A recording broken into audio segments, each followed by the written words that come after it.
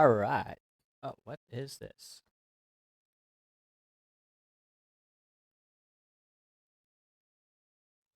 Oh, okay. That's interesting.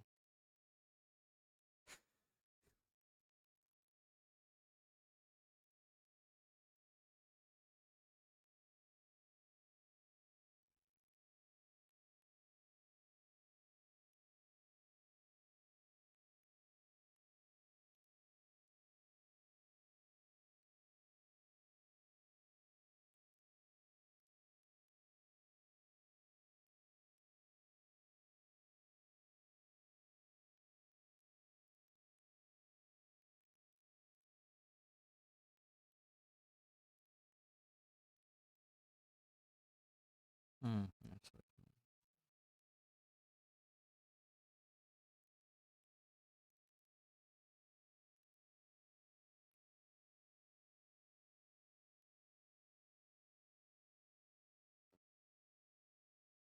Oh well.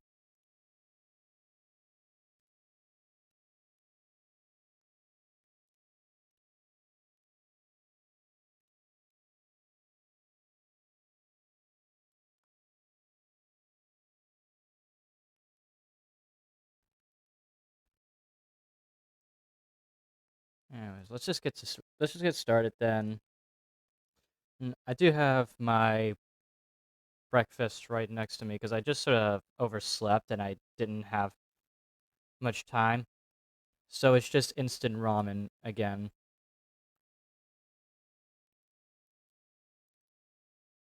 Hey there, Aim. How are you doing? Are you doing good? Doing well? Switching to my stream view. I hope that the game saved my bloody progress because I would be real pissed if it didn't.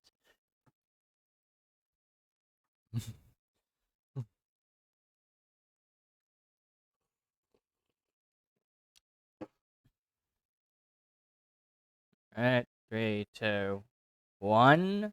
I should be sleeping. You sh Then go to sleep then.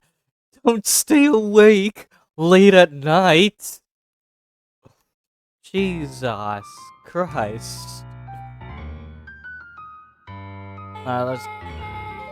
Alright, here we go. I think. Yeah, here we go. Here we are. This is where we left off. What do we have here? Barrels marked caution explosive. And gem jars. Anyways, Deltarune. I keep forgetting Deltarune is releasing. Or Chapter 5 is releasing. I might just replay the entirety of Deltarune because I've completely forgotten what happened in those chapters, at least in chapters 3 and 4. I can't, I woke at a weird time. Are you kidding me, Aim? Are you kidding me? Deltarune literally You're just going to ignore the message you just sent, where you said you can't because you woke at a weird time. Just go back to just go to sleep then, huh? Oh, wait, whatever.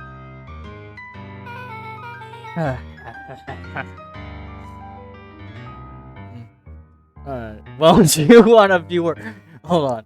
Well, do you want a viewer or not? I don't want my viewers to, like, lose their sleep schedule just to watch my bloody streams. But if you're no, whatever. Let's not talk about that then. At this point, you're just crazy. Anyways. What kind of incendiary gem is your grand making? I'm not, it's 5 a.m.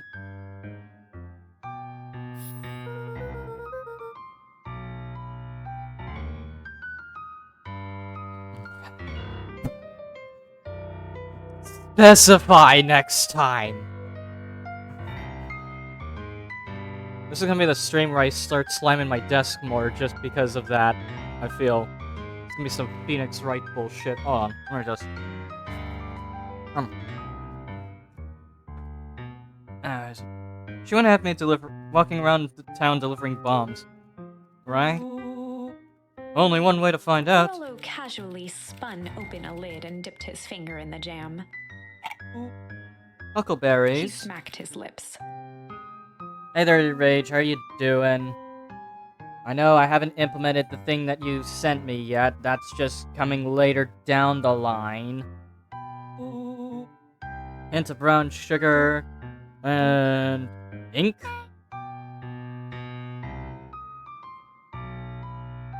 Who the hell puts ink in their jam? Rollo plunged his hand in the jar, fishing out a soggy slip of paper. Aha! Offered the slimy note to Luca and licked his fingers clean. It's addressed to Mrs. Fratelli. Yeah, it is a very strange mix, but like there is a voice for the narrator. They just don't have the voice for the characters. It says last night I used the disguise Harris provided to scout the location. Timing window should be possible. Operation Sparkplug is a go. Oh man, are they doing a heist? Whatever it is, it can't be good.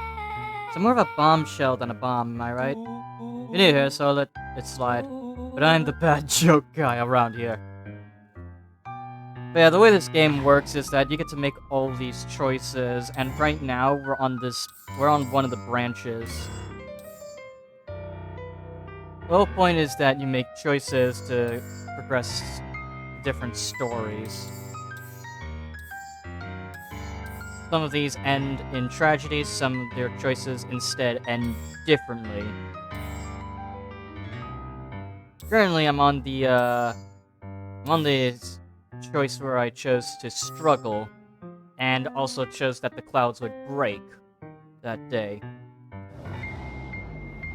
So we're just investigating Grand's basement. Her creepy-ass basement. A spider web of string connected photos of people from the town. Which one are you? What do you mean, which one am I? Because, like... Are you with the I don't know what you're talking about, I'm...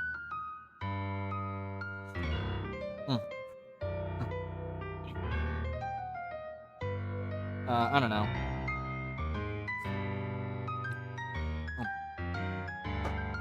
That was my breakfast, by the way. Interspersed with hastily scrawled notes. Which character are you? I'm voice acting all the characters.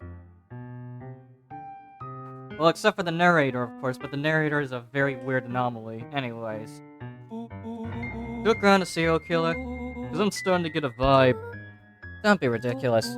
Sure, she's just tracking the movements of everyone in town. Out of the kindness of her heart. Good symbols by some of them. Yeah, Mr. Nuncreed has a check mark. The clipboards are all inside a big circle. My moms are both here. Both with question marks. Gus Valentine has a question mark. Harris has a question mark that's been crossed out. Mr. Kerr has a bullseye.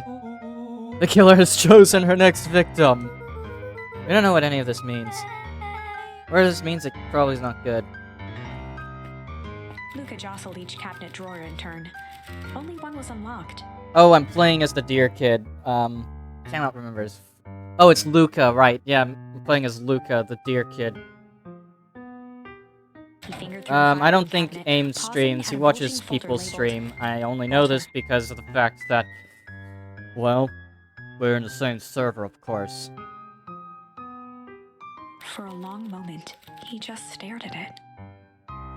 What do you got there? It's... my dad. Looks like some of his old medical files. Your dad was a doctor? Luca nodded and caressed the label with his thumb. What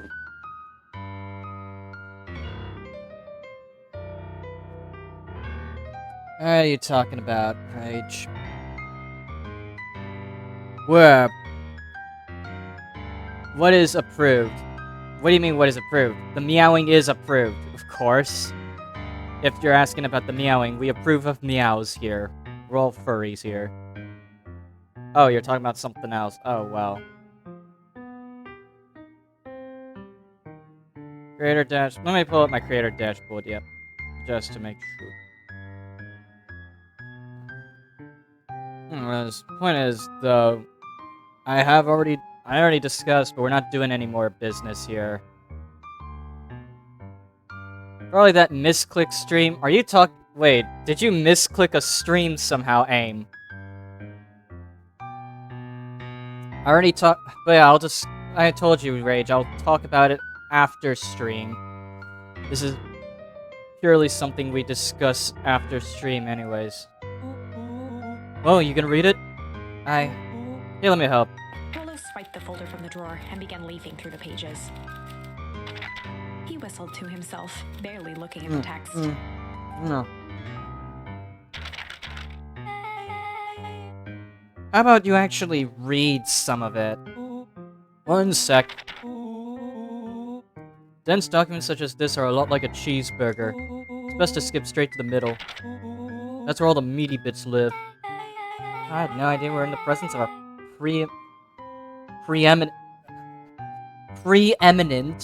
scholar in dense documents and cheeseburgers. By all means, He proceed. stopped at a page and mimed, holding up a monocle. Aha, here we are. Follow-up examination of Terrence Wilby. Patient shows further signs of paleness and malaise. Body temperatures continue to drop.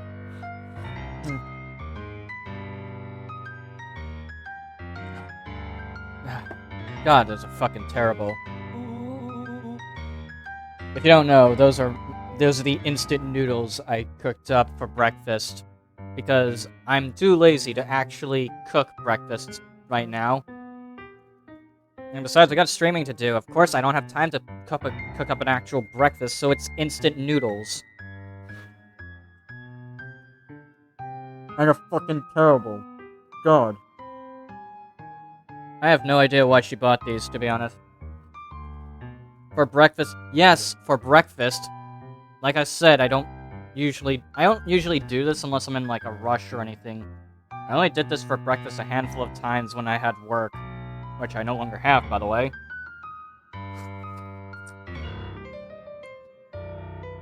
Are you eating old food? You know what, let me check the box, actually. Let me come back. I'll be right back.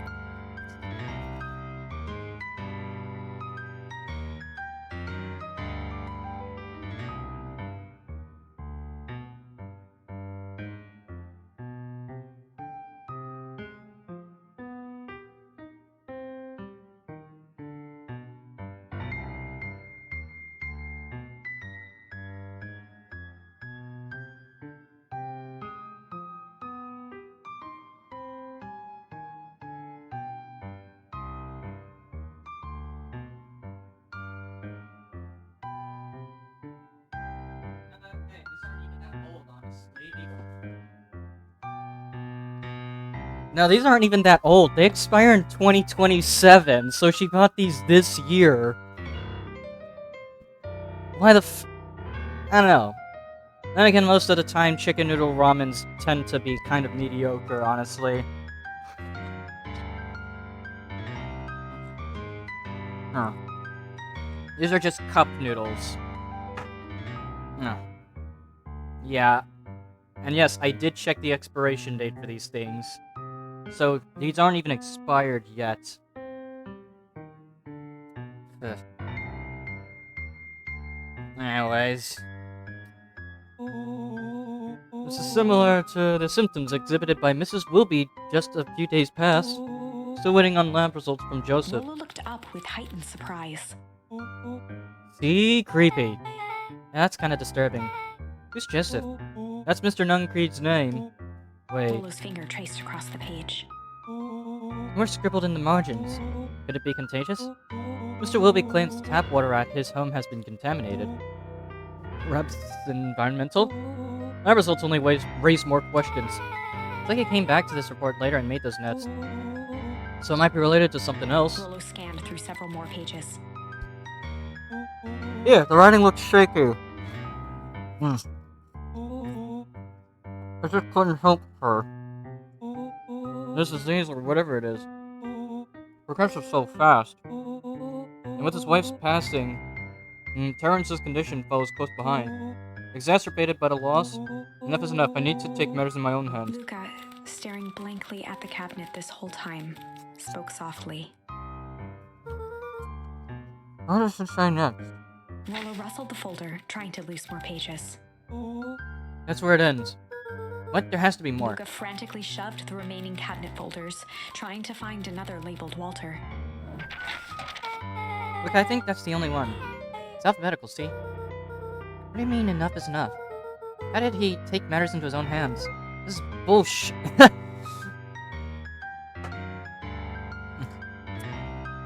So for context, the main character is supposed to be quite young. And somehow, a youngin' like him knows the word bullshit. This is bullshit! Luca slammed the drawer shut.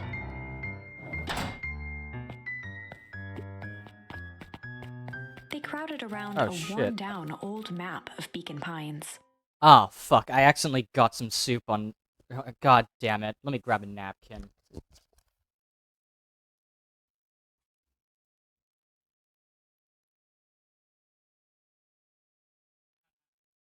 is why you shouldn't slam the fucking desk while eating this stuff. Because it'll get on the drawing tablet. I don't want to replace my drawing tablet with another one. Ooh, this looks like a treasure map. Not every old map is a treasure map, Rollo. Hi-oh, Sarah. I forgot to notify you. Sorry. Yeah, but every treasure map is an old map. Can't fault that logic. Look, there's even a pathway drawn on it. Starts at the entrance to town, and we follow it. Rollo carefully traced the path with his finger. Leads right to... He jabbed down at the end point. Town Square? That's the fountain in the middle of town. What a place to hide treasure. Well, that doesn't look like treasure to me. The end of the path on that map has the same symbol as those explosives over there. So it's not hiding treasure. Real bummer. Rollo, what's the thing you've been excited about for the past month? The festival.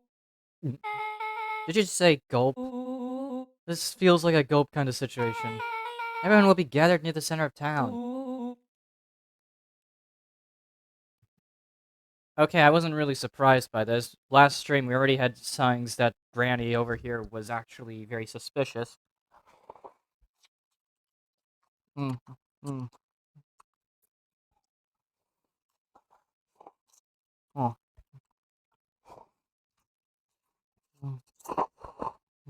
Well.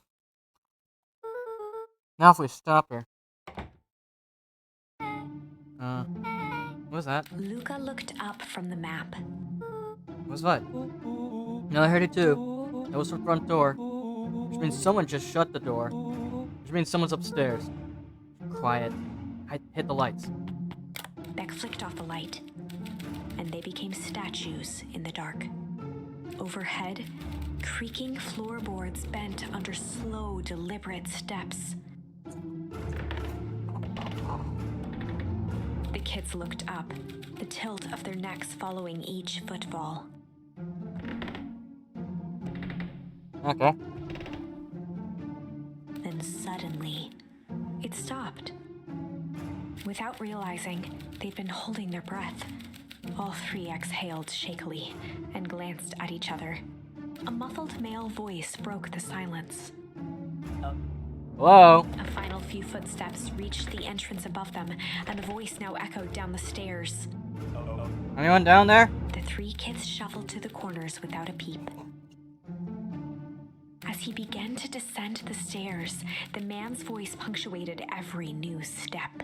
What was a horrible idea, AIM? I'd like to know what you mean by that. Thump. Yoo-hoo! Not here to hurt anyone. Thump. Just here to help. Just... Thump. At the bottom step, the man paused, squinting to search the room for signs of life. Huh. Guess it's nothing. Rollo shifted suddenly. Luca gave him an intense, chastising look and whispered through clenched teeth. Don't. Turning off the lights.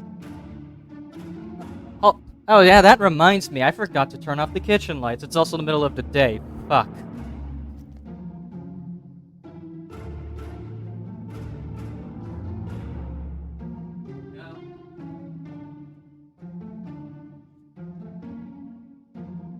It was too late.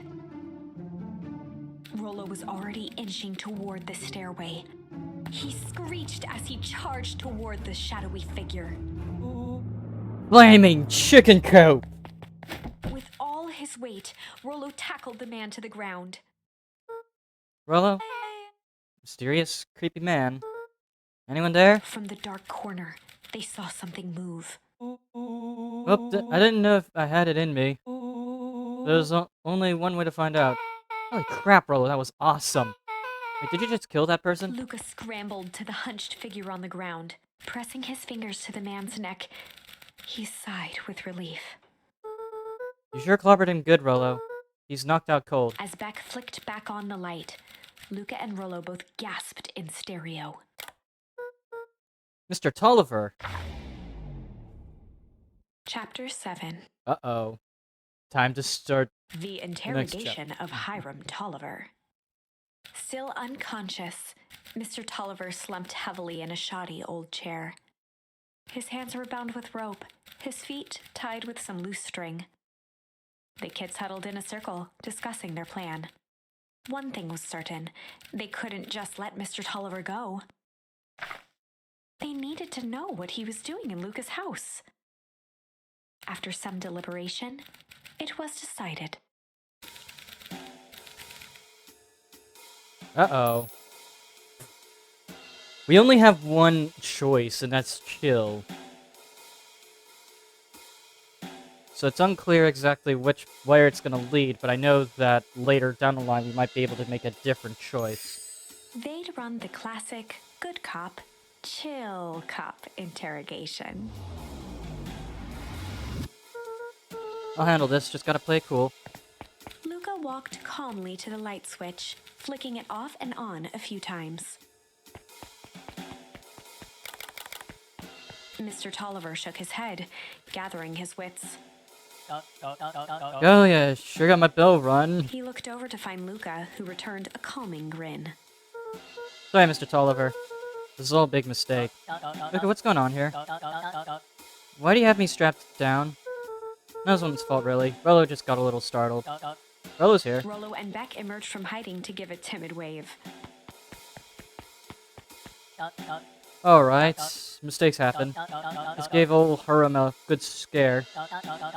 Let's just get me out of these ropes and call it even. Luca glanced over to Rollo and Beck, who replied with skeptical looks. Mr. Tolliver, why are you in my grand's basement? I'm here to help, of course. Help with what? What's my gram up to? If you just cut me loose, I can show you. How do I know we can trust you? Mr. Tolliver exhaled with disappointment. Luca, have I ever done wrong by you? No. And since your grand moved to town, haven't I been nothing but welcoming? Yeah? Why would I turn my back on your family now? Just, all this stuff seems pretty weird. Board with names of people from town, an archive of my dad's old disturbing patient notes. Luca gestured to the corner. Barrels of explosives. I can explain everything. You just need to untie me. The kids deserve an explanation. Luca looked again to Rollo and Beck. This time they shrugged. Luca began to slowly loosen the bindings. Mr. Tolliver gently rubbed his wrists. That's a good lad. This all makes sense in time. He edged imperceptibly toward the stairs as he spoke. You see, this town has secrets, Luca. He's gonna escape, isn't he? Very dark past indeed. Before the kids had even noticed his movement, Mr. Tolliver was at the light switch. Past that must be brought He to... punctuated his final words by flicking the switch and rushing up the stairs. light. I already knew it. Son of a... Beck darted to the wall and turned back on the lights. It was too late. Rollo confirmed what they all heard. You just locked us down here. Mr. Tolliver's muffled voice came from behind the door. I wasn't lying, you know? This is for your own good. You kids just keep tight down there, and let the adults handle this. They looked bewildered at each other. Very cool, huh? Not now, Beck. They heard the staccato thump of quick steps exiting the house. The kids looked down in resignation.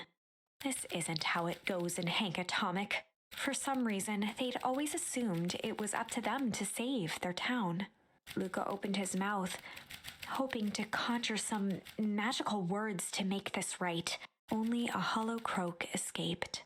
The end. There's one ending. We certainly aren't going to find a grand resolution to our tale locked in a basement. Back to the drawing board. So here we have to figure out exactly which choices I can change here. Here's the question, though. We have the resolution for the break.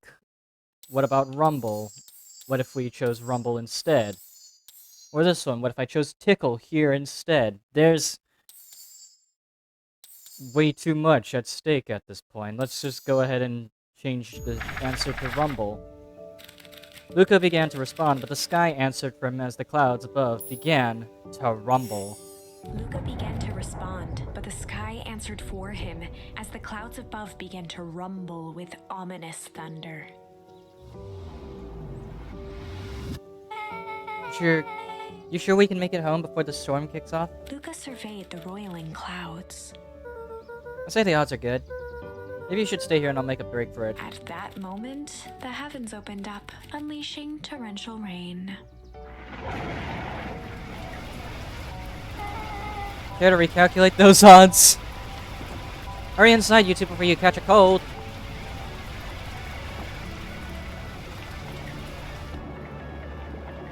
Luca, Nellie will keep trying to reach your ground on the phone. In the meantime, you two hold tight. Sorry, not much to do up here. Most of my stuff is still in the boxes. Mind if I poke around? Be my guest. Oh, wow. I really want to have a radio just like this at the treehouse. Probably not exactly like this one. My mom and I tore the whole thing down to the bolts. Did it with some state-of-the-art vacuum tubes. She seems pretty awesome. She gets carried away sometimes. I think she feels guilty for working too much. So when she does have time for me, she showers me with high-tech overcompensation. Luca flicked at one of the toggles. You can get all sorts of stations on this. Not out here in the boonies.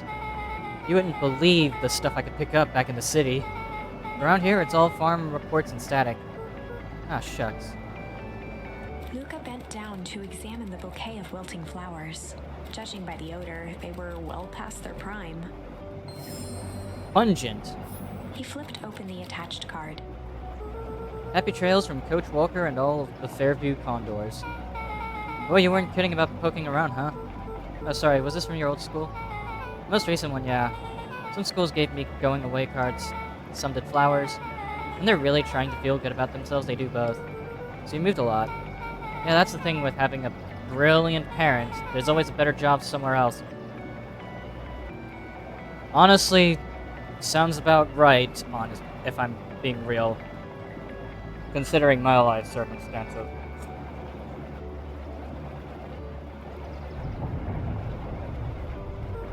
These flowers would last longer if you put them in some water. That's the sort of thing I would do if I cared. Well, you cared enough to keep them, is all.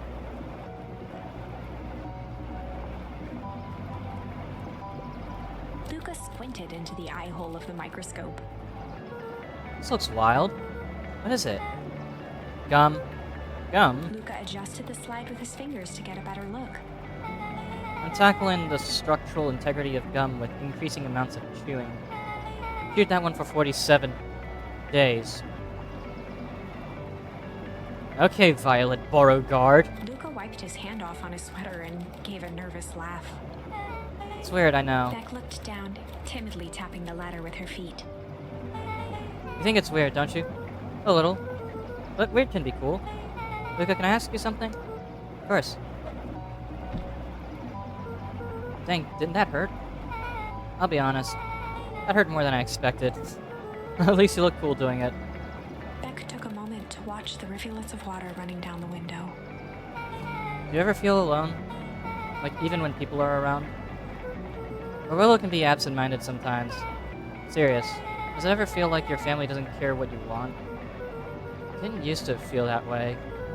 I know Gran loves me, but sometimes when she looks at me, it's like she's looking at a problem? Luca took a deep breath, exhaling slowly.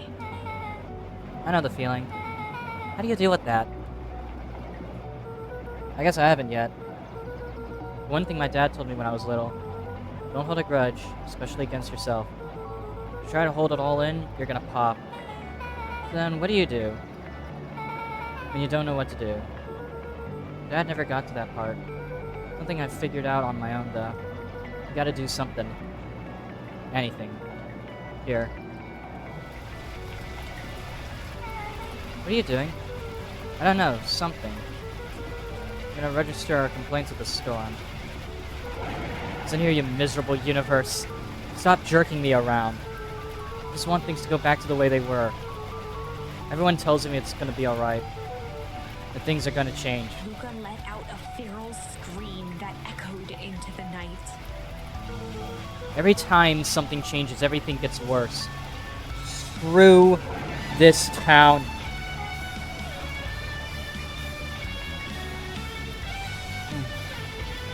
Whoa. Let me try. Moving sucks. I hate it. I hate that I hate it. Why can't I just deal with it and be happy with for my mom? Why can't we just stay somewhere? Her voice dropped to a trembling whisper. I just want to be a normal kid. Beck brushed off her shirt and straightened up. Honestly, that just feels normal to me.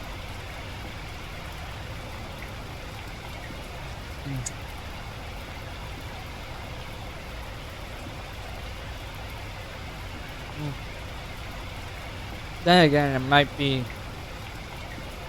Then again, I guess it's just because I'm so used to moving around so much that it's become the norm. There. I actually feel a little better. As abruptly as it began, the storm abated. Thanks, I needed that. Me too. I should have before the rain starts up again. Sure, I'll walk you out. See you and Rolo at the festival? Sounds good. Luca, don't let the universe jerk you around. Beck gave Luca a light thump on the arm before heading in. Chapter 5. I already started the Friendly 5th feud. chapter. The air was heavy with a hard rain's residue, the smell of wet things. Despite his dreary surroundings, Luca felt at peace. He'd never shared those details about his dad with anyone, not even Rollo. But it's not like this changed anything. Rollo was still his best friend. Adding Beck to the group would help balance things out. Everything's better in threes. This is what Luca told himself as he headed to the treehouse. Catch up with Rolo at the treehouse. Alright. Oh, hi. Hey, Don. Tracking down a lead? You bet. I heard a juicy new rumor. Turns out when Sharper Valentine died, he left behind a peculiar last will and testament. Peculiar how? He didn't just give his kids inheritance, there were conditions.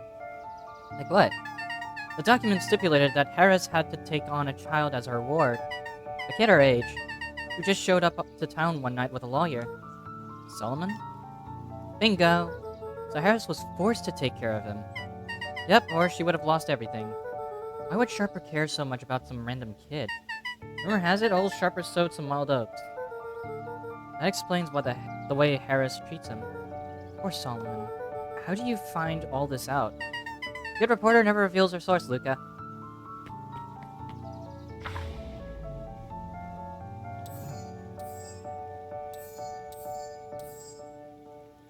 We're still on the path of Rumble.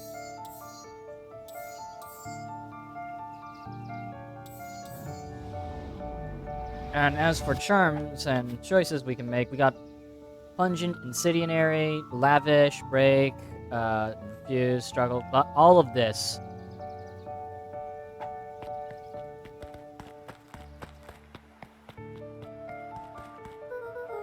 Oh my god.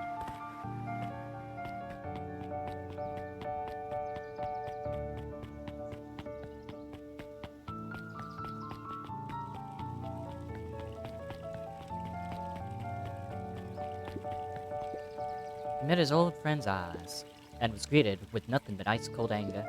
Heavens! This is no time for fractured friendships. Okay, fine then, game. Excuse me, what are you do? It's the shady guy all over again. Just looking up for the night, sir. Oh, wonderful. Can only assume this means all festival preparations have been completed ahead of schedule. Well, not exactly, sir. Storm set us back a bit, and it's getting late, so we all decided to... You all decided? Yes, sir. I was unaware that your job involved deciding things. We're all here at Perennial Harvest because we believe in creating a better future, yes? Yes, sir. Very much, sir. Do you want to be the one to tell this town that we failed them? No? That we gave up because there was a little rainstorm and we all got sleepy? Of course not, sir. Good, then it's decided. Yes, sir. We'll work till the task is done. See that you do. A harvest awaits.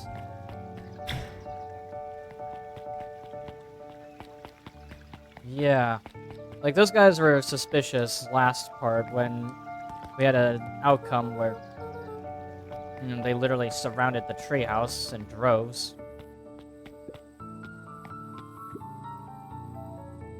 Is there anything new in the box now? Yep, there are some. Luca tied a small magnet to the line. Fishing with the law of attraction.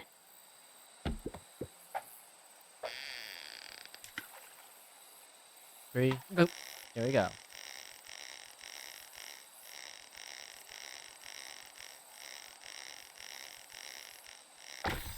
Now, what do we got here? A key. What do you think? Where do you think the lock is for this key? Now, why would we want to find that? Because then we would know the secret. God, that's no fun. The second we know what it unlocks, it just becomes a boring old key. Right now, this key could unlock anything. Cool. Cling. Luca wrapped some tape around the hook. Hey, you never know. At the bottom of a lake, duh.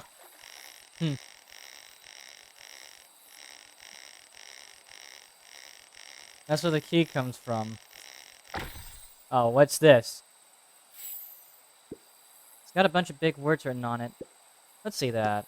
We regret to inform you that your application for property rights with respect to the Beacon Pines CBD and surrounding area has been rejected. Who's that for? Applicant, Valentine Estate. Good, good.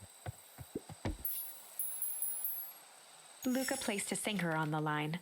Sometimes the best stuff is at the bottom of the pond. Oh boy. Dredging out.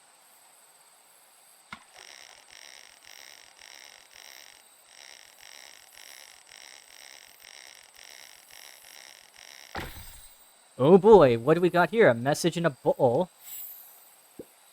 Malice 80 proof whiskey. A hard liquor for a hard man. Best leave that be. Takes a real piece of work to leave something like that lying around. And we got something pungent. Luca wrapped a twig of thyme around the hook. Some fish have refined taste. Did she just say thumb? I don't know. That's probably an accent thing. Either that or I misheard.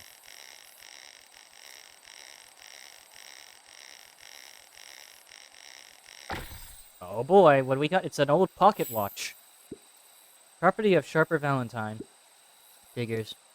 If he had his way, property of Sharper Valentine would be written on everything in this town. Should we give it back to him? He may not even want it back. The man's got a contentious relationship with time. We'll keep it here in case he ever wants to pick it up. Looks like we can use some new bait. Yeah, okay. Thank you, game.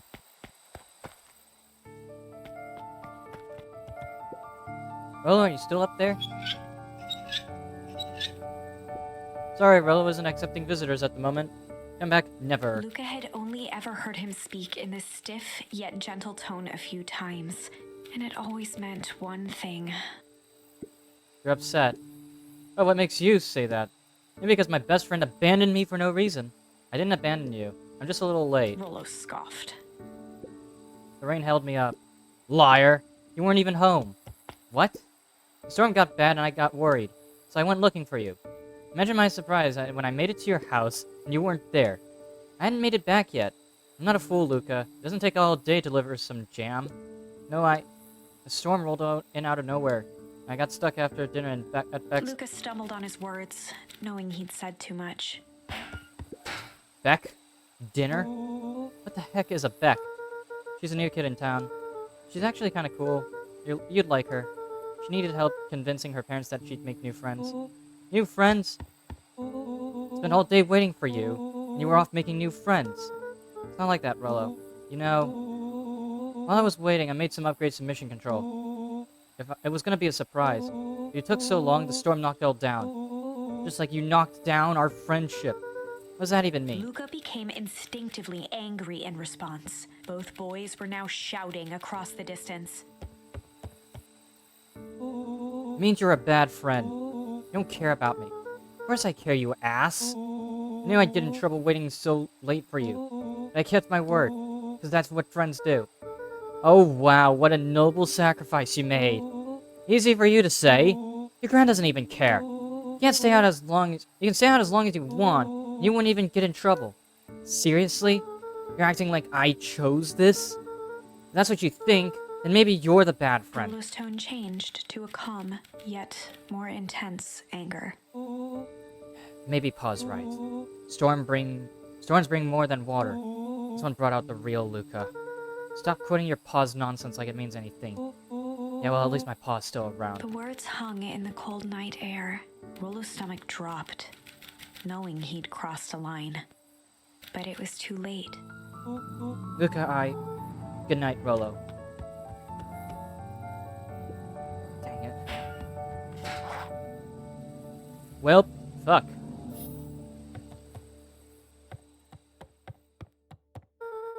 Rollo thinks I'm still going to the festival with him. He can shove it.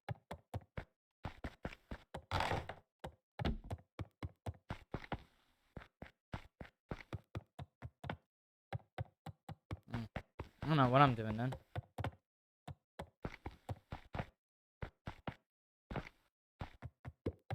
Yeah.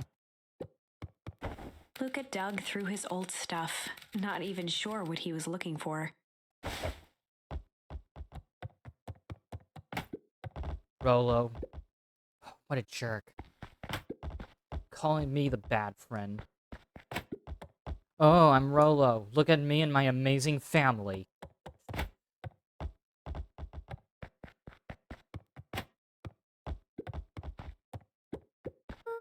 Guess I'm never supposed to make new friends. And we got Weep.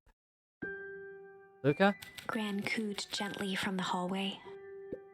Slept straight through breakfast. Luca, are you alright? I'm fine. Just don't feel like getting up yet. Okay, I'll leave this oatmeal by the door. I gotta run out and take care of some things. Okay. I'll be back later to check in.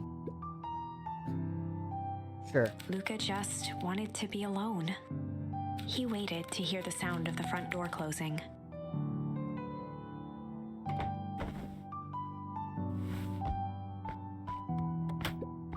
Rollo's still going to the festival. It's gonna be miserable. Alright. Jesus.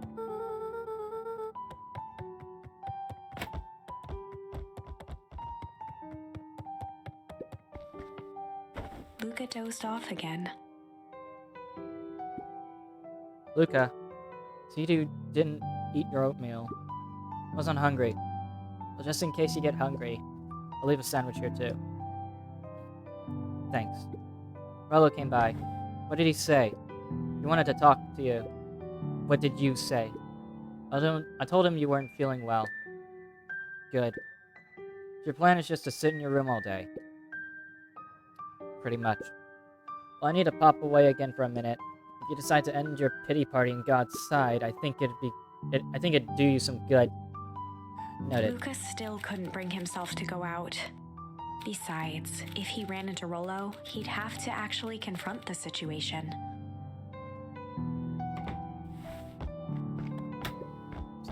There's never any interest. Well, I can't even read this quickly.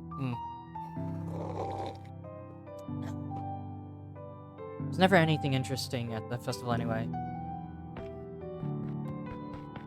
What the fuck?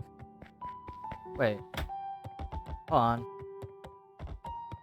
Hold on a second. I need the bowl in the right position. No. That's not the right position. Stupid bowl. Stupid bowl. There we go. The Adventures of Hank Atomic. The complete first volume. Luca carefully opened the cover and began to read. Rollo had received it for his birthday. A special hardcover edition with behind-the-scenes commentary and bonus art.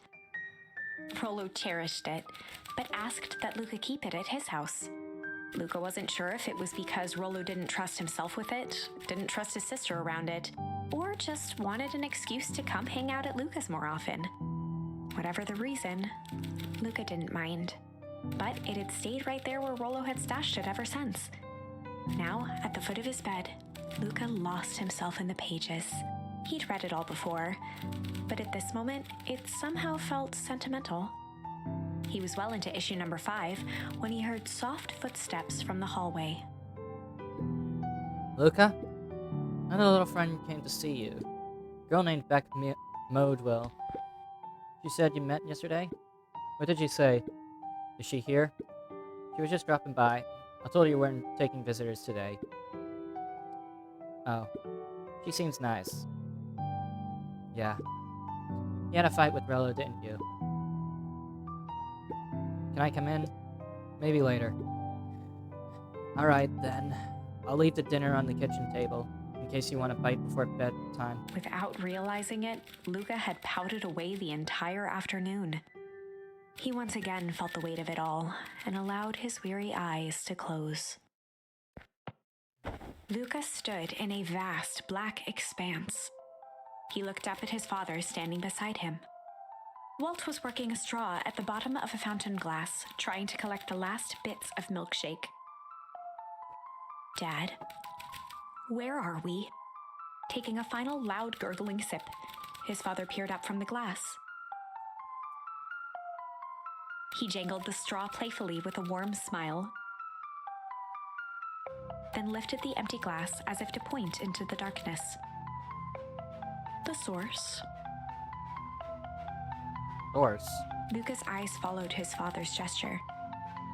In an instant, he was sitting in front of a blazing campfire. What in the world? Across from him sat a large figure in a yellow hazmat suit. The figure's voice was a scratchy echo. Well, if it isn't the man of the hour.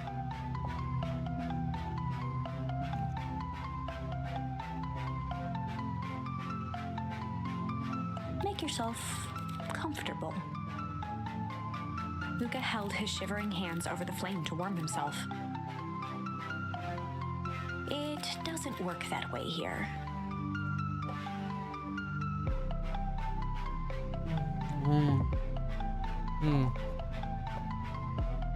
Their yellow-gloved hand pointed to the base of the flame. It's a cold flame, see? Luca peered at the base of the fire. It wasn't wood that was burning. It was Beacon Pines itself. Tiny buildings, freezing and crumbling as they were consumed by flame.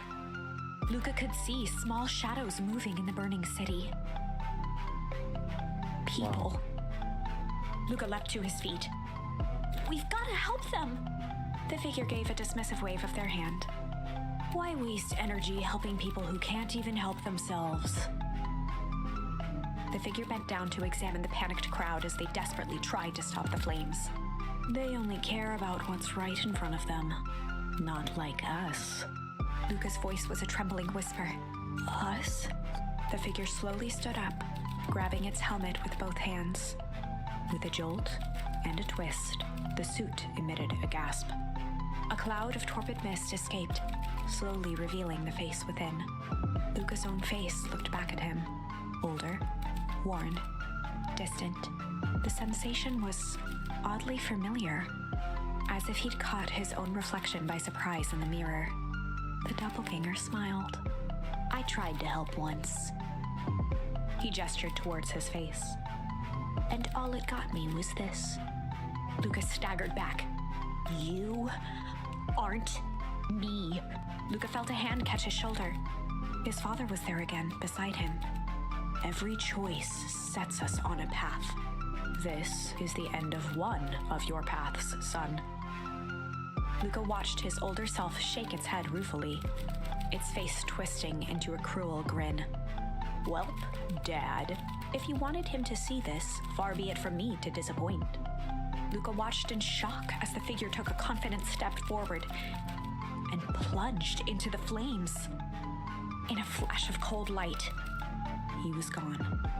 What does all of this mean? Luca felt a reassuring squeeze on his shoulder. Just remember, why we choose matters just as much as what we choose. Luca woke up to see a hazy figure at the foot of his bed, silhouetted in the morning sun. Mom? No, dear. It's only Gran. Luca rubbed his eyes. The kind, concerned face of his Gran came into focus. How are you feeling? Fine? Anything you want to talk about? I don't feel like talking. That's just as well. How about you sit there and listen a bit? Whatever you and Rolo fought about doesn't matter. But Gran silenced Luca with a gentle pat on the leg. Fights between friends happen. What was said doesn't matter. The important thing is that it's not the last thing you ever say to each other. But he said stuff about Dad. Well, do you think he meant it? No. He was just mad. And did you mean any of the things you said to him? No. Good. One must appreciate friends in their best moments, and accept them in their worst. Now get your little butt out of bed. Festival's today. You don't want to miss that, do you? Guess not. Seems like a good opportunity to make amends with Rolo, doesn't it? Luca gave a reluctant nod. So buy him a corn dog and apologize. He's the one that... What did I just say? Buy him a corn dog. That's a good boy. Everything's better with corn dogs. I need to get going now. Got some last-minute festival business to take care of. I'll come find you at the fountain a little after lunch. Alright. I love you, Luca. Love you too. She already... Luca took a deep breath. Well, we already know now that she's planning something Chapter 6. with the fountain, and it has to do with those Through explosive... thick and thin. It has to do with those explosive barrels, so she's gonna blow up the fountain, I guess? Despite Luca's bitterness, Gran was right. He needed to hash things out with Rolo. A big fight changes the nature of a friendship. Whether, in the end, it is for the better or for the worse, all comes down to understanding. If one is not careful, the same familiarity that builds the strongest of bonds can become the wrecking ball that shatters them. Luca emerged from seclusion, taking in the crisp festival air. But the events of the day weren't on his mind. He had to find Rolo. I quickly want to check back quickly, see exactly... Yeah, we still don't have any charms that change the outcome of anything just yet, outside of Tickle.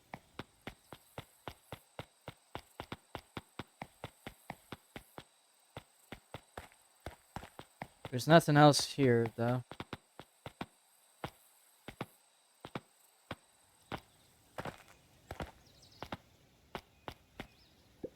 There you are! Luca! Rolo wanted me to tell you something.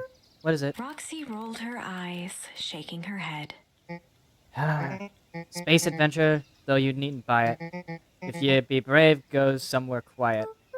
Roxy, I don't... It's a riddle, Luca. My goofy little brother wants you to go find him. Luca looked down and kicked at the dirt. Look, I know you two had a fight. The only thing more annoying than my little brother is my little brother without his best friend. So I'm doing him this one favor. Now I need one favor from you.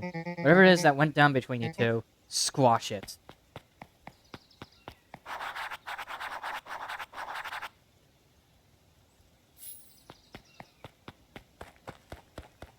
Space adventure.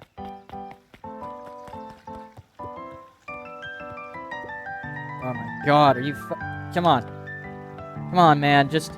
There we go. Unique New York, New York? Huh? Oh, don't mind me.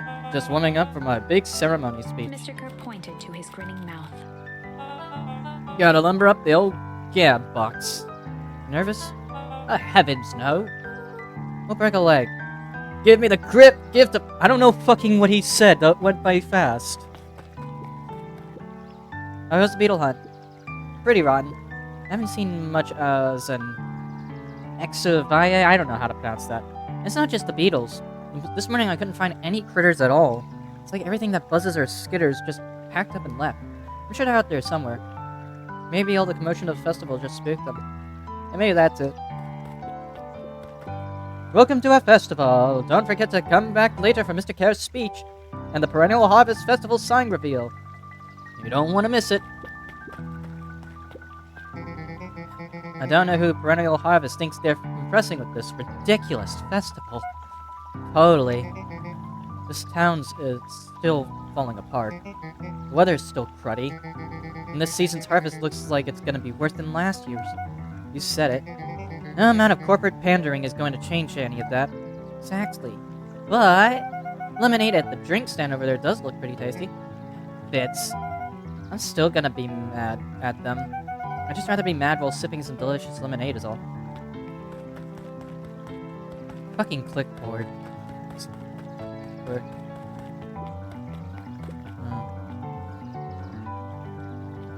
Yeah, there's no need.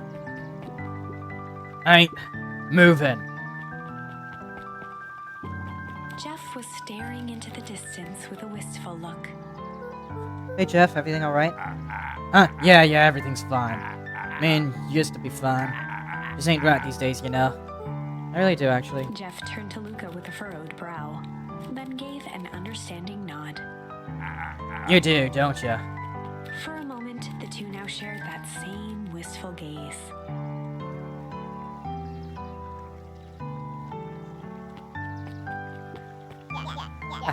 Every single time. Yep. Wait for it. Unexplained sound once again noted. Like clockwork. What a bunch of drones. Meow? Yeah, meowing as well. Haha.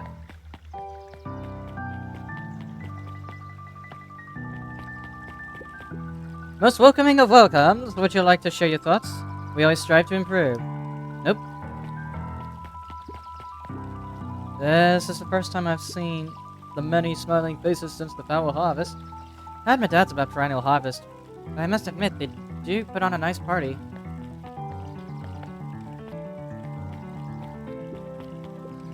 Piper, you're actually taking a break from studying. I wanted to see what all the festival fuss is about. I can't help but notice you still brought your old backpack full of books. Luca, a backpack can carry a lot more than just books. True. So what you got in there? Books. I was able to return the Perennial Harvest safety suit you borrowed. I don't think anyone noticed. Good. Now you tell me what you needed it for. It was a favor for an enemy of my enemy. It isn't going to harm Mr. Kerr, is it? All you need to know is that it's for the good of the family.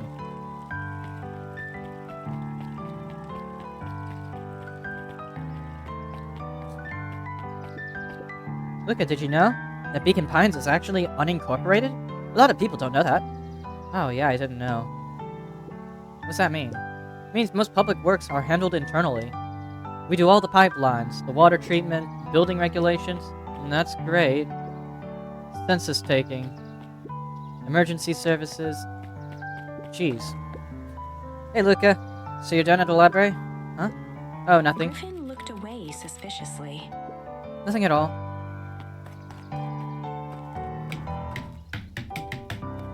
Come on, we had to touch the watermelon at least once. Now that I knew about it.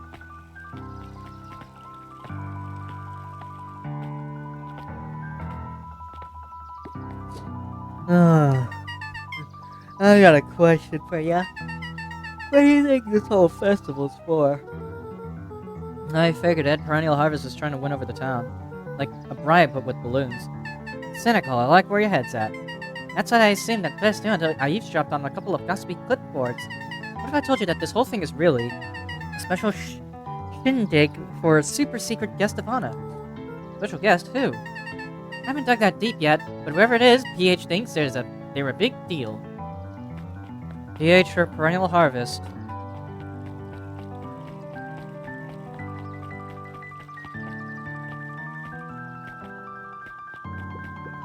Library, somewhere quiet.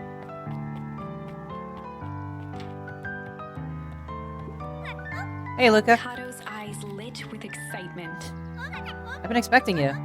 Bravo on deciphering the first riddle. The first? Oh, you didn't think that was all, did you? Well, it does go all out, doesn't he? Kato straightened up and cleared his throat as if preparing to sing. On planet Fopple, you may take issue.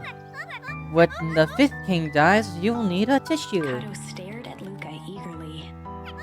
Get it? Want me to tell you? No, it's okay, let me figure it out. Alright then, when you find it, bring it here to be verified. And if you decide you want a hint, the offer still stands.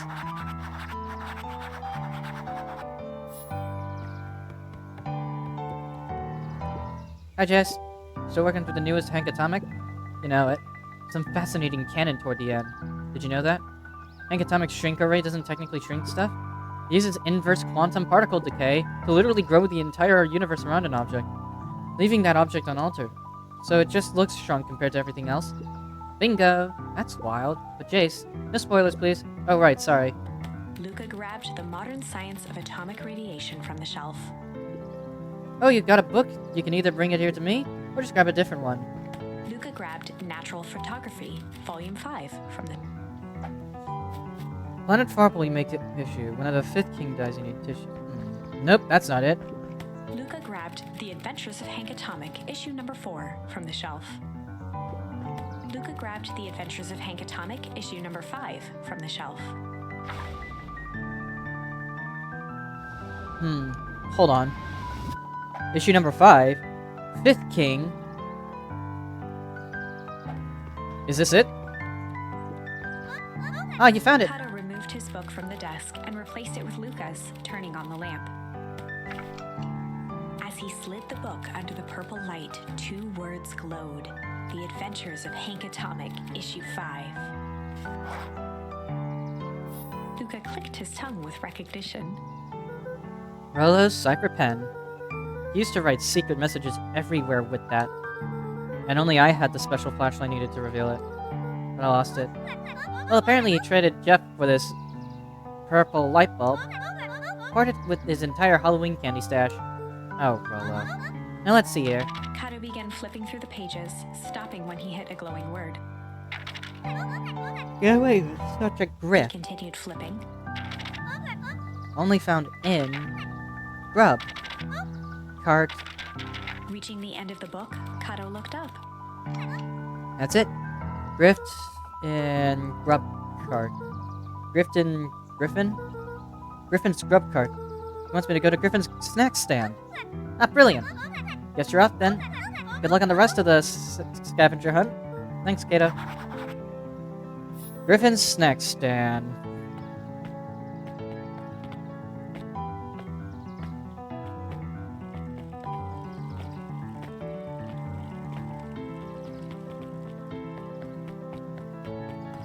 You must be it then. Hey, Griffin. Did Rollo come? Before Luca could finish his sentence, Griffin handed him a corn dog.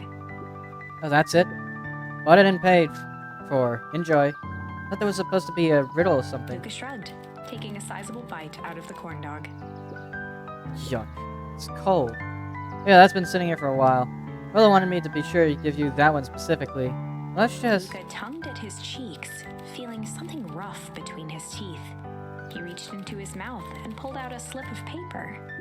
Oh, come He on. shook off the bits of corn dog to read the slip. Pick up when you need some pep. Near the fountain, up the step. Luca finished off the remainder of the corn dog. This is getting to be a whole thing. Smell... No, you destroy the OS. No, you. No, you. Oh my fucking god, I pressed the wrong button again. Near the fountain, up a step. Near the fountain, up a step.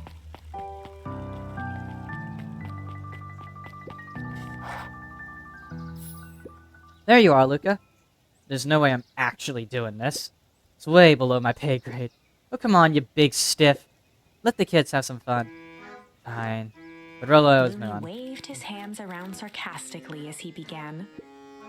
What takes flight but has no wings? Your final task of friendship brings. See, that wasn't so hard. I feel cheapened somehow. I think it's sweet. Good luck, Luca. Takes flight, no wings. Hey. Hey. Did you find the comic book? Yep. And you got the corn dog? Yeah. Well then, I know it doesn't make up for what I said. But here, you earned this. Rolo sheepishly handed Luca the balloons.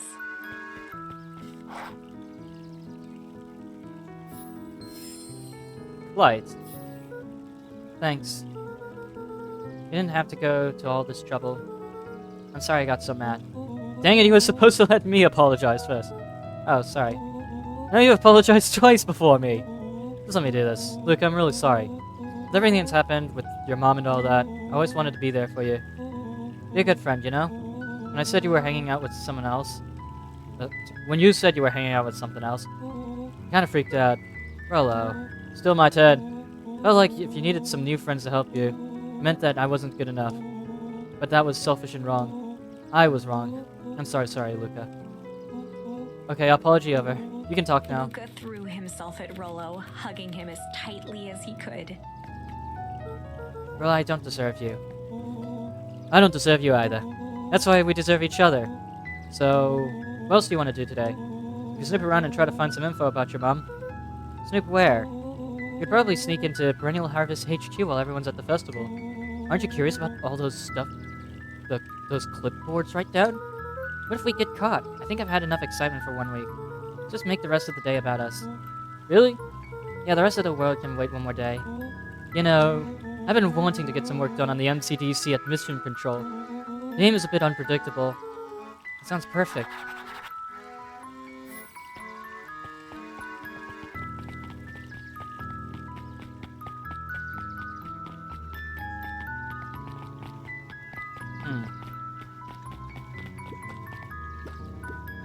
Old Pickler's Pond. Did you hear? After Mr. Carrot gives his big speech, they're gonna have the first annual Big Catch competition. As long as a boot qualifies as a catch, I'm a shoo-in. Good luck. Let me quickly check. Oh, hey, look, we can do Hard Cop instead. We still have... We also have Flight here. Oh boy, that's a lot of choices. There's too many choices. Almost forgot. I ran into your grand this morning. She asked me to give you this. Rolo handed Luca an unopened letter. I'll wait for you inside if you want to read it now. A letter? Luca, some things are going to happen that might be difficult for you to understand. If I am honest, I hardly understand them myself. But whatever happens, I need you to know that I love you. None of this is fair to you. You have already lost so much. We both have. I wish there was a simpler way forward. But if there is, I haven't thought of it. God knows I've tried. Everything I've done, I did for you. I hope someday you can accept that. Love, Gran. Love you too, Gran. Luca folded the paper into his pocket and headed up the ladder. What's up with the letter? Anything you want to talk about? Maybe later. Sure, whenever you want. You know, you really didn't have to go all that trouble just to apologize. I know, but we've been looking forward to the festival for weeks. After I ruined everything with my big mouth, this was the best way to make sure you still had a good time without me. Hello. Luca was at a loss for words, but that was fine. Words aren't always necessary. Festival seems nice. Was it nice? We can still go. No, this is fine. There's always next year. Sadly, this was untrue. A distant rumble shook the treehouse. Huh? What was that? Oh man, we missed the fireworks? It was not fireworks. It was something the boys couldn't possibly comprehend. Something as old and cruel as time itself.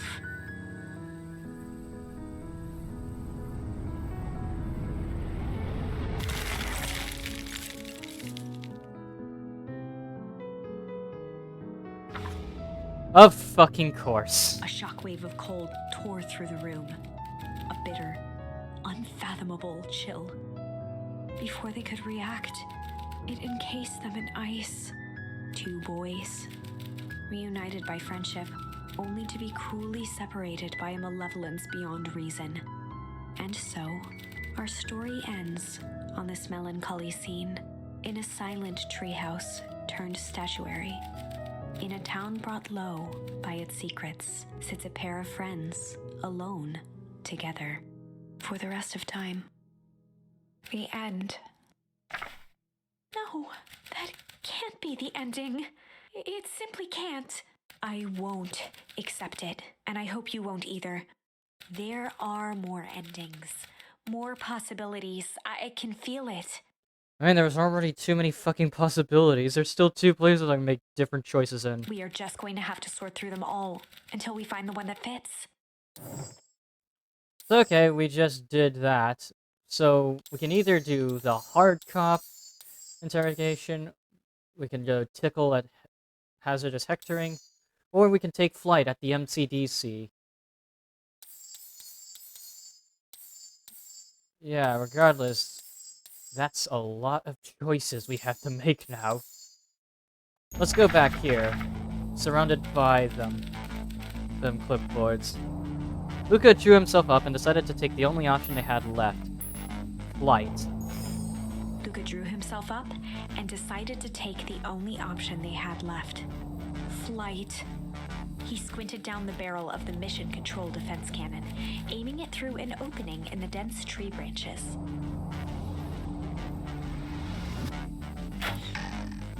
He looked up with surprise as it struck true and taut.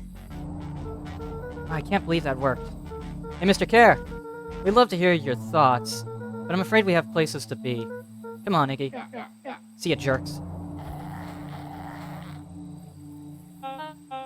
Fine. We know where that leads them.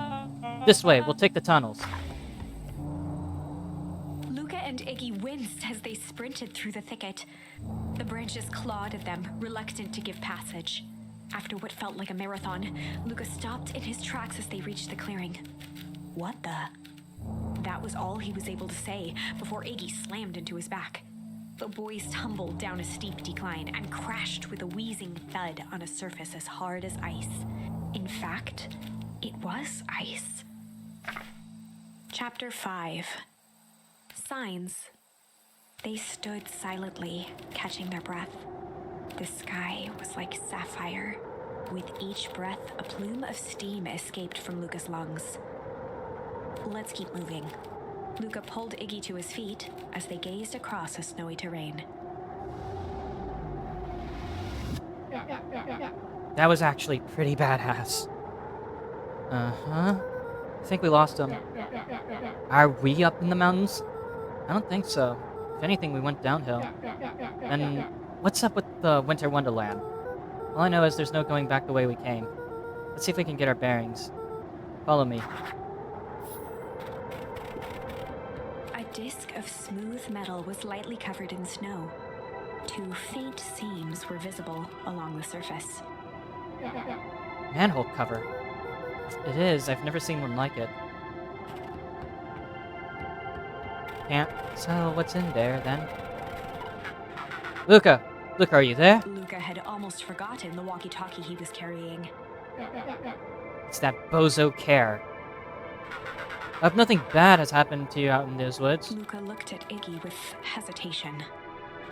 No need to be rude. With a resigned sigh, Luca responded. Seems like the only dangerous thing in the woods is you. He speaks, the young man of the hour.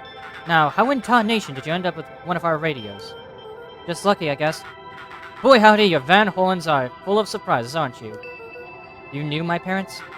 Never had the honor of meeting your father, but your mom sure was a handful. Luca winced, shoving the walkie-talkie back into his pocket. Gotta keep moving. What kind of a place is this? Why does it look like there is a passage there?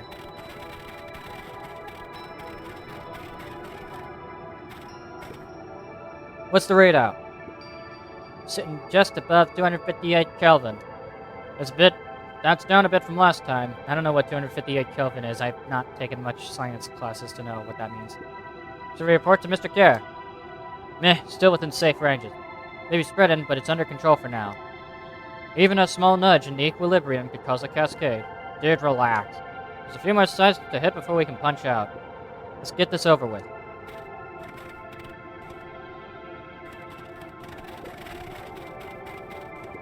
What's all this? Hard to say with all the snow. I think it's a town sign. I can almost make out letters under there. What town could this even be? It could be another town in this deep. There couldn't be another town this deep into Wheat Wood. Looking at evidence to the contrary. Let's figure out what we're dealing with here. Step one, snow's gotta go. See what I can do.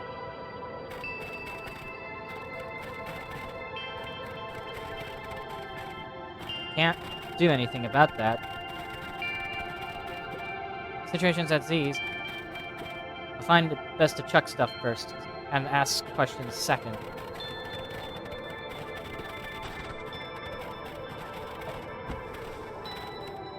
Beacon Pines? The boys stared in disbelief at the sign that now clearly read, "Welcome to Beacon Pines." Okay, so wait a second. This doesn't make any sense. We're in Beacon Pines? How's that possible? We ran away from town. How did we get back here? Guess we got turned around. Where did all this snow come from? Well, it's been colder than normal lately. It's a pretty big difference between sweater weather and this Arctic hellscape. What have we fought at before? It's cold too. Maybe all of it leads to one source. Think it's related? What the hell is going on? We're gonna get you some answers. Let's keep moving. We went down a hill, ended up back in town. But I don't think we're back in town, like, at all. Stuff looks familiar to you? Looks like the barrel near the puddle I, cut me into, yeah. The fencing listened, each chain link encapsulated with a translucent layer of ice. Looks like the stuff they put up around Deep Wood. Stuff who put up? I don't know. Something tells me this isn't the same town. It's all frozen. Looking down at the frozen stream, Luca could faintly see a school of minnows encased in the ice. Whatever happened here, it happened fast. The fish didn't even have time to run. Or, you know, swim run. Same buildings, but something about this is different. The footsteps trailing Luca went hush. He looked back to see Iggy's face twisted with confusion. Everyone's gone. What? There's nothing here but more snow. There must be an explanation for all this. We have to keep looking. You can look all you want. I quit. Maybe we have to keep going. You don't get it, do you?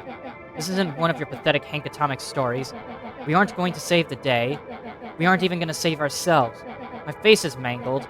The town is destroyed. And everyone we've known is gone. We don't know that. You can't just quit. Do whatever you want. I'm done. Iggy, it's gonna be okay. Luca peered upward at the darkening sky. He let out a long, foggy breath. Faintly, Iggy began to cry. Seeing Iggy in such a pathetic state gave Luca a sense of compassion and more than a little guilt. It is getting pretty late, I think. Probably not a great idea to stumble around in the dark anyway. Luca allowed himself to collapse next to Iggy. Let's just rest for a bit. The boys huddled together for warmth and comfort. If not for exhaustion, their minds would be racing, trying to make sense of the events of the day. As it was, all they had energy for was to sit in silence, numb.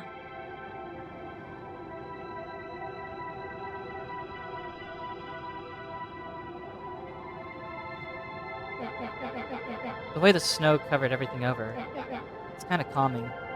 Yeah. I haven't had time to say it, but thanks. Huh? For getting us away from those creeps. Sorta froze up back there. I should be the one apologizing. This all happened because I lost my temper. That's bull hockey. First of all, you didn't know what that gunk would do. You didn't, right? Of course not. Second, stop with this baloney about losing your temper.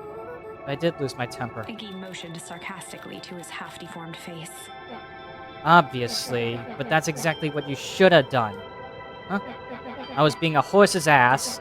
You were supposed to be a horse's ass in response. That's how it works. Iggy, I'm having a hard time following. You wanted me to fight you? Of course. Jeez, you goody-goody types take forever to understand this very basic point. Why'd you go around saying cool things trying to get into fights? Iggy shrugged. Something to do. You're an asshole because you're bored? Sometimes I just feel empty. You wouldn't understand. You and Rolo always having a blast together, laughing and calling that dinky little treehouse mission control. Iggy now wept openly. Perfect little Luca Van Horn. With his perfect little life. My life is not perfect. Everybody in town likes you. Not everybody. That new girl hasn't even unpacked yet, and she even already likes you. You have Tish. He wiped his nose with a sleeve. Love Tish. Tish is great. She ain't exactly the world's greatest conversationalist, you know? Luca gave a warm chuckle. I get that impression. Iggy cleared his throat as he wiped his eyes. Must be raining out here. Definitely. Iggy arched into a wide yawn. Should probably try to get some sleep. Yeah. Let's lay down for now.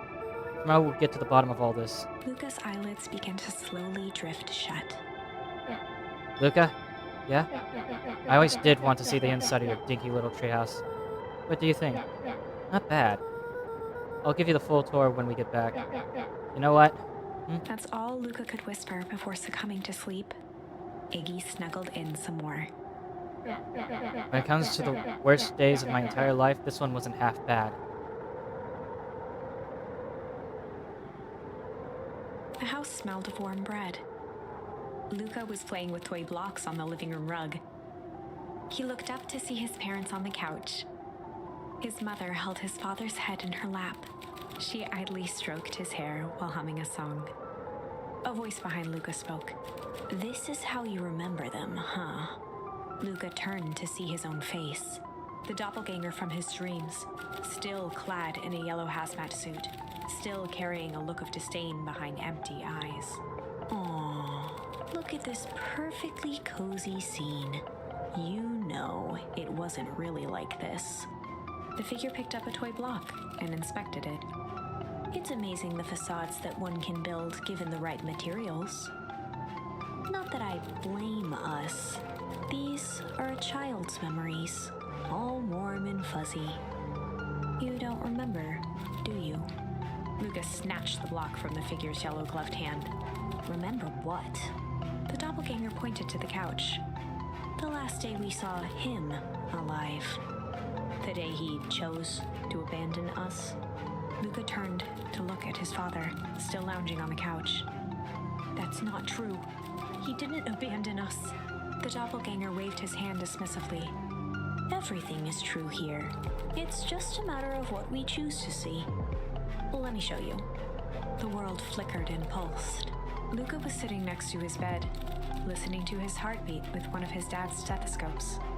The doppelganger limped into the room. No, we both know that's not how this went. He grabbed Luca's hand and guided the stethoscope to the floor. Luca heard muffled shouting, brought close by the stethoscope. It was his parents, fighting. Do you remember what we did next? Luca gave a slow nod and crept down the hall to peek through the banister. He could see the outline of his mother at the bottom of the stairs. Damn it, Walt. We can't afford to get involved in this. She was scared. His father stepped forward. What am I supposed to do? Just watch? There's a sickness in this town, and we both know who's behind it. I swore an oath to help people. I won't turn my back on them. Luca's mother grabbed Walt. She was crying, pleading. I can't lose you. Walt calmly removed Eleanor's hand from his shoulder. What's right is right, and what's wrong is wrong. I could never live with myself if I let Sharper get away with this. Eleanor raised her voice. Spare me your bullshit platitudes. What about our son? Luca flinched, dropping the stethoscope down the stairs. Walt turned with a panicked smile. Luca, is that you, buddy? With tears in his eyes, Luca descended the stairs. Mom? Dad? What's going on? Walt dropped to a knee to meet Luca eye to eye. Nothing, buckaroo. Your mom and I just got a little overexcited is all. Luca placed the stethoscope against his father's chest. His heart was racing. It sounded like you were going somewhere? Walt gently removed the device from Luca's ears. Listen to me, Luca. I have some business to take care of. I'll be back in time to tuck you in. Luca hugged his father tightly. Promise? Walt stood up and walked to the door. He glanced over his shoulder. I promise. With a wink and a grin, he put on his hat and strode out into the evening sun. A figure approached soundlessly from the foggy snowfall. It stood above them, lingering in contemplation. Slowly raising one hand above Iggy, it snapped out 2 brisk raps on his head. From a deep slumber, Iggy sprang up defensively. Get your hands off me! Whether it was the calming presence or the recognition that he was not in danger, Iggy felt his clenched fists lower. What do you think you're doing? Luca looked up, gradually remembering his whereabouts. The figure exhaled a cloud of warm vapor. You two certainly have caused a lot of commotion. What's that supposed to mean? Take it easy, Iggy. We were asleep minding our own business. You're the one running around knocking on people's heads. Sorry if I hurt you, Iggy. You didn't hurt nobody. Anybody. Huh? Oh, I see. You think you're better than me. You... When it came to complete strangers, Iggy had trouble cobbling together an insult. Big-hatted, scarfy-necked furball. Okay, let's lower the temperature a bit here. Interesting choice of words. I mean, let's all just calm down. Who are you? A friend. An observer. A hitchhiker on the infinite expanse of possibility. Great, how about a name? You must call me something. You can call me Nat. Iggy huffed with gratification. How about you make like a gnat and buzz off? Very well. Nat began to turn away indifferently. Wait, do you live here? You might say that. So you know where we are? You might also say that. Look, pal, we just want to find a safe way out of here. You gonna help us or not? Before knowing how to leave, one must know where they are. Alright, that does it. Look, I don't know about you, but I'm getting out of here one way or another. Iggy turned sharply and began to stomp off. Enough with the riddles. Iggy, wait up. Realizing he'd worn their patience then, Nat relented. Very well, I suppose this isn't the time for metaphors. I'll show you how to get back home. Luca and Iggy turned around with hope in their eyes. Come here. Nat took a deep breath in. Close your eyes. Nat exhaled slowly, then snapped his fingers. Okay, open them. For a brief moment, Luca and Iggy let themselves believe that some great magic was about to unfold. Until they opened their eyes and found themselves in the exact same place. Cold and disheartened. This is your home. This is Beacon Pines. Look, Nat, we don't know how we got here. Maybe we stumbled through some time travel gate in Weekwood, or we teleported to some alternate universe.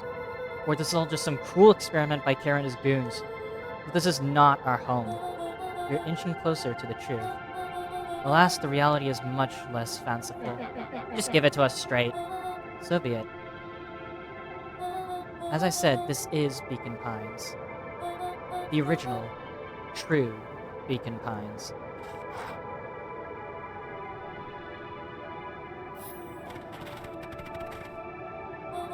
You both grew up here, but the town you've called your home for the past several years is a replica.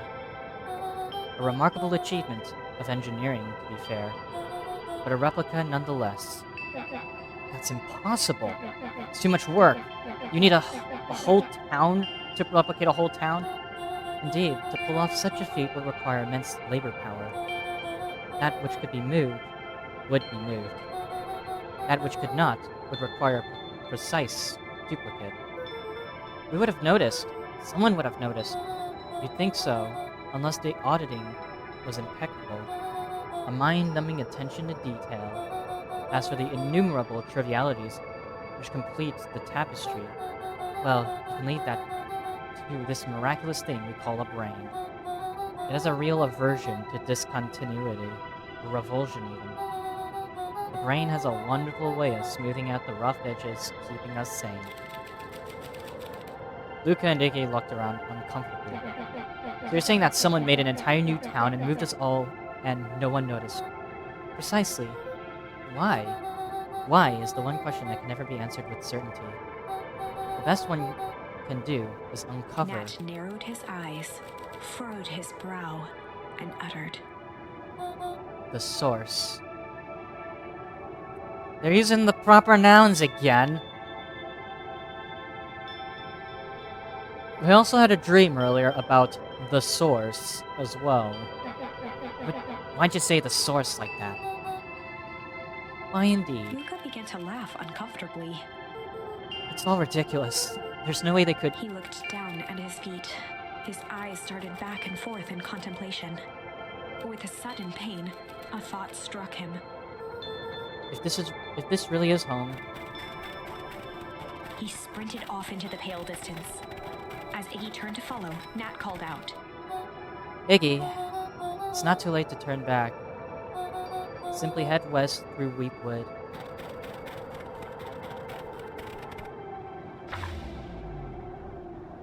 Chapter 6. The Source. Nat expressed his sympathy with a shrug and sauntered off as unassumingly as he'd arrived. He'd given Luca and Iggy what they needed, and nothing more. As Luca sprinted across the snow, the events of the past few days became clearer, pieces to a larger puzzle. Rollo said he was underground somewhere, captured. Mr. Kerr tried to cover it up with lies. The clipboards were hell-bent on capturing Iggy. It all seemed to point to perennial harvest. But right now, there was one thing that Luca needed to know.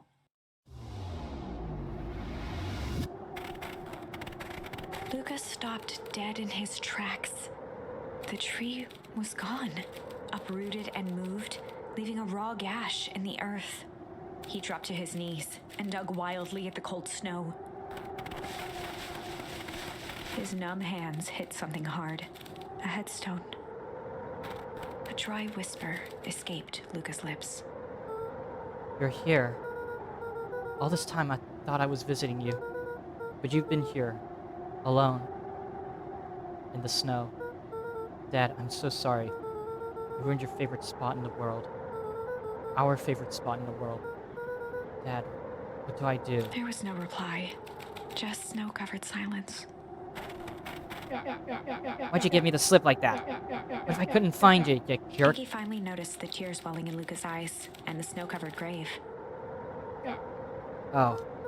Iggy, they stole his tree, Iggy. Yikes. Suddenly, they heard the crunch of approaching footsteps in the snow. We gotta hide. 259 Kelvin. Fall off distance still good. Dude, did you hear me?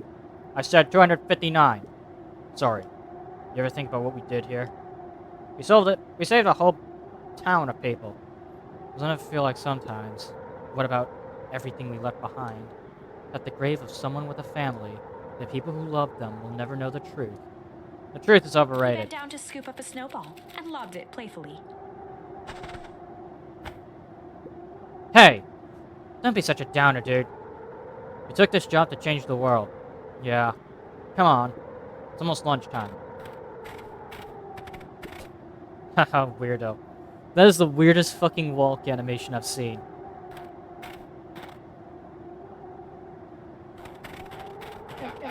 Here I thought I was a jerk. These dinguses are out here literally dancing on graves. Luca stuttered through heaving sobs. I thought I was visiting him.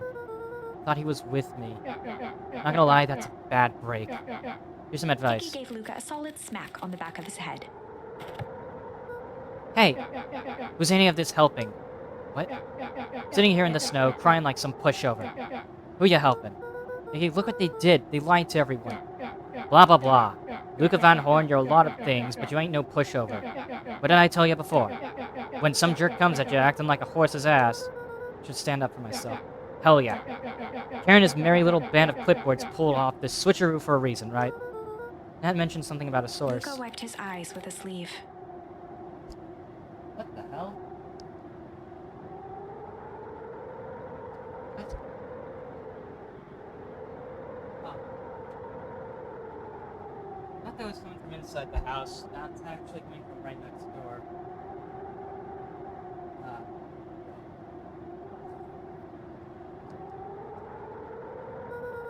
Whatever's at the source, it must be awfully valuable to Perennial Harvest. It would be a shame if something unfortunate were to happen to their precious source, wouldn't it? What do you have in mind? If it's small enough to steal, we snatch it. If it's too big to snatch, we smash it. What if it's too big to smash? Iggy flashed a mischievous smile and cracked his knuckles. I'm always up for a challenge. I'm gonna make this right, Dad. I promise. Let's do this. So this is the grave. It can get awful cold out there in those woods, Luca. Probably best you two stay put and conserve your energy. Help's on the way.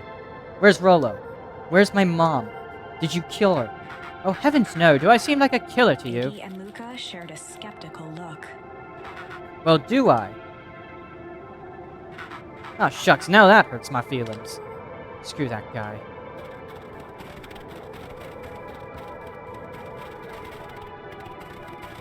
So this is where the house would be, normally. Up there is the grave, with the tree.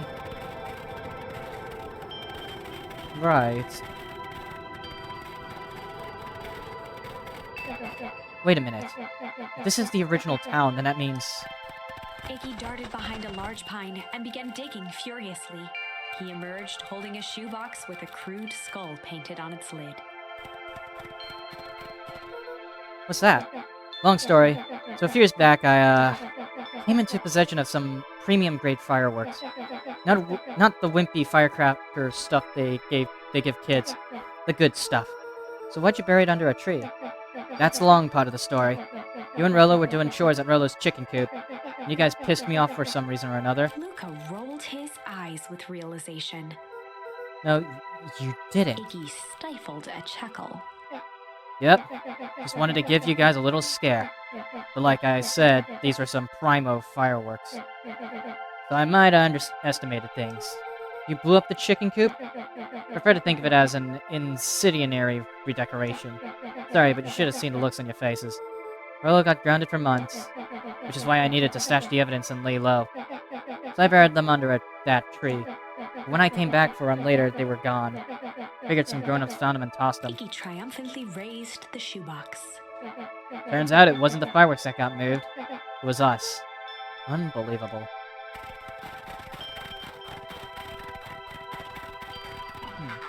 Do you think this is a game? Newsflash, boyo, you're not a hero. You're a little brat who's in way over his head. Hero is just someone who refuses to give up. Comics these days are rotting children's brains. Everyone thinks they're a spaceman superhero. I was always partial to Hank Atomic myself. Is that so? Do you really think you have a chance against us? You have no idea how powerful we are. Prepare for blast-off, loser. Uh-oh. Oh boy. What the ever-living hell?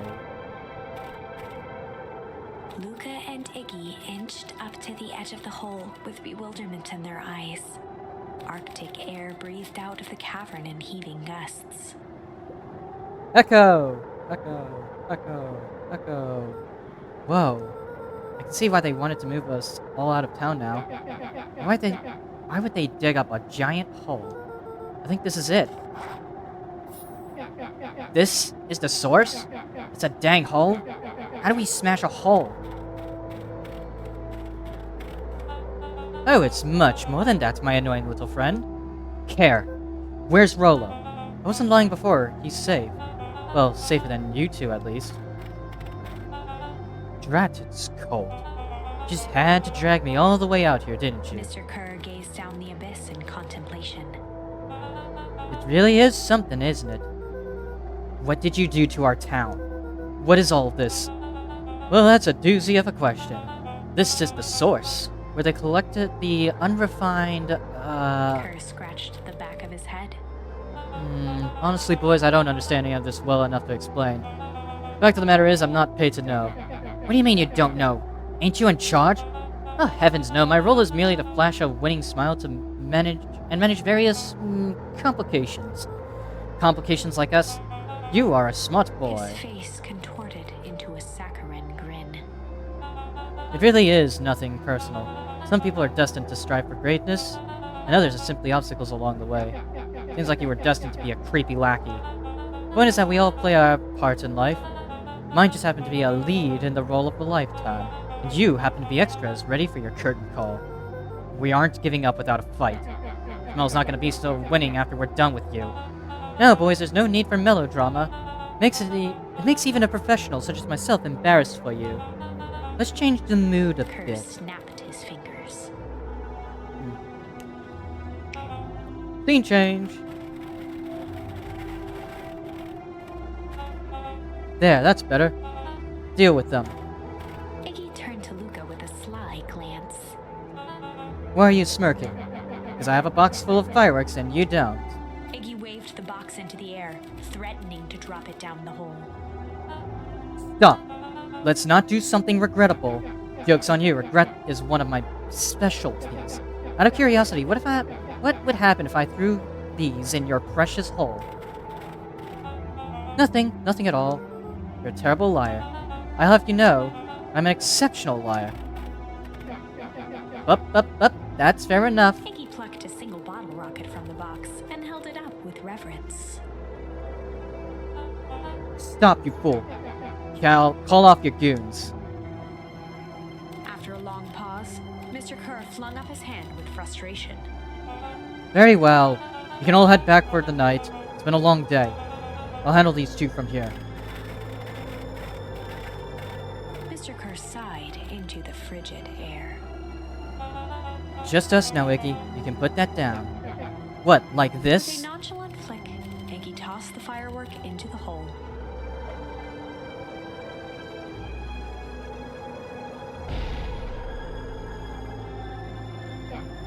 Ooh.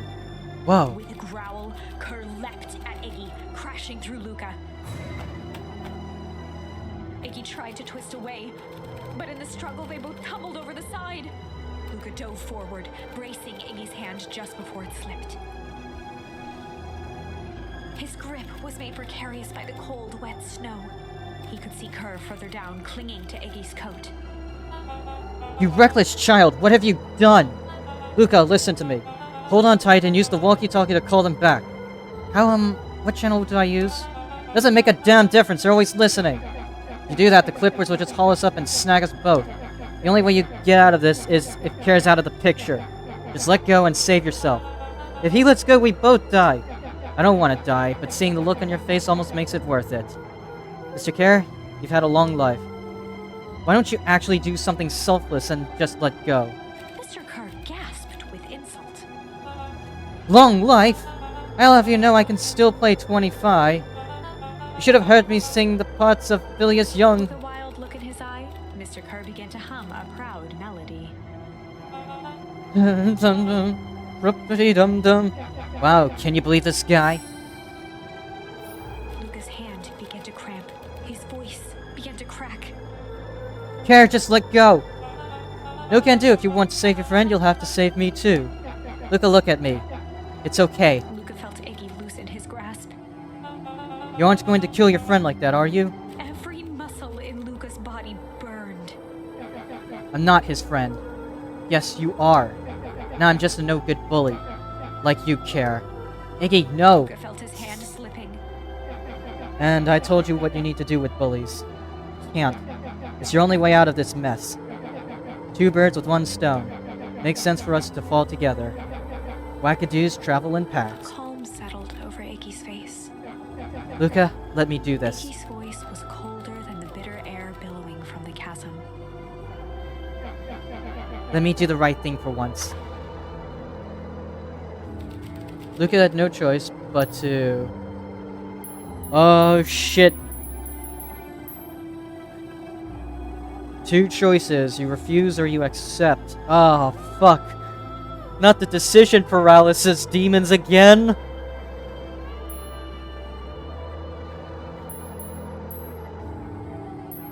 Let's go with accept first. Luca had no choice but to accept Iggy's request. With a quiet blink, Luca watched a teardrop sail down into the howling void. As his fingers slowly gave up, he met eyes with Iggy. Good.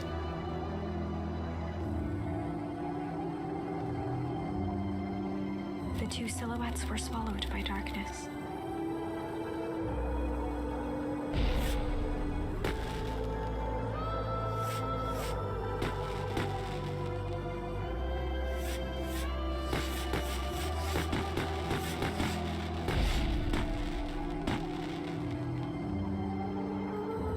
Hell of a goodbye, Iggy.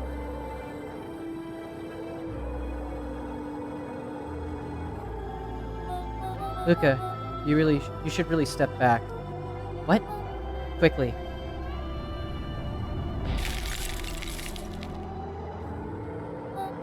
Curious. Ah, but of course.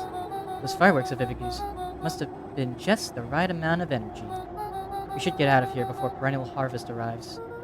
Not until you tell me what just happened. Your friend's sacrifice just saved this town. For a little while, anyway.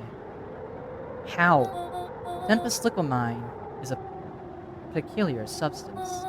It can change the relationship between matter and time itself, but doing so requires unfathomable energy. In a closed system, that energy can only come from its surroundings. The useful side product of this property being, by adding precisely the correct amount of energy to it, one can create a cryogenic cascade. So the gunk makes things cold and the fireworks make the whole freeze over? That's one way of putting it, yes. As dumb luck would have it, the fireworks weren't strong enough to generate a runaway reaction. I shudder to think what would have happened in that case. We have some idea what that would look like.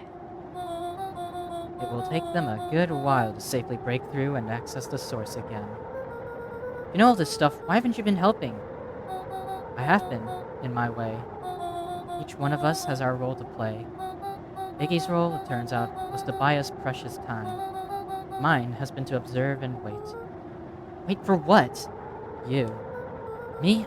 Why? What's my role? A fierce twinkle flashed in Nat's eyes.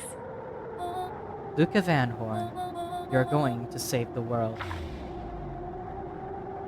With a chuckle, Nat turned and walked west. Dumbfounded, Luca followed behind him, trudging through the snow. Every step taking him further away from everyone and everything he knew, and closer to destiny. To be continued in Beacon Pines, Pines Harder.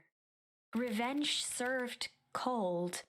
Second time's a charm? What? Wait, that's it? This ends with a crummy cliffhanger just when it was getting good? I was even starting to like Iggy. No way. I refuse to be associated with some never-ending parade of sequels. Jesus Christ, Let's the go back commentary. and find something more definitive. So, okay, so the accept response just ended that branch. Huh.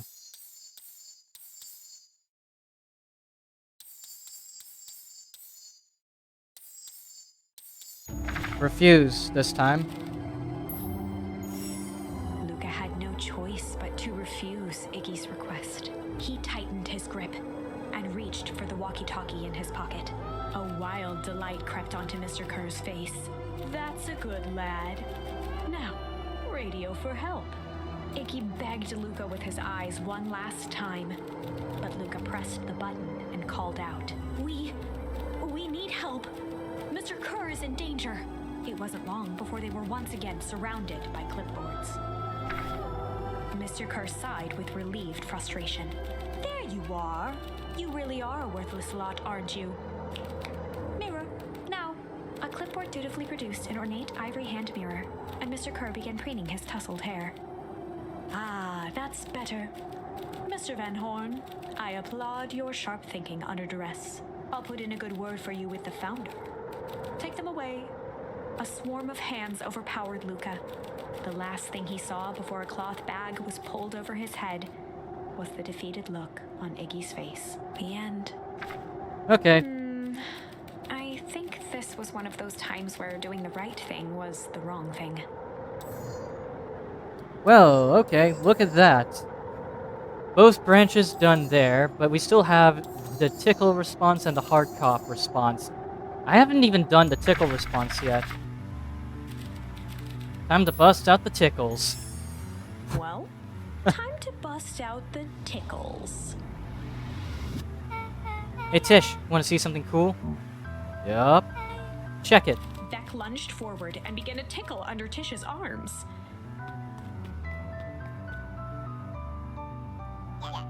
What the?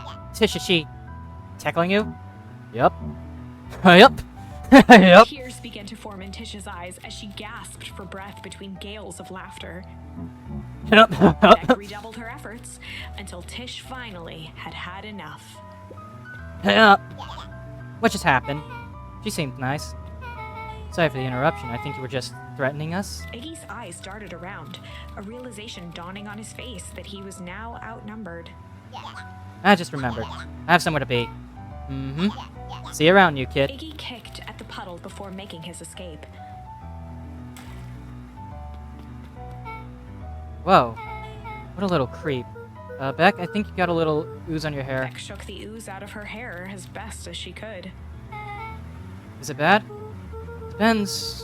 What are your feelings about having a more mature, refined look? Oh god. Chapter 4. The Best Policy. Luca paused for a moment, catching his breath. He'd only just met Beck, and somehow he already managed to drag her into this mess. Hopefully he could make it up to her. But finding Rollo was his primary concern.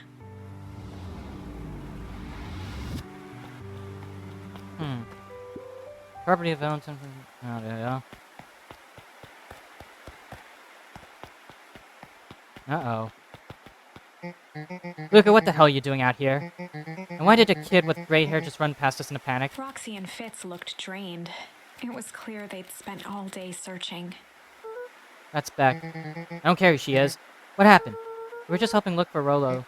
Look, I need you to start telling me the truth. Roxy's temper could often be dismissed as the impatience of an older sibling, but this was the most intense Luca had ever seen her. Her eyes were wild and unfocused, looking straight through Luca. We're running out of In time. a torrent of rambled words and tears, Luca broke down. Rollo and I weren't just playing in Weepwood yesterday. We were investigating lights at an old Valentine warehouse. But someone was there in a strange suit. We hid in the dumpster and had a heavy bag dropped on us. And I think it was a body. And so we ran, but we got split up. And I ran home. And it's all my fault. Now my best friend and me never come back. Wow. Just wow. Roxy, still exhausted and angry, softened briefly as her eyes hunted the ground in thought. With a determined sigh, she looked up at Luca. Not your fault, Luca. Well, it's gonna be okay, I promise. Roxy drew herself up. I'm gonna fix this. Luca, go home. I want to help. This is too dangerous for a kid. I can't just sit around. I have to do something. Roxy tried to think of the safest place to send Luca. You go back to that little treehouse you two like to play in. Wait there in case Rolo shows up. Sounds like a plan? Luca wiped his cheeks and gave a quick nod. You did the right thing telling me the truth. Now scoot. Really believe his story? What option do we have? Things have been strange around here leading up to the festival. My dad's been acting weird lately. Well, weirder than normal. Looking into the puddle, Roxy rubbed her arms to warm up. Why is it so cold here? This place gives me the willies. Uh-oh. Running away now. Mr. Nuncreed jumped with a start.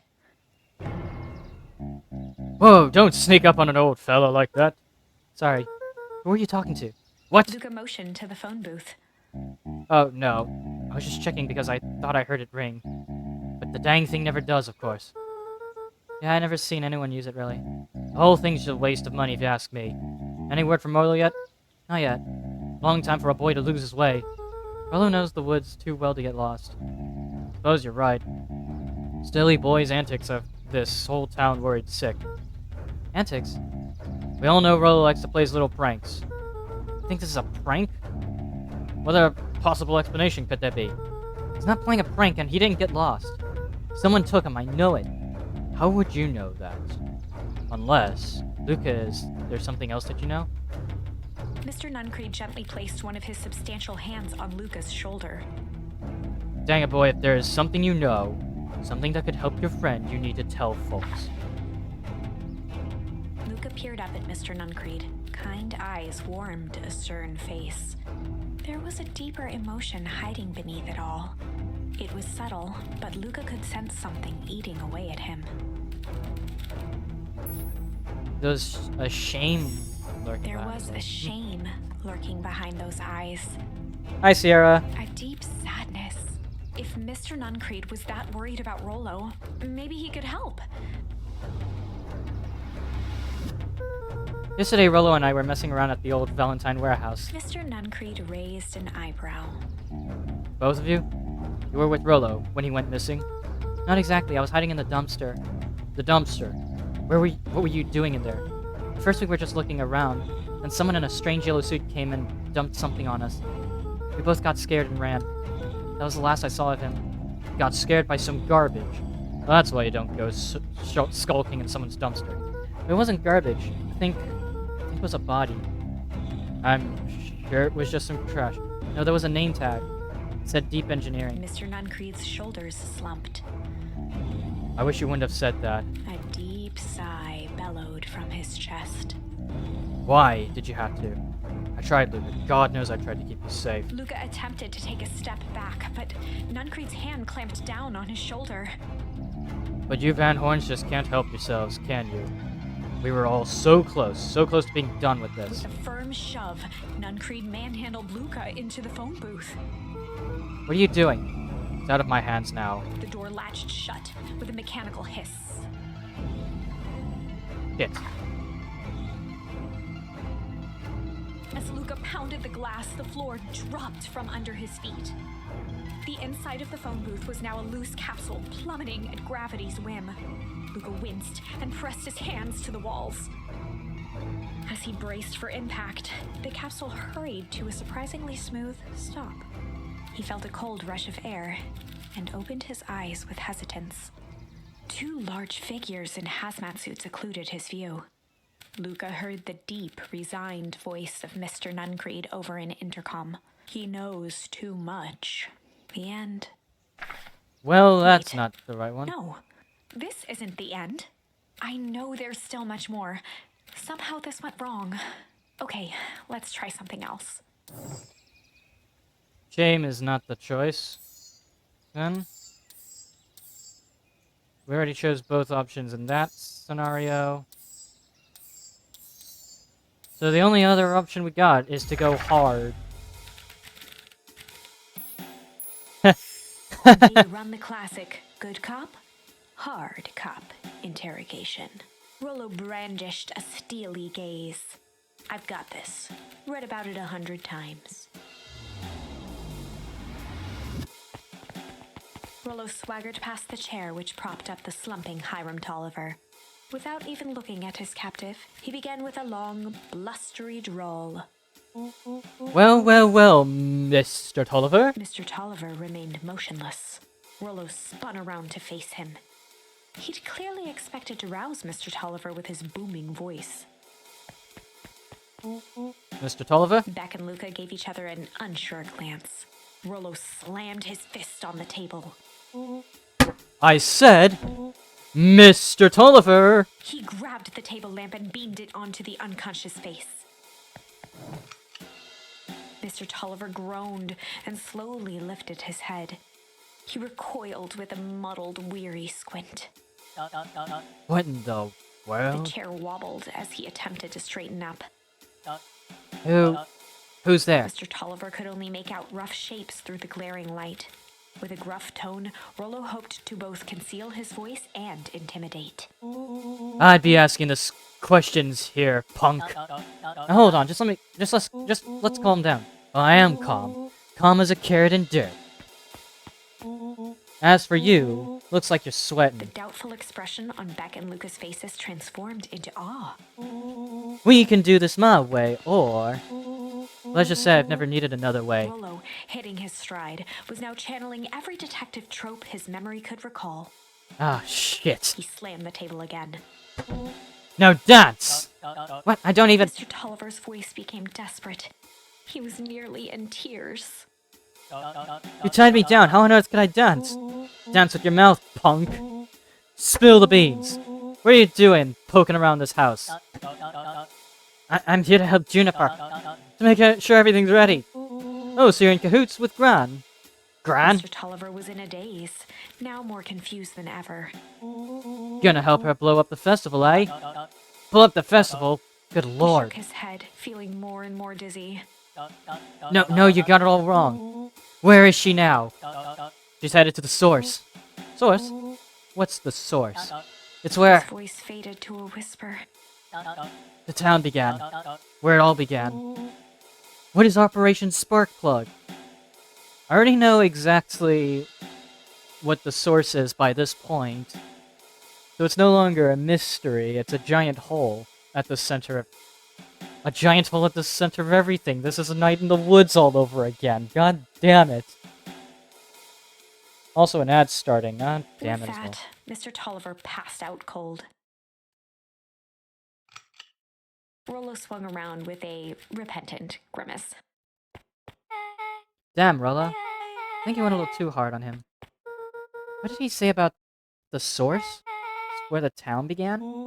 We need more information. Yeah, but we better not push Mr. Tolliver any further. Is there anyone else who might know more? What about the History Museum? It just got set up for the festival. Now the tent was put up by the Valentines. Everything they do is just a bunch of fluff to glorify themselves. Is there anything more reliable? Library. If there's any information about the source thing, Kato can help us find it. Let's go get some answers.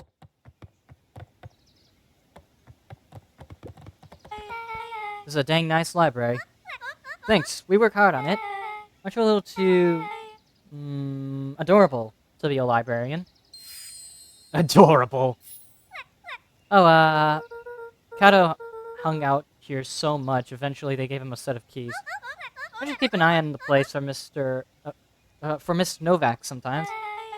They got you working for free. Right, and I get access to all the books I can read. What more could a person want?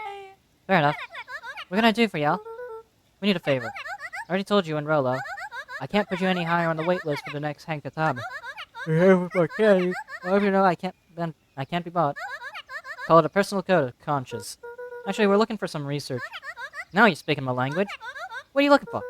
That's the thing, we sort of don't know. What do you got on the history of this town? Hmm. There's the country record archives. What's in this? Births, deaths, newspaper clippings, stuff like that. Pretty boring reading. But they do go all the way back to when the town was founded. Okay, we'll start there. Oh, God. Chapter 8. 6 feet under, 3 towns over. The kids spent the rest of the afternoon combing through dusty piles of old county records, desperately searching for anything that could help them make sense of Mr. Tolliver's cryptic utterance. Luca tried to shake the thought of Gran's basement, but his focus wavered.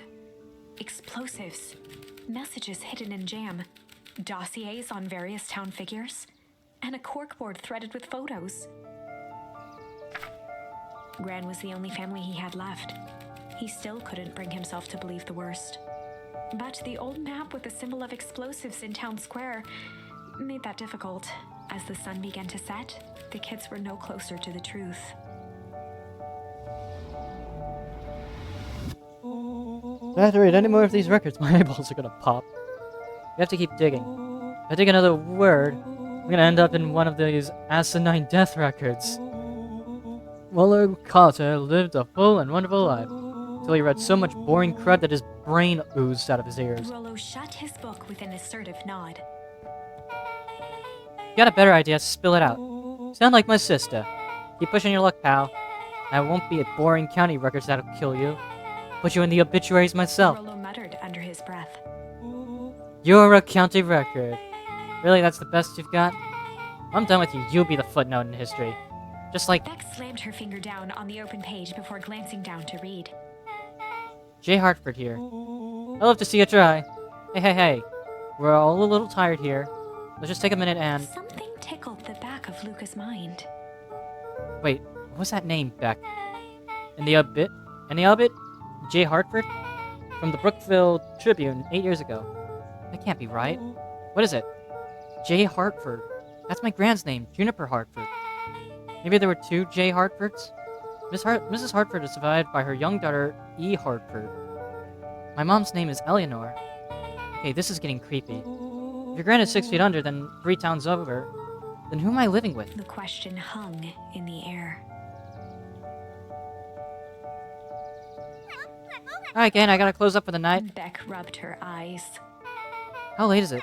Almost 10. Oh crap, Pa is gonna kill me. I gotta go. Yeah, my parents will be worried sick. Like, let's meet up as early as we can at the festival tomorrow. What are you gonna do about the unconscious man in your basement? I'll think of something. Luca's heart was pounding as he approached the house. If he was lucky, Gran, or whoever it was, hadn't gotten back yet. And of course, there was Mr. Tolliver tied up and unconscious in the basement. Dealing with him would be the first order of business. Luca shook out his arms to calm his nerves before entering.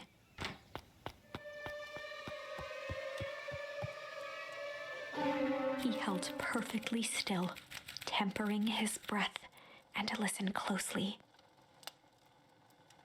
She was asleep.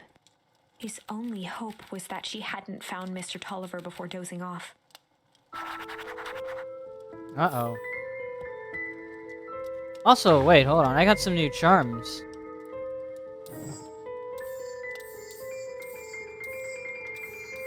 I just remembered that. So, at the time, there was only one choice there that we had, called Chain. But we still have a lot of choices that we can make.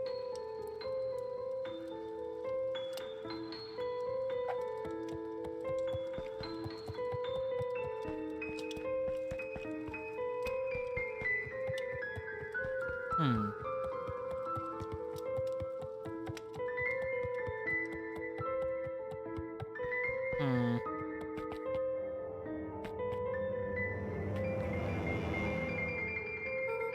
Oh no. Mr. Tolliver was nowhere to be seen. Maybe he woke up, escaped from his bindings, and left without a trace. Or maybe Gran knew everything. What do I do? Luca's hungry stomach groaned. Not realizing it, he'd gone the entire day without eating. Okay, I can figure this out. I just need a little brain food. Luca rushed over to the pile of jam jars, unscrewed one, and shoveled a handful into his mouth. I'm afraid your jam delivery will be delayed. He flipped the lid to read the label. Mr. Nuncreed, haha. Okay, now I can think. So if Grant knows we tied Mr. Tolliver, I'm screwed. If she doesn't know, then I need to play it cool. Guess the only option is to go to bed and act as if nothing is wrong. Grant will think Mr. Tolliver finished what he was sent to do and left when he was done.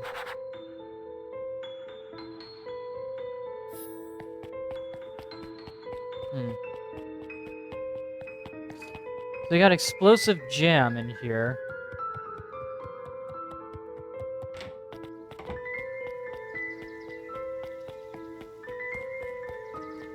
That's weird. There's still no new interactions here. Nothing ever fucking changes, lads.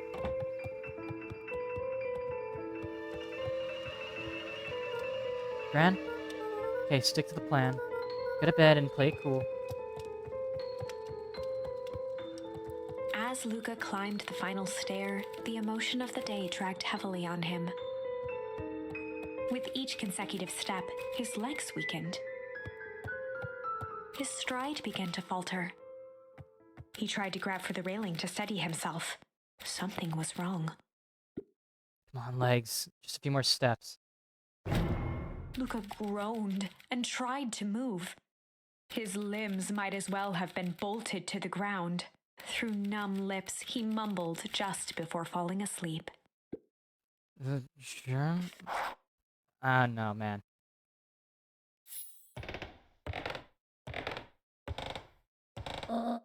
Sleep, boy. What did you get yourself into?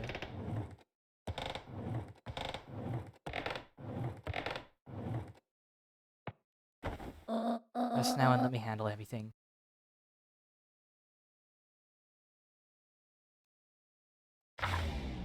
Uh-oh. New chapter. Chapter 9. A speech to end all speeches. Luca awoke to find himself face down in bed. He moaned into his pillow. Why would Gran drug him? Or rather, why was she trying to drug Mr. Nuncreed?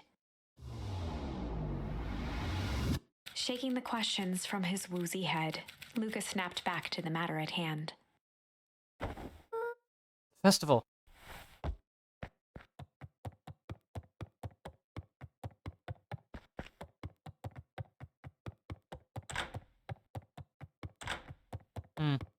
Still locked. Nothing else really to interact with. There.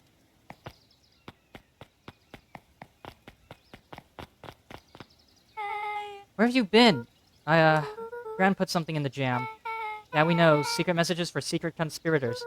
Not this one, the one intended for Mr. Nuncreed. Put me to sleep. Whoa, ho ho! Sly Devil! I think she's trying to remove him from the equation. He might be in danger. Have you found anything? We looked around, but haven't seen anything odd. Your Gran is nowhere to be found. But Mr. Nuncreed is just loafing around waiting for the speech. What speech? Mayor Gus just got up on the podium. Everyone is gathering at the stage. Let's get moving. Okay, I got a new item though. Augustus Valentine nervously wiped his brow. Hold on, we got a new one called Sly. I want to check quickly. Sly Cop? Well, we can't use Sly there. But we can use Sly in another response. Is this, ow. Hello, Beacon Pines. I'm Augustus Valentine, your mayor, and I suppose you already know that... oh yes, before we get started, just want to take a moment to recognize someone who couldn't be here today. This town wouldn't be where it is today without my father, Sharper Valentine. So I thought we could begin with a round of applause, befitting such a great man. Even that's more than the old codger deserved. Gus cleared his throat and awkwardly loosened his tie. Right, where was I? William Kerr bounded on the stage with the energy of a preacher at a big tent revival. Gus Valentine, everyone. He gave Gus a hearty slap on the back and motioned him off the stage. Let's hear it for a mayor. What a great turnout. Oh, heck, I didn't prepare anything. But I suppose I could say a few words. It would be a shame to waste such a beautiful podium. Mr. Kerr pulled a thick stack of note cards out from his vest. Community, conviction, commitment. These are the things we celebrate at Perennial Harvest. We celebrate the 3 C's. For us, these are the pillars of the bridge to a better tomorrow. But I think it's time to add a new pillar. Change. Wow, you're adding the 4th C to this. Change is a powerful thing. It's inexorable, unavoidable, and undeniable. And I am dadgum thankful for it. Change is the reason we're all together today. It's hard for me to believe that it was only 4 years ago when fate brought me here. A simple business trip which brought me to a small town which could change my life forever. Mr. Kerr took a moment to survey the crowd. You know what? He wiped away a single tear. From the second I set foot in Beacon Pines, something about this place has held me captive. You see, change represents opportunity. It represents potential. It was change that helped me recognize the potential of this place. To see that the people of this town, despite suffering great loss, still held on to the things that made them special. He thumped the podium to emphasize each word. Community, Community, conviction, commitment, change. Mr. Kerr nodded confidently, biting his lip. The crowd was silent, in rapt attention. Fate made a perfect match that day. Nothing is more important to you than community. And Perennial Harvest is a community first and foremost. Mr. Kerr methodically made eye contact with each section of the crowd. The only way you made it through the The only way you made it through the foul harvest was an unshakable conviction. A conviction that a better tomorrow was just over the horizon. Perennial Harvest was founded on the conviction that we are the horizon. The festival is a symbol of our commitment to each other. His voice began to build to a crescendo. We now walk hand in hand into a future we will shape together. That is what change is all about. Grabbing the future by the scruff of the neck and making things happen. Change is a choice. I am tickled pink that we will all be making that choice together. How great is that? Just imagine what we can accomplish. What was that? The crowd began to look around nervously. Don't worry, a little thunder isn't going to ruin this day. Everyone remain calm. Mr. Kerr quickly flicked through his note cards. Where was I? Through all of my travels, I've learned one true thing. One always reaps what they sow.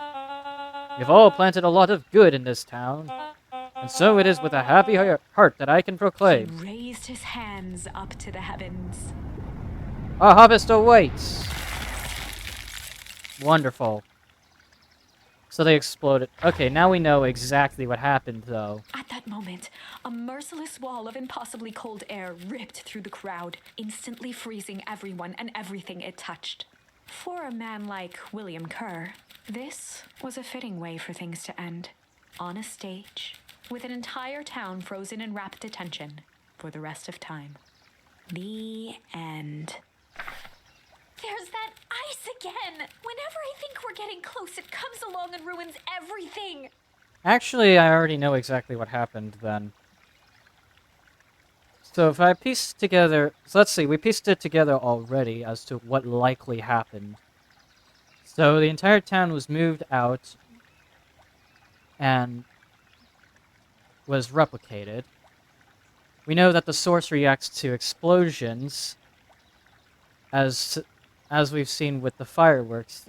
But the fireworks that were used by Iggy in that one ending froze the whole over, without completely encapsulating the entire town in that frozen haze. So,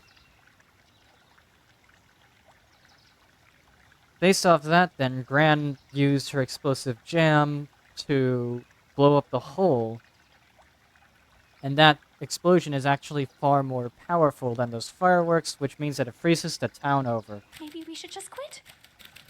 Maybe you should just close close the book, walk away, and never think of me again. No, I don't mean that. Okay. We got a little closer this time. We just need to try again. Please. Actually, I already have that answer. I already have the answer there. So we already have the mystery solved. It's just a matter of the question then. Why was the entire town moved out? And that's the question we need to answer. Sly Cop. Sly Cop time. Sly They'd Cooper. run the classic good cop, sly cop interrogation. Luca and Rollo ducked behind a barrel, leaving Beck to her task. With a few crisp snaps, she roused Mr. Tolliver. What? What's going on here? You're that Moldville girl. Please call me back. Sorry about all this. Mr. Tolliver looked down and shifted a bit, testing his restraints. It seems there's been a mix-up. You see, I'm down here for the same reason you are.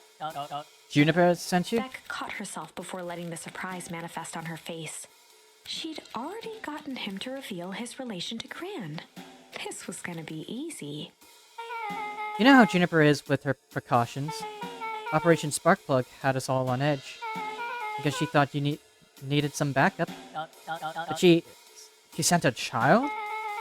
What better way to avoid prying eyes? Who would suspect a kid? I suppose that makes sense. Mr. Tolliver wriggled a bit in his restraints. Operation Sparkplug is an operation to explode the hole. Oh, I'm so sorry. Beck quickly removed the ropes. That had to be uncomfortable. A little, yeah. But you understand. You never know who to trust in this town. Mr. Tolliver rubbed the growing knot on his forehead. Very true. So it turns out we're both here Beck to twirled her hand, as if to prompt Mr. Tolliver to finish her thought. destroy the evidence. Beck shook her head and clicked her tongue. Yep, the old gal is nothing if not thorough. Mr. Tolliver let out an amused huff in agreement. She sure is. Can't blame her, though. If anyone would find out we're going to destroy the source, well, we both know how bad that might be. No one will know anything once I finish cleaning things up down here. Beck was on a roll now, playing Mr. Tolliver like a fiddle. You can finish this up on your own? Jennifer trusted me for a reason. You can leave the rest to me. Good, there's one more loose end I'll go work on. Loose end? Oh, it's nothing really. The other day I had the radio on scan while restocking the candy shelf. Would you know it? I intercepted an old phrase in the Perennial Harvest transmission.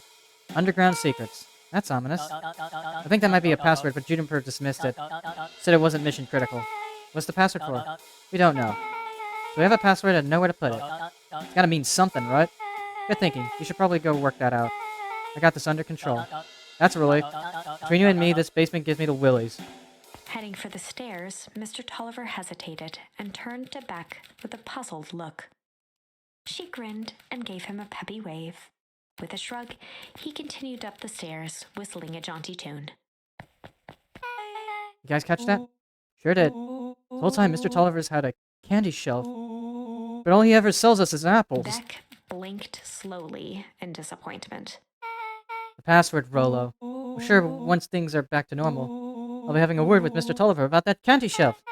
Fine, in the meantime, I've got an idea. She turned to the table and began tearing small scraps of paper. Z heard a password on the radio. Any good spy transmission is never what it seems. Beck marked each scrap of paper and leaned back. We just need to find the hidden meaning. Okay. What's another word for underground? Buried, covered. Could it be a cover-up? Maybe it's one of those each letter is a number thingies? So you would be 21, N would be 14, D would be... Oh, it's an anagram! Nuncreed's drugstore. Luca and Beck looked at Rollo with amazement. Oh, that was incredible. It was either that or Kren's nude drug store. Yeah, I think you were right the first time. How'd you do that? What can I say? I love ciphers. I guess we know where to go next.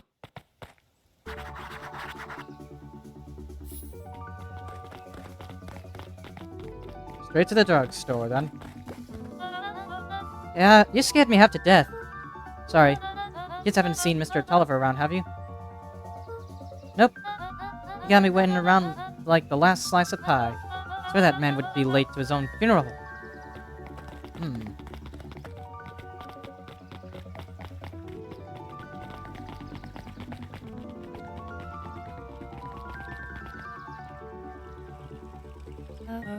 You're late, Augustus.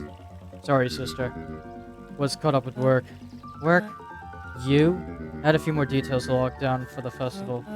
Oh, what did you have to report? What is this insipid town festival really about? I think Gus looked around nervously. Mr. Kerr really does just want to do something good for the town. He's actually a pretty nice guy. You should spend some time with him. I didn't pull strings installing you as mayor so that you could make friends. Your job is to help me figure out what Karen Perennial Harvest's true intentions are with this town. We have a responsibility. This is our father's town. Excuse me? This was our father's town. He's gone, Eris, and he isn't coming back. Father left us with nothing but problems. Mr. Kerr came here and offered to help us. We accepted that help. We didn't agree to them turning Father's warehouse into a toxic dumping ground. That is just a temporary arrangement. The glow can be seen from our damned backyard. They are dumping their nasty little secrets on us. When this all inevitably goes wrong, who do you think will be blamed? Eris's cry hung in the air. We have a new choice to make now, sister. This town is going to change whether we like it or not. Are we going to choose to be a part of that future, or be forgotten in the past? It's a shame. Father named you Augustus, but you will always just be a Gus. Good night, Harris. I'll see you at breakfast tomorrow.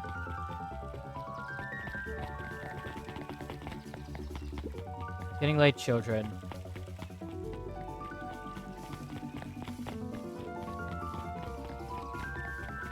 Drugstore. Alright, what's in the drugstore? Solomon stood proudly at the entrance to the drugstore, holding a brown bag overflowing with black licorice. Hey, Solomon. We're looking for Mr. Nuncreed. Is he still in there? I'm afraid not. Then where'd you get the candy from? I'd say we have an arrangement. Solomon shoveled a surprising amount of licorice into his mouth.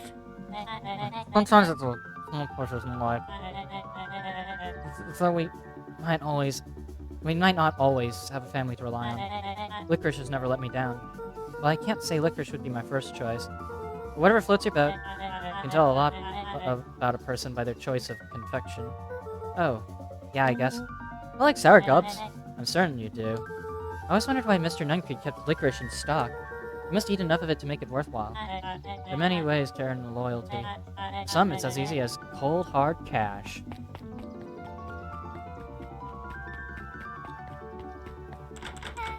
Well, he's right. It's locked. There's gotta be more clues. Okay, let's see.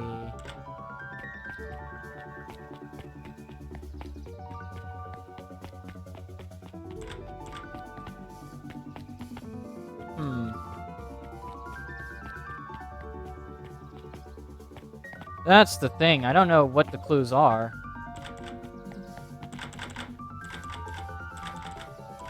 I can spam A on that thing.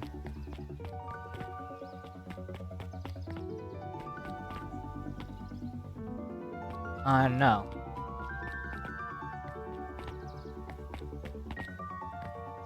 Come on.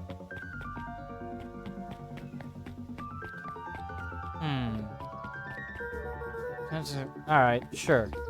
Have you ever seen anyone actually use this thing? Besides Mr. Nuncreed, no. Beck cupped her hands on the glass to peek inside. It's not a normal phone booth. It's got, like, a blinky keypad. Why would there be a blinky keypad? Kren's new drugstore. I mean, Underground Secrets. The password. Beck flung open the door, and they all squeezed in.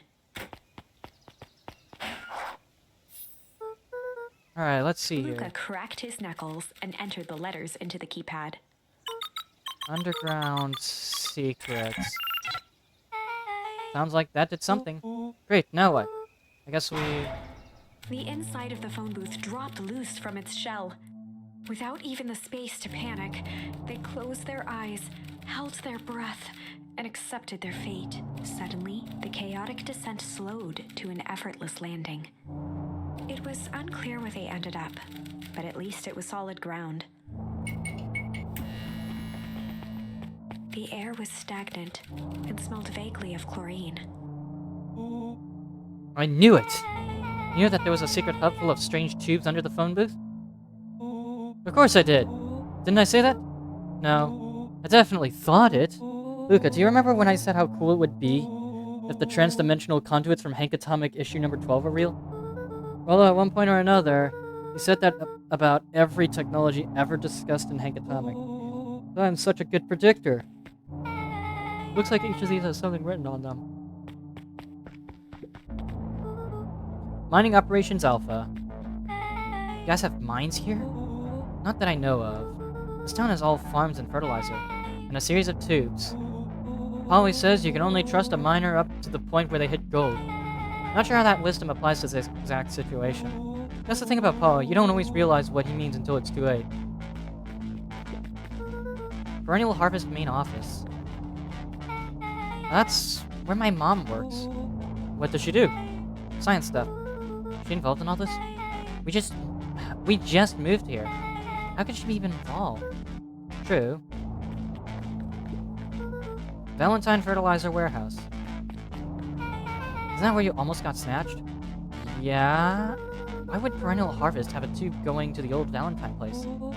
This starting to feel like something big. But this suit has a broken mask. So have we found our mystery warehouse creeper? We at least found their hazmat suit. If it walks like a nun-creed and talks like a nun-creed, let's not jump to conclusions. Just saying.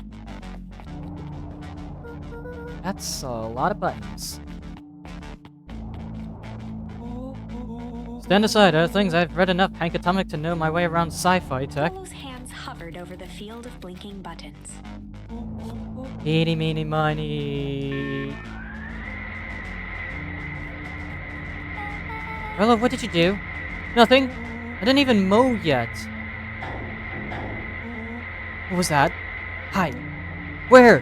There's nothing but weird tubes down here. Just get back.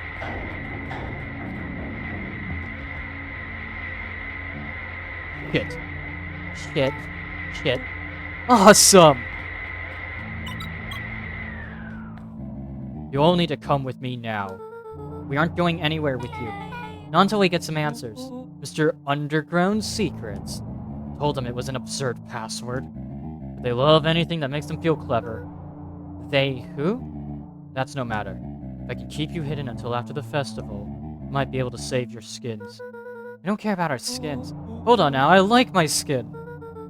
This all stops now, Nuncreed. Joseph waited for a moment in silence. You sound just like him. Who? Wait, well, you don't get to talk about my dad. You know your father and I were friends back before. He gestured toward the strange tubes. All of this. That's a lie. It's true, I used to bounce you on my knee. What happened? Same thing that always happens. Reality, complications, life. We were a team, Walt and I. An idealistic doctor, and a bright-eyed pharmacist. Both hell-bent on helping folks. So you were his sidekick? No. We were partners. He helped the patients and I helped him. Yep, total sidekick. Nuncreed let out a growl of a sigh. Luca, I need you to know this. I need someone to know this. One day, Sharper Valentine comes to us. Says he's got an opportunity. He'd found something he didn't quite understand. And he was willing to pay us both handsomely to help him understand it. And my dad said no. Your father and I both believed in helping people. But the thing I could never get him to understand was, it's a lot easier to help others if you help yourself now and then. Classic sidekick into villain plotline. Walt loved being righteous, almost more than he loved his family. He was wrong about one thing, though. When he begged me not to take Valentine's offer, he said, Joseph, if a person says yes one time to Sharper Valentine, he'll make sure they keep on saying yes to him until the day he's dead and gone. He shook his head wistfully. Sharper's long gone, but he's still got me saying yes. Is there a point to this sob story? Not really, no. Just an old man trying to delay what he needs doing. Nuncreed took a menacing step towards the children. I tried to keep you safe. I tried to keep you and Juniper out of this. But you forced my hand. Luca began to laugh. You really don't know. My Gran isn't out of this. She's been scheming right under your nose. Juniper. Seems like she's planning on crashing the town's party. She's going to disrupt the festival. Why would she? The color drained from Nuncreed's face. How does she know? Apparently she knows a lot of things. What? Let's just say this isn't the only underground lair we've busted into today. And honestly, hers is way cooler. She's got maps and explosives and bad intentions, big man. Nuncreed grabbed Luca by the shoulders. His eyes were frantic. You need to tell me what she's going to do right now. She doesn't understand what it is she's messing with. Tell me now. She's in danger, boy. I don't know. She had a map with a mark on the fountain in the town square. The fountain, but why would... A jolt of realization struck Mr. Nuncreed. It's not the fountain, it's the source. She knows about the source? What the heck is the source? If he tries to destroy the source, it could catalyze and... Dear God, she's going to freeze us all. You'll need to run. Run where? Away. As far as from this town as you can get. Head west and don't look back. That did not go how I expected. So, we're totally following him, right? Totally. See you on the other side. You good? Yep. I love this town. So yeah, we already knew that she was gonna blow up the town. 8. So... But it seems like not everyone was in that plot either, so Mr. Nuncreed didn't know that she was planning to blow up the whole source and freeze the town over. So we know that much now.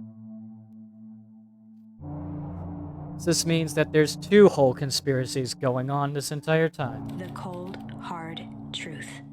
Beck leapt up, allowing the suction to yank her into the dark. Dimness eclipsed around her like the shutter of a camera, as she seemed to cover great distance in mere moments.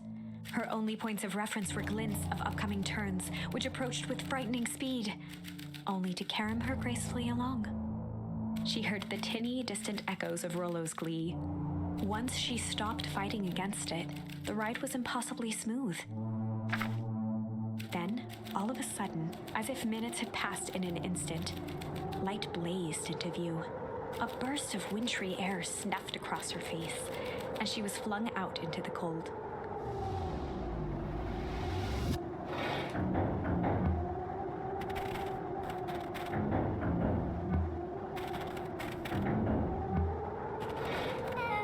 That was... intense. Yeah. I think I might have parted with some fluids in there. Any idea where we are? Somewhere cold. Doesn't look like it got any of us. Didn't feel like we traveled that far. So where did it all go? This place sucks. Why would anyone ever want to blow something up out of here? Only one way to find out, I suppose. We gotta catch up to Nuncreed. I think it went this way. We already know, then. Not really a surprise. This looks familiar, yeah? Maybe we can clear up the snow? No time, Nuncreed's getting away. Hold on. Damn it, you can't actually do it. So in this timeline, they didn't even know they'd ended up in the original Beacon Pines.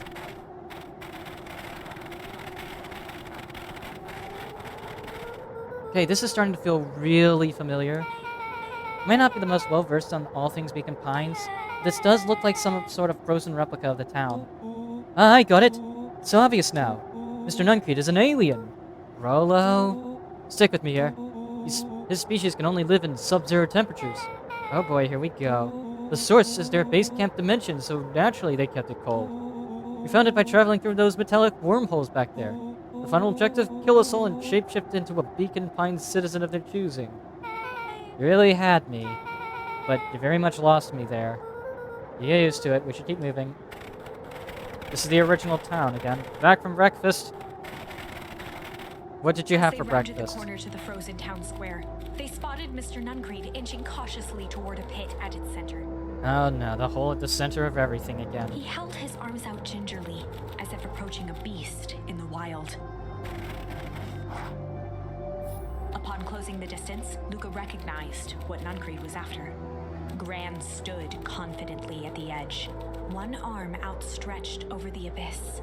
Nearby, a wheelbarrow had been emptied out. She held a lit torch, which flickered in the bitter wind. Juniper, I don't know what you think you're doing, but I assure you this is not going to solve anything. If you drop that, you've doomed this whole town. Oh, it wasn't me who doomed this town. I've been watching you, Joseph. I know what you've done. You and your co-conspirators. Gran? What's happening? Luca, you and your friends need to leave right this moment. Mr. Nuncreed turned back toward the kids, desperation in his eyes. Fucking ads. I do see you streaming. What? Hold on. What do you mean he's streaming? I didn't get a notif for that.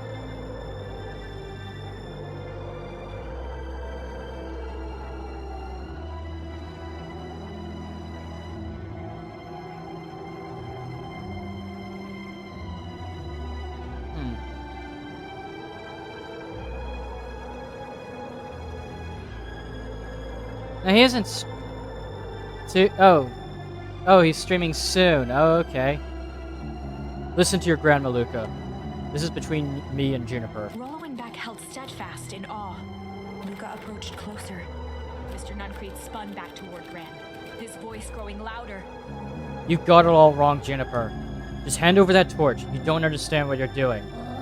How can I possibly trust you to do the right thing? Walt told me everything. He trusted you, and you betrayed that trust. Luca, did you know that this man's entire life is a lie?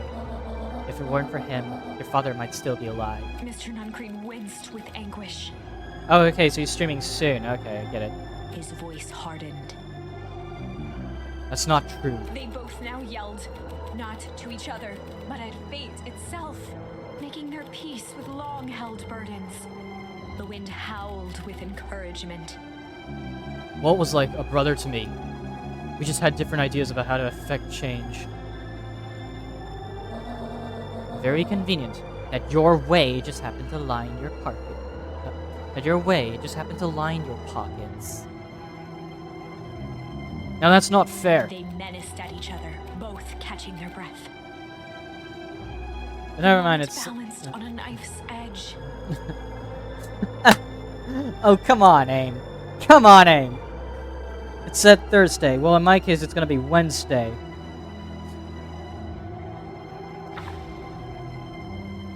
Uh-oh. A blur of emotions and memories. Luca's mind flooded with questions. The wind calmed, as if to give him the stage. In stillness, he began to... Oh, boy. Fuck. We got a choice. Weep or hum. I say, weep. And in the stillness, he began to weep. It was all just too much. Falling to his knees, Luca whimpered softly. The tears crystallized as they hit the snow. Gran stared at Luca for a moment with warm sympathy, remembering why this was all necessary. This will all make sense soon, Luca. Then everything can get back to normal. I promise. She stiffened up and brandished the torch at Mr. Nuncreed. We can't hide behind those people any longer, Joseph. Once their precious source is destroyed, we'll see where their loyalties fall. Juniper, don't! Ignoring his final plea, Gran flung the torch into the deep darkness. She smiled and exhaled in relief. Mr. Nuncreed moaned in resignation. The torch echoed as it ricocheted down the hole, punctuated with a thunderous thud. You see, Joseph, I learned one very important lesson in life. If you want things to change, then you must be willing to. Before Gran could finish, the ground shook her to silence.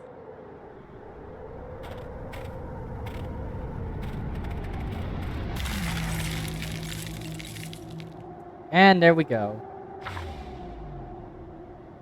Gran only had time to spin around and run to Luca. Her attempt to shield him, an honorable but trifling act. Unflinching love, pitted against an unthinking horror, there was no contest. Her warm embrace froze in an instant. That is where they remain, fixed in place, forever. And so, our story ends on this melancholy scene. In a town brought low by its secrets, sits the frozen statues of a misguided band of meddlers. The end. Oh, there's another one. Well, that was dire. On the bright side, we finally figured out where all the ice is coming from. Okay, look, I already figured that out so many times, story. Now, we just need to find a way to deal with a mystic, unfathomable force of nature. No new choices in there, outside of the ones that we currently had. We can't use shame as a... we can't use shame there, but we can hum. He began to hum. And in the stillness, he began to hum. After the death of his father, Luca had trouble sleeping. Each night, his mother would sit at the foot of his bed and hum a gentle melody. It was the only thing that could calm his mind. The only thing that, however briefly, could make it all seem okay. That melody pervaded every memory Luca had of his mother. Shivering in the raw snow, he began to hum it out loud.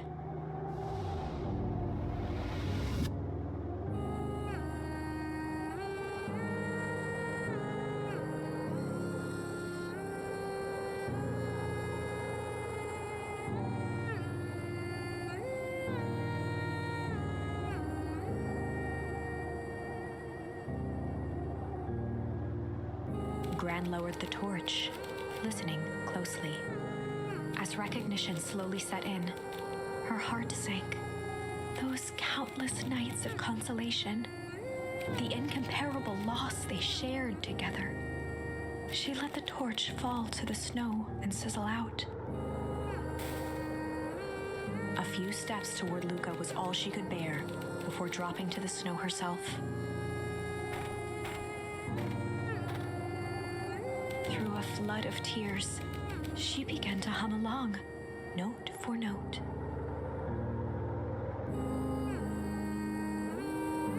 Okay.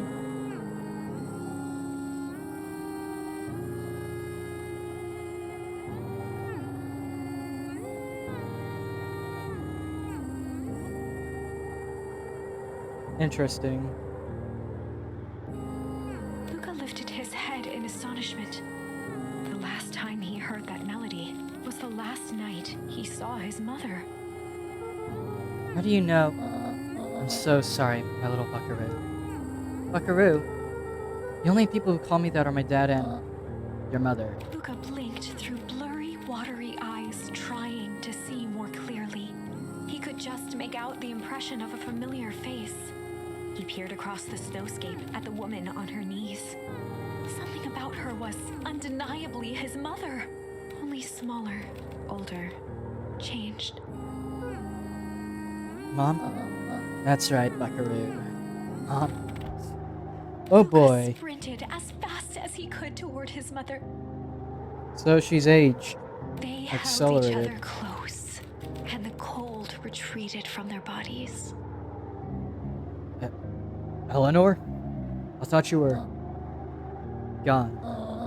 Should have known I would never abandon my son. Eleanor looked down at Luca, tightening her embrace in an appeal for forgiveness. How? You're a smart man, Joseph. I thought you'd have pieced it together by now. You were exposed. Mom, I don't understand any of this. What happened to you? Where did you go? Why did you leave me? I never left you. I was always right here, Luca. Why did you lie to me? It tore me up, Luca, but I did it to keep you safe. I thought that getting answers would help us both move on. But the more I discovered, the more I realized the danger we were in. Until perennial harvest was stopped, it was better if everyone thought I was gone. You could have trusted me. These are bad people, Luca. They won't stop until they get what they want. And they don't care who gets hurt in the process. Then, what do? We have to stop them. Joseph slumped into the cold, wet snow. They can't be stopped. This is too big. I tried beating them at their own game. I'm done fighting fire with fire. For the first time in a long time, her voice felt like her own again. No more lies. I see now there's a better way to stop perennial harvest. The cold hard truth. Luca gazed down at Nuncreed with pity. He looked small. Joseph stared into the snow, as if searching it for answers. Come on, everyone. We've got a party to crash.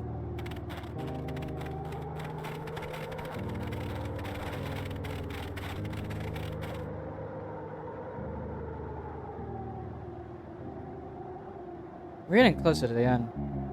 You don't understand. He always wins. Chapter 9.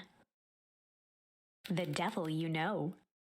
7 months ago, Eleanor Van Horn crept down the maze of sterile hallways under perennial harvest. She stopped in front of the large steel door marked Deep Engineering. No turning back now. She raised a trembling hand.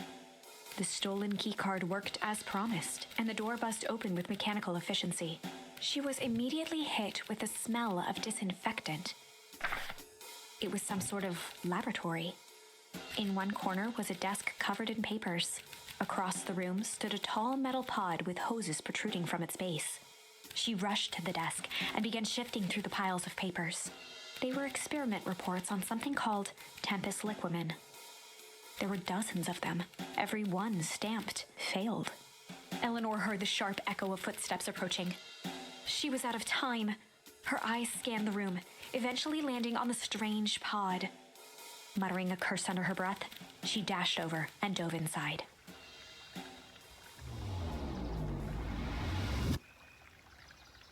And that's just what change is about.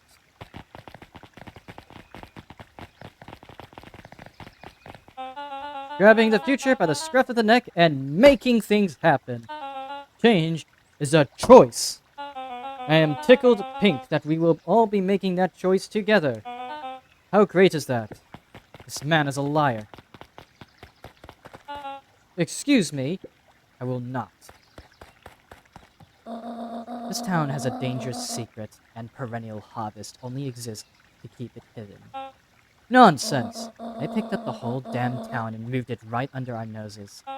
You aren't making any sense, dear. Mr. Kerr addressed the crowd with a sarcastic tone. Imagine such a thing. It's absurd and just plain impossible. They promised they could fix the foul harvest. They told us they would clean this place up. We just had to leave town for a few days. But while they had us evacuated... Mrs. Hartford, I'm afraid I'm going to have to ask you to... You're afraid of a lot of things, aren't you? You sniveling little worm. This is growing tiresome. A little help, please? Don't you all see this festival is a sham? An excuse to have the whole town gather in one place. They're planning something awful. I don't know what, but these people are wicked. Don't listen to her, she has absolutely no proof. I am the proof. I am Eleanor Van Horn. Whispers filtered through the crowd. Well, aren't you just sneaky as the dickens? We all knew Valentine's fertilizer was too good to be true. And now this whole town is paying the price. Ladies and gentlemen, I am so sorry about this disruption. My associates will take this obviously disturbed woman somewhere comfortable, so that she can get the help she needs. She's not the one who's disturbed. You two-timing clown. You all know there's something wrong with this town. It was just easier to look the other way. The truth is...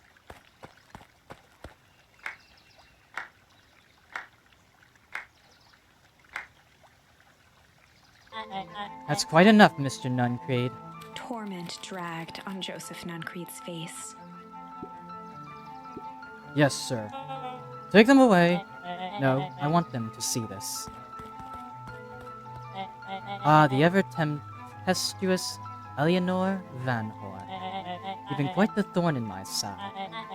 like a weed that's burrowed in where it doesn't belong. I must confess, you look dreadful. He paused for a moment, plucking a piece of fuzz from his sweater and discarding it to the ground. Consider yourself in a rare company. You managed to pull one over me. It won't happen again. I know you had some sort of plan to disrupt our little party. But alas, I expected something a bit more impressive than incoherent rambling. No matter, your failures are yours to bear. Mr. Kerr? Yes, sir. It's a shame it was cut short, but I thank you for that rousing oratory. I will take it from here. Yes, sir. Of course, sir. You have done quality work for me, William. You can look forward to the recompense we agreed upon. Kerr gave a bow of deference. Founder, you are most gracious. Gasps rippled through the crowd. Thankfully, we can dispense with the formalities from here on out. Solomon pulled a glass vial from his pocket. In one smooth motion, he downed its contents. A triumphant smile grew across Solomon's lips. You can all call me Sharper Valentine. His body and face began to contort and expand as he disappeared into a belching green mist. He was presumed dead. There were no details about his death, all we know is that the foul harvest supposedly killed him.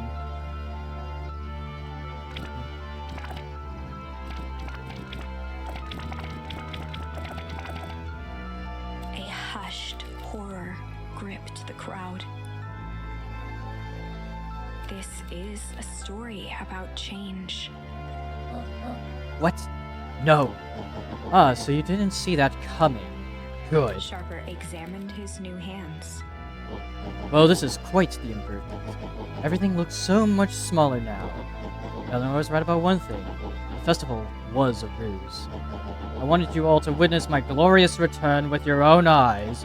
Why does everyone look so downtrodden? This is a celebration, people. Maybe it would help if we set the mood. Mr. Kerr, be a dear and reveal the sign. Ha! Wonderful. Sharper choked out a crude squawk of a laugh. Frustrated grumbles sprinkled through the crowd. Sharper, you malicious bastard! Alice! I'm glad you're back so I can tell you to your face. You destroyed this town. We ain't gonna let you get away with it again. Sorry, this is not the time for audience participation. Some assistance, Mr. Kerr? William Kerr gave a subtle nod to the clipboards. You coward! Does anyone else have something to contribute? Helpless quiet settled over the crowd. I thought so. Did you all truly believe you could be free of me? A town of complete and utter fools. You people should be celebrating my return. Clearly lost without me. And that leads me nicely to my children. Daddy, I gave you both the greatest gift a parent can give. The opportunity to prove yourselves in my absence. Squandered. Say I'm disappointed would be an understatement. But silence Augustus, an adult is speaking. I don't know which is worse, a son who is completely hopeless, or a daughter with such potential who inevitably lets me down. Harris, you fail me with admirable consistency. Thankfully, I was counting on it this time. Father, I have been wasting time, my dear. What have you accomplished? I was focused on cementing our legacy. Legacy? Who needs a legacy when you can just live forever? What about...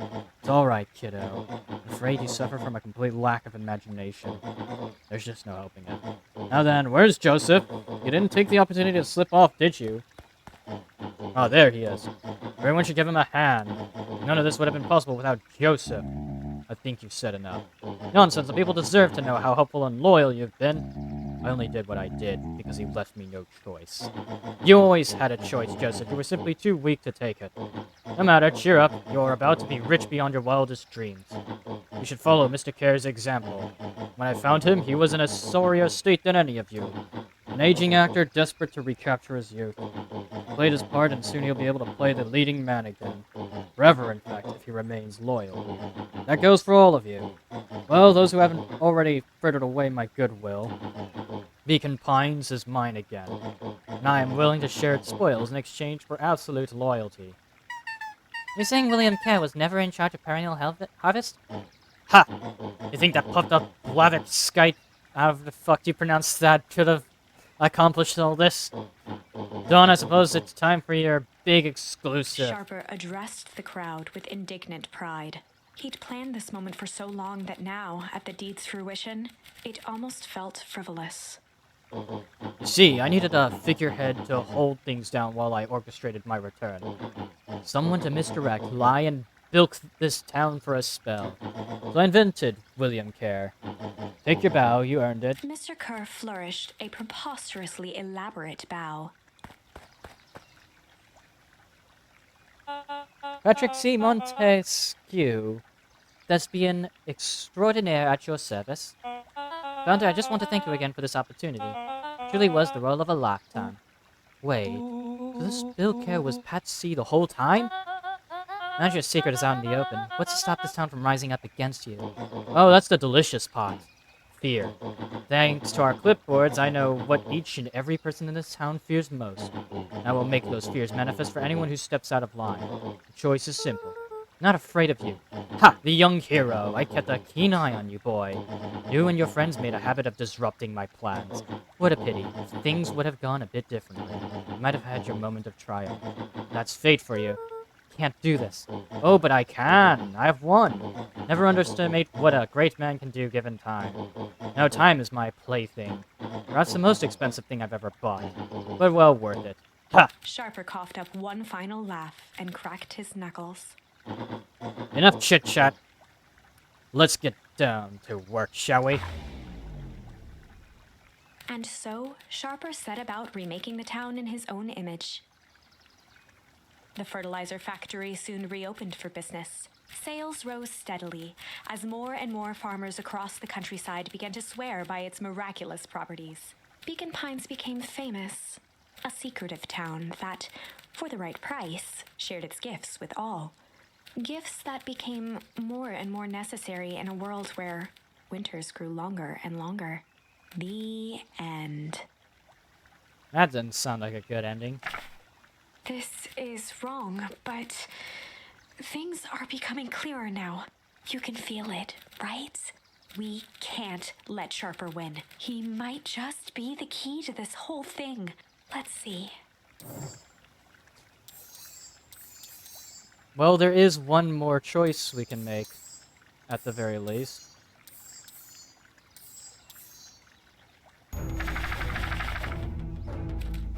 There was malice lurking behind those eyes. There was a malice lurking behind those eyes, like a trap ready to spring. Luca felt the weight of Nuncrete's hand on his shoulder. Something wasn't right. He didn't know why, but something was telling Luca to get out of there. I just want this all to be over. Of course, I'm sure it will all work out soon enough. I should get going. I told Roxy I'd check for Rolo at the treehouse. Luca twisted free of Nuncrete's grasp. Of course. Luca, you know your dad and I were good friends back in the day. We already know that. James, you can come to me with anything. Anything at all. And I know that's a fucking lie, by the way.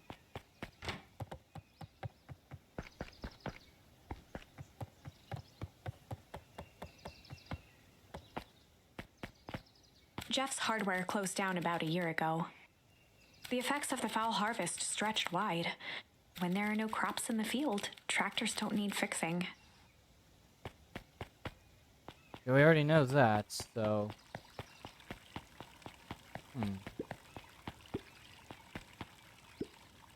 These festival decorations are a bit humdrum. Now, if I were to throw a festival, it would be a thing to behold. Maybe this is all more than a little sad. Worse than sad. Boring. What if we did a little something to spice things up? I'm listening. You know that festival sign waiting to be unveiled? It would be a shame if someone... The two scurried off, eagerly formulating a plan.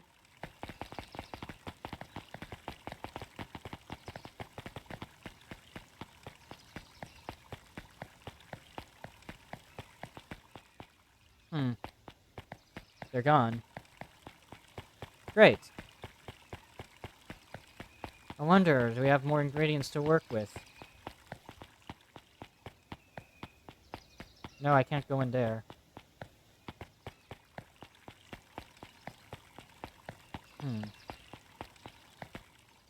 And I can't go into the diner today.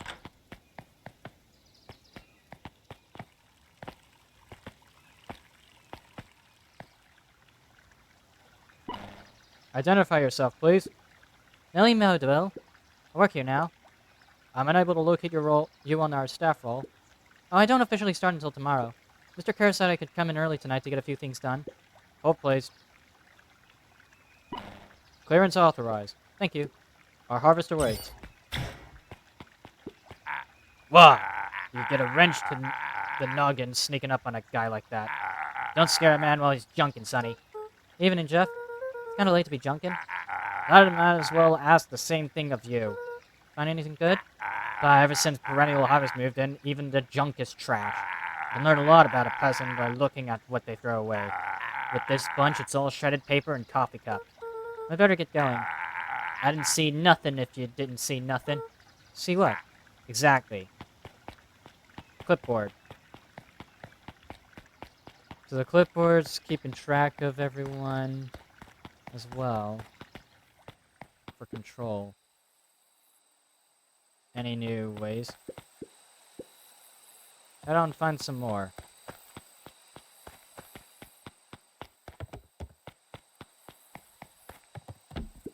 Rollo! He aired a long holler into the woods. Rollo! Rollo, wherever you are, I hope you're okay. Luca felt his eyes getting heavy and plopped into the beanbag.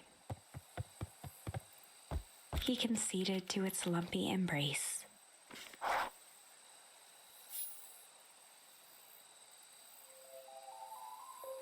Once again, Luca found himself in a vast black expanse.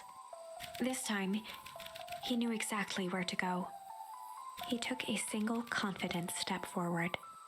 The world flickered and pulsed. He found himself standing in front of the frigid air of a blazing campfire. The source. He plopped down cross-legged and gazed into the cold flame. Soon enough, the fire began to die out, popping sporadically, until all that was left was a single ember. Lucas stood up and dusted himself off. He plucked the glowing ember from the cold ash, examined it, and slid it into his pocket, a keepsake. The voice of his father spoke behind him. "You made me proud, Buckaroo." Luca turned to face him. "Dad, what is this place?" A warm grin grew across his father's face. "A place where everything that has been and everything that could be all wait together." Luca found himself staring at his father's face, trying as hard as he could to memorize every single detail. Wait? For what? Another voice spoke out as Luca's doppelganger stepped forward. "That's up to you." Without knowing why, Luca began to weep. Is any of this real? Are you real?" Luca's father bent down to smudge away a tear. "Of course. I'm as real as the part of you that misses me." Luca turned to look at the older version of himself. "And you?" The doppelganger choked back tears. "I'm as real as the part of you that's angry he's gone." Does that make sense? Through his tears, Luca laughed. "I think so." His father pulled him in for an embrace. "Time to go, Buckaroo." Luca was startled from his dream by a banging on the floor. Are you in there? A commanding voice rumbled from below. Just as Luca sprang to lock the entry hatch, the door knocked open. Chapter 5. Dangers Big and Small. Luca stumbled back. He heard the rope ladder creak under significant weight. Keeping his eyes fixed on the hatch, he inched backward to the balcony. As his hand grasped the door handle, Luca froze. A large figure clumsily wriggled up through the hole. Oh. Stop right there. Well, sheesh, I know it's dark and all, but I figured you'd recognize me. Who are you? The large figure cocked its head inquisitively. Stop now, I'll clubber you with a baseball bat. Whoa, whoa, whoa, whoa, take it easy. Luca, you need to get your eyes checked. It's Rolo. But old. It's me, Rolo. Nice try, but I know you aren't Rolo. You're like one of his random uncles or something. Where is he? Uncle? Luca, quit messing around. It's me. It really is you. Prove it. Flamin' chicken coop, Luca. Luca's jaw dropped. He peered more closely at the man standing in front of him. Something about him was undeniably Rolo. That's the source again. Something, or at least that weird goo that they use that caused him to age up. Only bigger, older, changed. How? What happened to you? While I was running away, I ran into more people in those yellow suits. They grabbed me and dragged me away. What? Where did they take you? Dunno, they threw a bag over my head. It was cold and smelled like a swimming pool. I think it was an underground lab or something. They made my hands all big. Look. Rolo proudly presented his hands to Luca. Pretty sweet, right? I mean, it wouldn't be my first pick for a superpower. But beggars can't be choosers. Well, it wasn't just your hands. My feet too? Dang, Pa just made me new shoes. Wait, Luca, why are you so small? Luca moved to the side and pointed Rolo to his reflection in the balcony window. What the? His hands shot up to his face. Holy Toledo! Rolo, what did they do to you? They made me drink some sort of green crud. Ew. Actually, it wasn't too bad. It kind of tasted like licorice. Just passed out and woke up like this. Then I sorta smashed open my cage and escaped. Oh, you smashed open a cage? Kinda. At least I think I did. It's, all a bit of a blur. They had you in a cage? Who are these people? I don't know who did this to you, but we're gonna fix it. Fix it? This is awesome! I'm just glad you're safe now. Look, you don't need to worry about me. Sure, I got snatched. Look at it this way. Got snatched. I know where snatched people go. We may finally have a lead on what happened to your family. Maybe you're right, but this all seems dangerous. Danger. Rolo shadowboxed a few jabs. Take them all on. Hey fellas, what's up? With a yelp, Rolo dove behind Luca. Ah! Take cover. Did I come at a bad time? Who the heck are you? Oh, this is Beck. Sorry, something truly bizarre just happened. I need help. I don't know where else to go. So you were just hanging out here with your large adult friend? No, this is my buddy Rolo. This is your missing friend? One and the same. He seems a little old. I'll have you know this is a recent development. What the heck does that mean? I'm sorry, you're the one who just showed up out of nowhere. So we'll be asking questions here. That's fair. How did you find us? You silly little treehouse? I think you mean our silly little mission control? I hate to break it to you, but your secret path isn't so secret. And I could hear your racket from a mile away. See, Luca, this is why we need to improve security around here. Not now, Rolo. Beck, you said something bizarre happened? Yeah, but I can see blue tubs with was a bit of white. She shot a nervous glance at Rolo. Anything you can say around me, you can say around Rolo. It's been a weird day all around, hasn't it? Yep. Beck's eyes narrowed. Okay, so it all started when I made it back home. My first order of business was to try to salvage my hair. So I dyed it with some stuff from the chemistry set my mom gave me. Okay. Just need to play it cool. I hope no one notices. Notices what? Oh, nothing. I was just... Come over here and let me have a look. Honey, what in the world did you do to your hair? This kind of felt like a change. It's going to take forever to grow out. You're the one who said that change was a good thing, right? I will echo the same words that I've said before. Change is neither good nor bad. It just means not the same. I was talking about your mother's new job. I was just talking about us moving.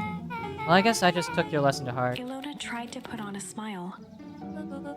Before I forget, I came up here to tell you that Nellie had to go to work. Tonight? Her and Mr. Care decided it would be good for her to get some things done before tomorrow. The Care guy seems like a grade A creep. Beck? He is. Him and his weird cult of personality. We're not going to ruin this job for Nellie. It means too much to her. I know exactly how much it means to her. It means enough for her to exile her daughter to this podunk How the fuck town? This place sucks. People are weird. You just don't know them yet. It's always cold. We're in the mountains, you get used to it. Can't even pick up a single decent station on the radio. It's all banjo music and farm reports. You know, I grew up in a town not that different from this one. Is that why you're better at talking to plants than people? Okay, so here's what we're gonna do. First of all, you're grounded. What? In the morning, I'll have Nellie come and see what we can do about fixing your hair. You need to look presentable for the festival, but not another peach. She sighed, and after a moment, looked down at Beck sympathetically. I know moving is hard, honey. That doesn't mean you have to make yourself miserable all the time.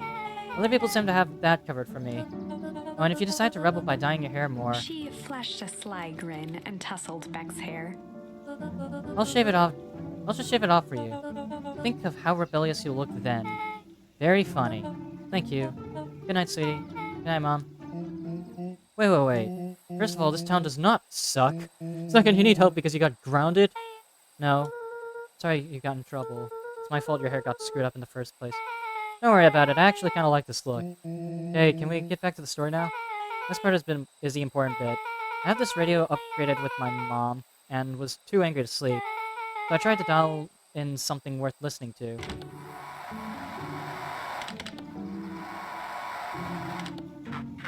Mr. Kerr, are you there? Mr. Kerr? Yes, I'm busy. What is it? Apologies, I have the founder on the line. Patch him through immediately. One moment. Oh, sir, it's so nice to hear from you. Skip the pleasantries. What's your report on the lead researcher of deep engineering? Nellie Modwell seems to be integrating nicely. At this moment, she's working to help us meet our deadline. She offered to work overtime before I even had the chance to suggest it. Excellent. We have faith that she's capable of finishing the work left by her predecessor. The work must be complete before the festival. I'll make sure she stays the day and night until she's accomplished. Good. You know how I feel about loose ends? Yes, sir. Once she has finished the work, we need to make a determination regarding her. Long-term prospects in the company. Immediately, sir? I usually have more time to fully bring people into the fold. We're in the endgame, Bill. After your failures with Dr. Prescott, I can't afford to take any risks. Of course, sir. No loose ends, sir. Once she finishes the work, she'll either leave the office completely committed to perennial harvest, or she won't leave at all. Perfect. Sir, if I might suggest, maybe we should delay just for a bit. Oh? It's just, we seem to be rushing to hit this festival deadline. And rushing into things has caused some issues in the past. I see. Please understand that I just want what's best for you. I'm eternally grateful for all the things you've done for me. Bill, I'll make this very clear for you. I brought you in to make things run smoothly. Not to have opinions. Of course, sir. Chin up, Bill. You're only a few days away from having everything you ever dreamed of. Oh shit, my Wi-Fi's gone down. Hold on. No, it says that the Wi-Fi is still fine. Why'd it go down? Weird. There we go. Yes, sir. Thank you, sir. Whoa. Yeah. Just so we're clear, when they said loose ends, they were talking about murder, right? Like actually killing someone? Capital murder? Luca gave Rollo a quick elbow to the ribs. Who's this founder? I was hoping you guys would know. Now, as far as we know, Kara is the top banana at Perennial Harvest. I sounded scared of this founder guy. So we have an even topper banana on the field. What the hell's my mom caught up in? Has she talked about the job much? Not really. She said she was going to come in and continue the work of someone she respected. Luca, do you think that body at the warehouse was the person Beck's mom came to replace? That would make sense. Beck, it seems like Nellie's predecessor got, loose-ended. Getting that impression. So we need to get your mom out of there before the festival happens. It's 2 days away. Won't she come home after work? The creep on the radio said they were going to hold her there until then. So if she's not coming out, we're gotta go in and get her. Beck flicked a large sheet of paper out of her pocket and slammed it on the floor. Maybe this'll help. You have blueprints? Well, it's really just a welcome map from my mom's PH orientation day. but it shows the layout. Sure looks like blueprints to me. Look, here's the reception area. There's a big room marked Founder's Office. It even has the exits marked. Guys. We have a deadline. We have an objective. We have blueprints. You realize what this is, right? Rollo started to wiggle with excitement. Think we're heisting. This is officially a heist. Chapter 6. The Heist. They spent the night's end huddled around that small map, formulating a plan to infiltrate the headquarters of Perennial Harvest. It would be no small feat. A modern facility equipped with all manner of technology, not to mention the swarm of clipboards that would most certainly be scattered throughout. By the time the sun began to peek through the car window used as a makeshift balcony door, all were in agreement. This could just work. The final day before the festival would be used to prepare. They'd need to pool every resource at their disposal, pull every favor with a thread. Even enlist some unsavory characters around town with important tasks only they were suited for. Luckily, there was enough ill will and mistrust toward Perennial Harvest that alliances could be found at a bargain. Luca, Beck, and Rollo rubbed their eyes as they exited the treehouse. They hadn't slept at all that night. There was no time. The festival was to begin in one day, and they each had their assignments. Alright, quick recap. Oh, you're going to talk to Roxy. Cordially. Without her and Fitz, this whole thing could go bust. Me? Cordial is my middle...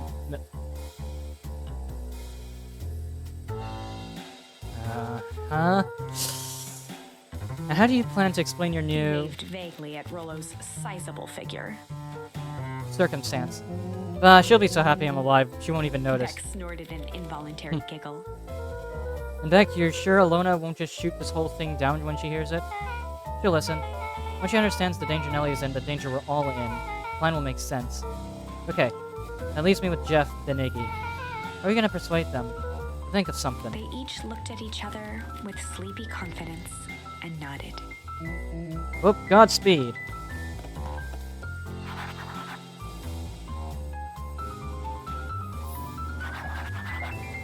Uh-oh.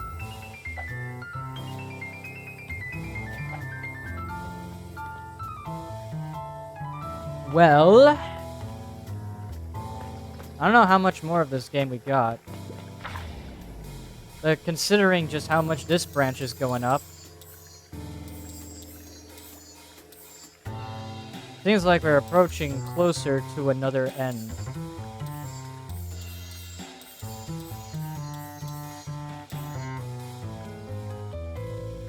In fact, two of those didn't end well. Two of these also didn't end well.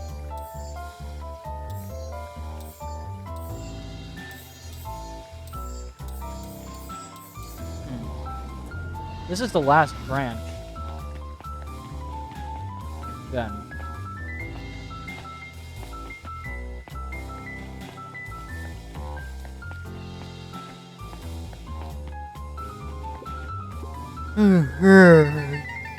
You ever wondered why an agricultural company employs an army of survey takers? The clipboards, they say they're just trying to make us happy. Do they want to make us happy? Or just figure out what makes us happy? An important distinction.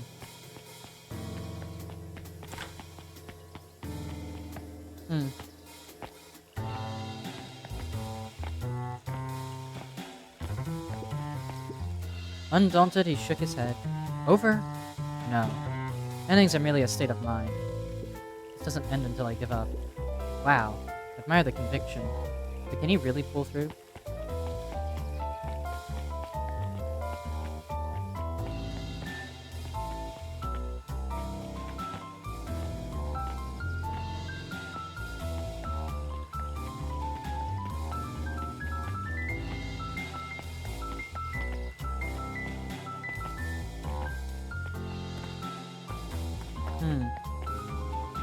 So we need to get Iggy, Tish, and Jeff.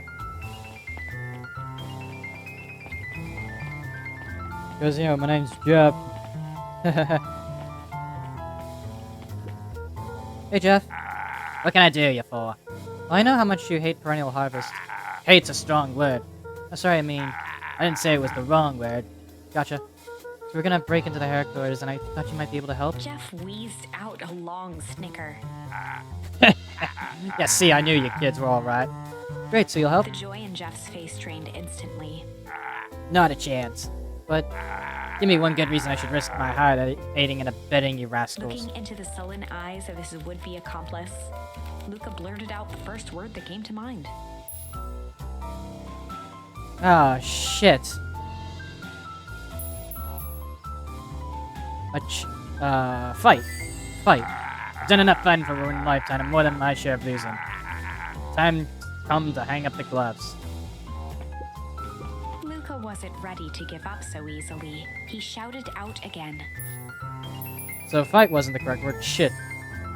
Yeah, it's all shit. Still ain't helping. Ain't that some shit? Junk. Yeah, what of it? Sorry, I got more junk than a king has copper. Ain't interested. Hide. Hide. Jeff's brow perked up. What you say? Go ahead and hide then. Sensing some traction, Luca carried on with vigor. Let a bunch of kids do what needs to be done. We're not afraid. Jeff's scowl faded with a sigh. Say what you will about old Jeff and they all do, but you never hear him say I hid from nothing. One good stomp of the foot was all Jeff needed to drive his point home. What was it you kids needed? Some sort of disguise? I got just the thing. More at it, that crate should come in handy. It ain't gonna be free, you know. I'm thinking 5 bags of sour gum should cover it. Put it on my tab? Luca offered out his open hand to seal the deal. With a firm and dusty grip, Jeff reciprocated. Done. Swing by first thing in the morning.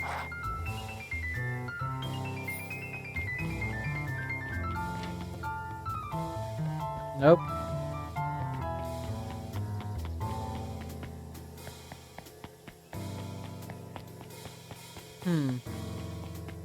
Might as well just power through, you know. This one just seems like it would be an ending.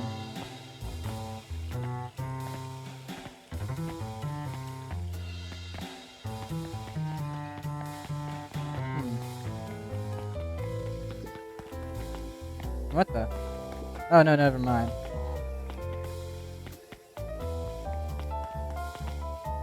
Can't go that way.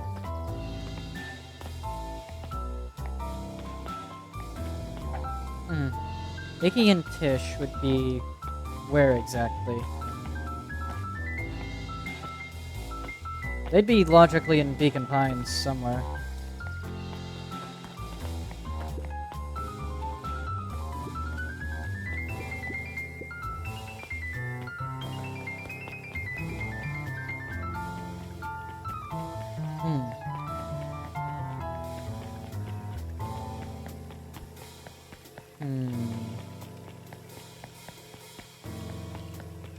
There's only 2 places I can think of.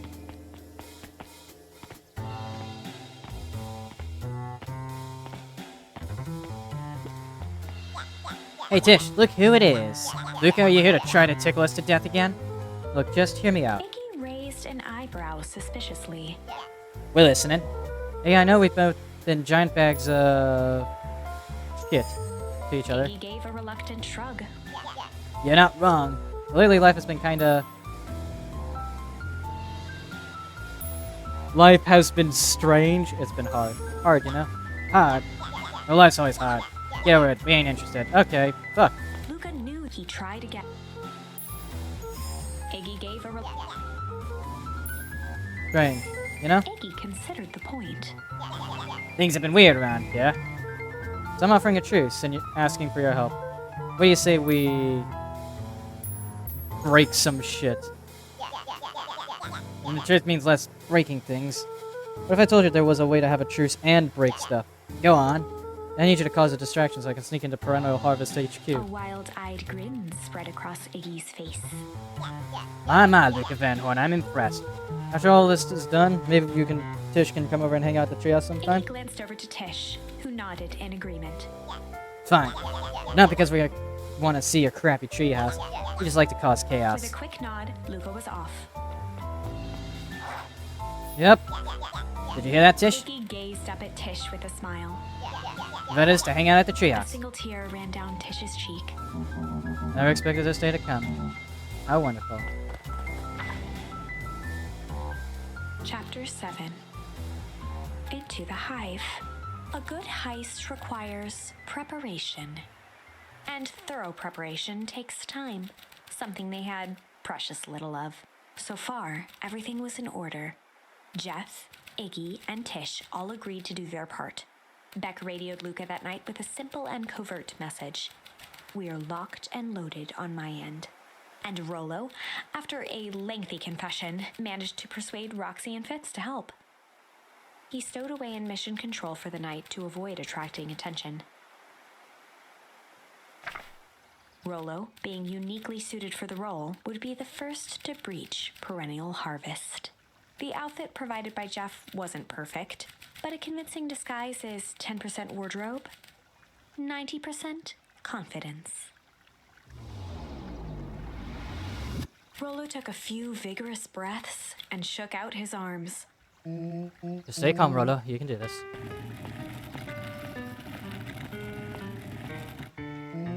Got your delivery here. Delivery? I don't have anything on my notes about a delivery. One moment.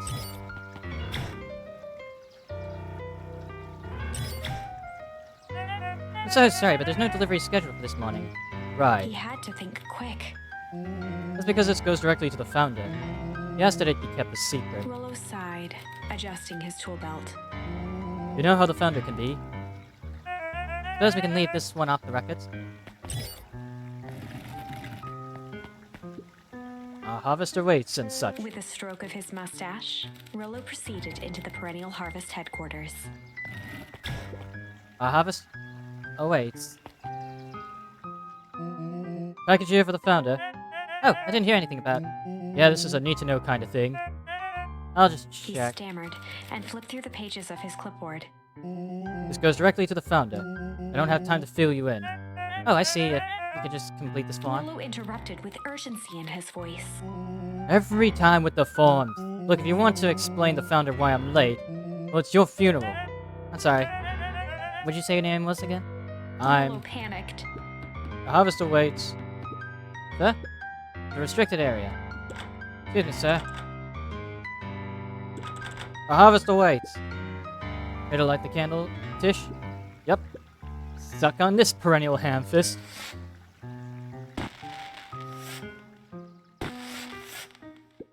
What was that? The distraction was enough for Rollo to regain his confidence. Just open the damn door. Got a job to do. Clipboard fumbled around in a frenzy. Hey. Would you check on that noise? Oh, come on. Just buzz me in already. Okay, okay. Ha. Whew. That was close.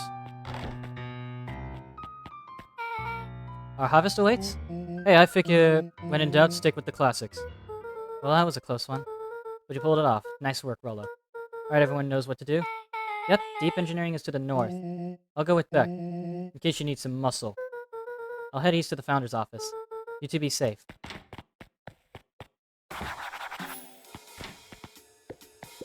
That's odd. It's not even any cups for the water.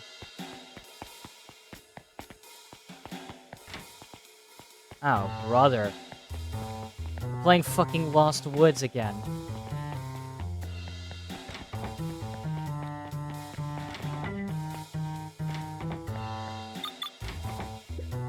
Solomon? Solomon stopped in his tracks. Luca? What are you doing here? Long story. Are you okay? A veneer of confusion flashed across Solomon's face. His words rushed out dramatically. No, I'm most certainly not okay. Some strange people grabbed me and... Were they in hazmat suits? Yes, how'd you know? They brought me here and locked me up when they were distracted. I ran. Dang, okay, you should stick with me. We've got a plan. Solomon's facade briefly faltered. We? Yeah, Rollo and Beck are headed to deep engineering. Thank heavens you found me. We gotta get out of here. Can't just leave yet. They'll catch us again. We gotta do something first. When you were running, did you happen to see a door marked Founder? Founder, why are you looking for him? Nah, I just need to get into that office. Now that you mention it, I do think I saw a door that said Founder. It's just down this way. Luca happened to notice a plaque above the door. Office of the Founder. Knocking comes with consequences. Oh, here it is. We know that this guy isn't actually Solomon. He's the founder. One of the Valentines. So it is. It's pretty lucky I ran into you, or else I might have missed it. Truly Luca fortunate. tried the handle. Locked. Solomon leaned forward to examine the mechanism. Regrettably, it seems to be some sort of electric lock. I don't see how we could possibly defeat a lock like Luca that. smiled and looked at his watch. Let's just wait a minute.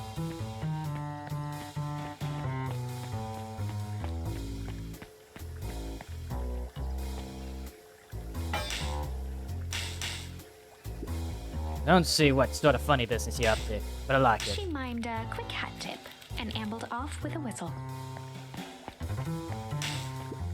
Howdy. Good afternoon. The light on the keypad changed from red to green. How'd you do that? It's good to have friends. So I said, oh, brother. Is it Millie again? It looks like... Oh, wait, no, it's an announcement. Miss me, motherfuckers. Nice announcement.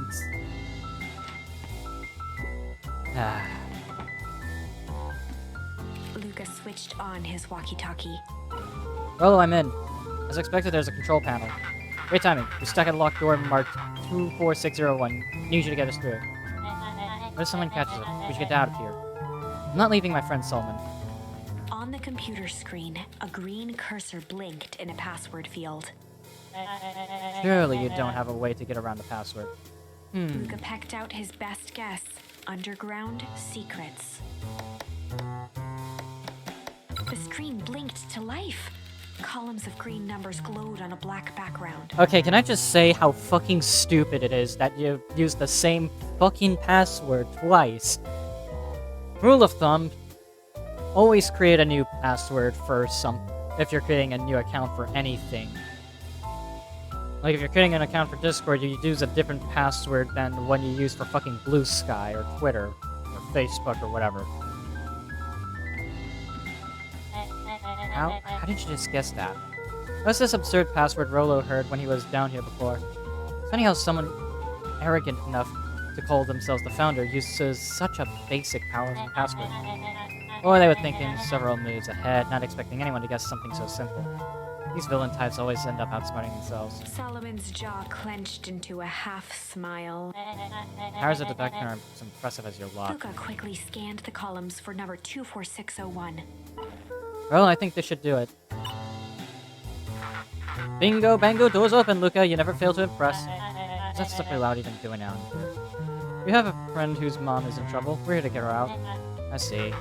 Okay, Luca, I think we're close. The next door is marked 138006. Once again, Luca scrutinized the numbers on the screen. In that moment of distraction, Solomon reached forward and pressed a large red button. Maybe this one opens the lock? Of course, Solomon. Crap, we got company. Luca, must go faster. One sec, I can't think with all this noise. He quickly skimmed the screen with his finger. Here it is, 138006. Go, go, go. Curse these fumbling hands. My apologies, Luca. You did this on purpose, Solomon. Don't beat yourself up. I know you're just trying to help.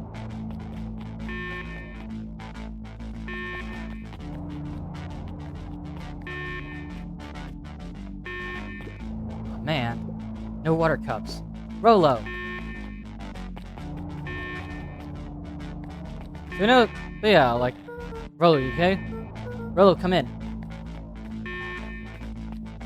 Mr. Kerr approached with a sneer and spoke into his walkie-talkie. You can turn off the alarms, they're trapped. With self-satisfaction, he called into the hallway. That's, my dears, is a dead end. Nowhere to run. Rolo, where are you? Are you okay? Yeah, I think we lost him. Making our way back to Nellie's office. Okay, you two rabble-rousers are coming with us. Nope. Make a break for it. Did you just punch him? That little shit just kicked me. Don't just stand here. After them. Okay, I think that worked. Roxy and Fitz have them on a wild goose chase. I'm having trouble following what just happened. Like I said, it's good to have friends. Rolo, how long do you think Roxy can distract them? How long can Roxy keep someone so pissed off they can't see straight? Let's just say we got time. Entering Nellie's office now. Mom? Oh, honey, what did you do to your hair? Thought you'd be happy. Finally used the young chemist's lab kit. You have a knack for making me incredibly proud in the most frustrating way. Need to get you out of here. We? Who's your adult friend? Oh, I'm not an adult. Never heard of a growth spurt? I had more of a growth spew. Now that's not possible. Nellie leaned over to examine his teeth. Substantial banding on the enamel of molars consistent with Tempest liquamine exposure. Is that what you call that gunk they forced me to drink? You drank it? Oh no. They told me it was only for being tested on plants. Beck, sweetie, I promise I didn't know. Mom, what the hell is going on at this place? Brought here to work on the discovery of a lifetime. A novel chemical compound was discovered under Beacon Pines in the wellspring they called the source. They named it Tempest liquamine. It pulls energy from its surroundings in order to fundamentally alter matter's relationship to time. It was the secret to Valentine's fertilizer. They harvested the source, infusing small amounts of the Tempest liquamine into the product. It worked wonders, drastically accelerating plant growth. Crops would be ready to harvest in a fraction of the time. But it led to the complications. The foul harvest. Perennial harvest came in to clean up the mess, to succeed where Valentine failed. The Tempest liquamine is rebellious. You can think of it as a manifestation of change itself. It's volatile by its very nature. So the more you try to force it to do a specific thing, the more it resists, yes. I can relate to that. My role was to finish the work of my predecessor, Dr. Prescott, harnessing the Tempest liquamine to reliably manipulate an organism's age. Imagine how many people we could feed. Mr. Kerr was very insistent that we achieve a successful result before today's festival. But you didn't, right? Nellie sighed. You know how much I love a good puzzle. I poured myself into the problem. It wasn't long until I discovered oddities in Dr. Prescott's notes. Oddities? They contain obvious errors, mistakes that someone of his reputation would never make. So I fixed them, and now I get to replace my entire wardrobe. I really am truly sorry. And these clothes were all hand-me-downs anyways. Sounds like Dr. Prescott figured it out, got cold feet, and intentionally sabotaged his own work. I had considered that possibility. I sent a letter asking him to clarify his thinking. Mom, Dr. Prescott is dead. Care had him killed. What? I overheard them talking about it on the radio. Why we gotta get you out of here? Like now. Wait, the vial. Finally solved the chemical equation allowing direct control of aging. Mr. Care picked it up just before you came. All the more reason we gotta hightail it. Look at we got Dr. Modwell, heading your way now. Roger that, be careful. Alright, everything's on track. What is your plan for escape? We'll go over everything when they get here. In the meantime, maybe we can dig up some more info. See what else this bad boy has on it.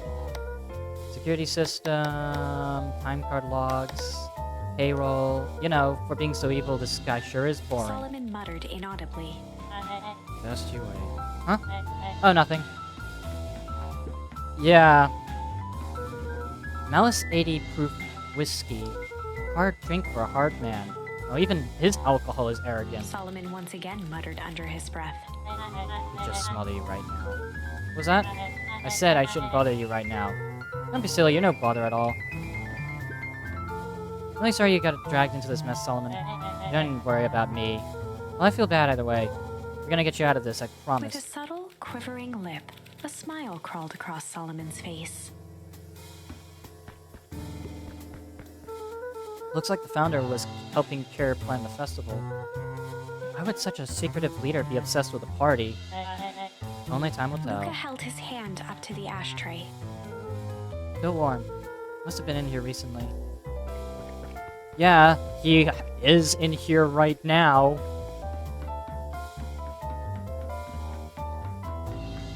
Luca tugged on each of the cabinets. Dang, this must be the good stuff. They're all locked. Perhaps it's not as careless as we suspected. They heard the trampling of frantic footsteps from the hallway. Lock it, lock it, lock it! Locked. That was close. When we left Nellie's office, it was swarming with clipboards. We barely got away. Did they follow you? Rolo? Before we start tossing blame around, is it possible someone ordered a pizza? We'd love to hear your thoughts. Definitely not pizza. What now? Don't look at me, I'm officially retiring from the heisting business. We're so sorry for the inconvenience. We just have a few quick questions. Just let me think. Can someone watch the door? Of course. Everyone else huddle up. Oops. I think this little caper has gone on long enough.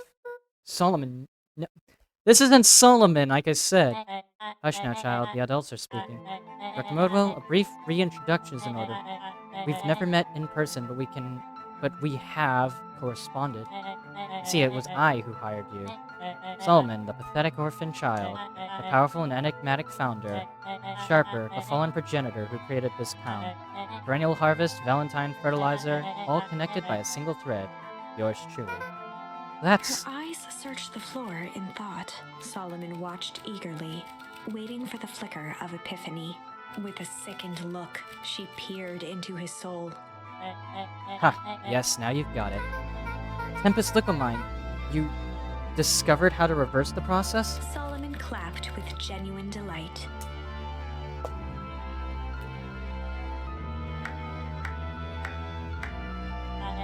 Very good, Dr. Modwell, very good. Though the discovery wasn't intentional. Solomon glanced down, examining his youthful form. And the effects went a little too far for my tastes. That's why you needed me to finish Dr. Prescott's work, which you did admirably. Mr. Kerr, the vial, please. Kerr presented it with a theatrical twirl of the hand. May I present you the eighth wonder of Before the... he could finish, Rollo snatched the vial from Kerr's palm. Wow, this stuff sounds pretty valuable. Be careful, you fool. You have no idea what you have in your hand. Actually, we do. You just did a whole evil villain monologue thingy about it. Rollo casually tossed the vial to Luca. Gosh, maybe I'll have a Luca taste. tickled the vial mockingly. Seize him! Luca! Over here. Move another inch and I'll smash it. She held it tightly behind her back.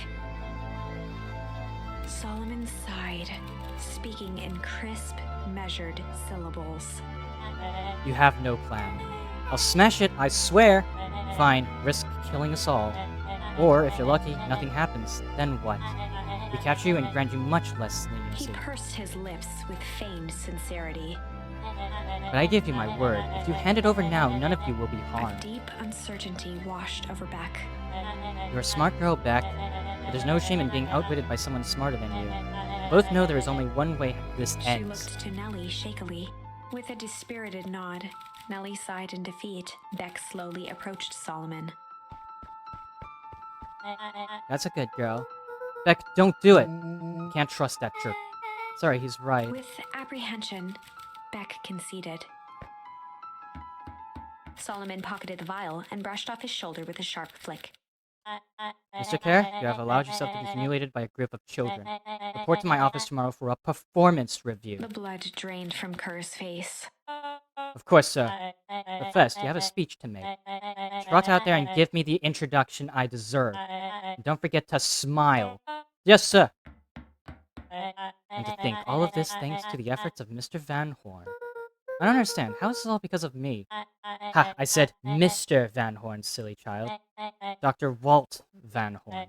Your father was always a thorn in my side. I offered him an opportunity to be part of something greater, but the fool was blinded by righteousness. He even broke into my laboratory in an attempt to sabotage my work. Solomon shook his head with gratification. But in the universe... But the universe has a funny way of correcting course. By meddling with a force he didn't understand, Walt showed me its true potential. As fate would have it, Luca, your father's dying act was to grant me eternal life. A muffled applause resonated faintly through the walls. Well, that's my cue. After the festivities and my subsequent ascension, I will return to deal with you all.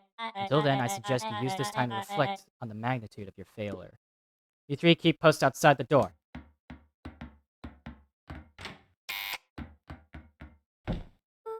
Well, crap. Nellie was staring at the floor, deep in thought. Sorry, Luca. Give me a minute to calm my mind. Hey, I'm sorry, Luca. I did what I had to. I know, it's just, we were so close. I got a feeling that eventually Solomon will get what's coming to him. Time wounds all heals. Well, time seems... Wait, time wounds all heals? What? Time seems less like an issue for him now. Can't believe Beck sold us out like that. I'm not sure she had any other choice. So what now? What's the plan? I don't have one. Of course you do. You always have a plan. Rolo, you just need some time. Rolo, it's over. We lost. Luke, there's something you should know. After Mr. Kerr locked me in that office, I had nothing but time and curiosity. I poked around a bit, hoping to find a means of escape, but I found something else. A note hidden in a false drawer. What sort of note? Dr. Prescott must have sensed his time at Perennial Harvest was growing short, so he left behind a letter with the hope it would be found by his successor. It was a confession of sorts. He left it for me, but its contents... Luke, I think they were meant for you. Why? What did it say? It was about an incident with your mother. Dr. Prescott found her in his lab with a stolen keycard. There was an accident. She had been exposed to extreme amounts of Tempest liquamine. The color dropped from Luca's face. Is she... She survived. Dr. Prescott decided to help her recover. He no longer trusted Perennial Harvest, so he kept her whereabouts a secret. Over time, your mother led him to reconsider the purpose of scientific discovery. Science is often at the vanguard of change, but that doesn't mean it's always right. He realized that no one should have control over something as powerful as time itself. Okay. What were you saying yes for, Aim? I believe now that's why he began to intentionally sabotage his own work and cost him his life. That's a reasonable conclusion. Luca was overwhelmed with emotion. But if she's alive, where has she been? Where's she now? A sudden explosion sounded from the hull. Chapter 8. Comeuppance. Uh-oh. Time wounds all heals. Oh. Wait, she actually said that. Backwards. Ears still ringing, Gran picked herself up off the ground. Through the dust and smoke, she looked over to see Mrs. Fratelli helping Hiram Tolliver to his feet. She'd had to beg, borrow, and steal to acquire those explosives. How many nights had she spent visualizing how she'd use them to make things right? And now, her one shot at destroying the source, that damned hole that swallowed so much of her life, was gone. Traded for this jagged hole in a wall and a foolhardy shot at rescuing Rollo. With Fratelli and Tolliver at her side, she stepped through. It was a strange feeling. The last time she'd stalked this maze of hallways, it was in a different body. Wait, so this time she didn't use the explosives to destroy the source, she used it to enter the lab? They quickly rounded a corner to find a group of clipboards guarding a door. Something worth guarding is probably something worth seeing. She leapt forward, brandishing her cane. If her last chance at vengeance for things lost was truly gone, she would just have to fight to keep what she still had. Okay.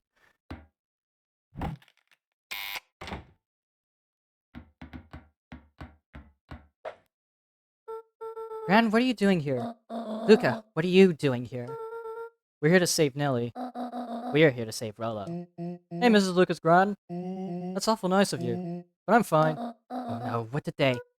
Gran, there's no time to explain. We have to go now. Come on, everyone. We got a party to crash.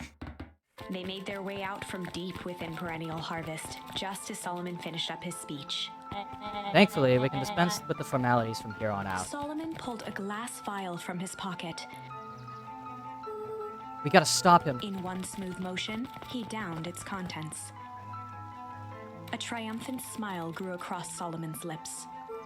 No! Well, I guess that's it. We lost. Well, I wouldn't be so sure about that. Uh-oh. With a mischievous look, Beck elbowed Luca.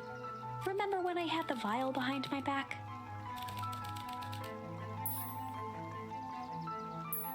Little change. I might have tweaked his wonder potion with a little change. Like pocket change? You're unlucky penny. Yeah, I plopped it in the vial when no one was looking. What's that going to do? No idea. That's the beauty of science. Now we observe. You can all call me Sharper Valentine. His body and face began to contort and expand as he disappeared into a belching green mist. What does this do, then? Holy crap! He's a baby! Yeah, but he's still Sharper, right? Well, what he was no longer matters. This is an innocent child. I apologize for the harm my father has caused you. Eris awkwardly cradled the squirming child. She looked to her brother, her voice shaking with uncertainty. Augustus, what do we... We do what Valentines always do. What must be done. I'll hurry home and prepare a crib for Father... young Sharper. That would be a great help, thank She you. looked back down at the infant with equal parts kindness and terror in her eyes. With a shake of her head, Eris addressed the crowd with a stern scowl. Okay, everyone, the show is over. You may leave now. Epilogue. Beacon Pine's coldest summer on record came and went without much fanfare. Folks shared what they had, and none were left wanting. The new school year was ushered in by the falling leaves of autumn. After everything Luca, Rollo, and Beck had been through, middle school was bearable. The chill of winter didn't seem to bother people much. They kindled a hope for a better future in their hearts. When spring arrived, farmers planted their crops with a sense of joy and optimism. And as the dawn of the first day of summer came again, its light slowly spread through the shallow valley. It crept over the town square, across the river, past the neglected welcome sign, and came to rest on a young boy sleeping at dawn. His mind at peace, knowing he is here for a reason.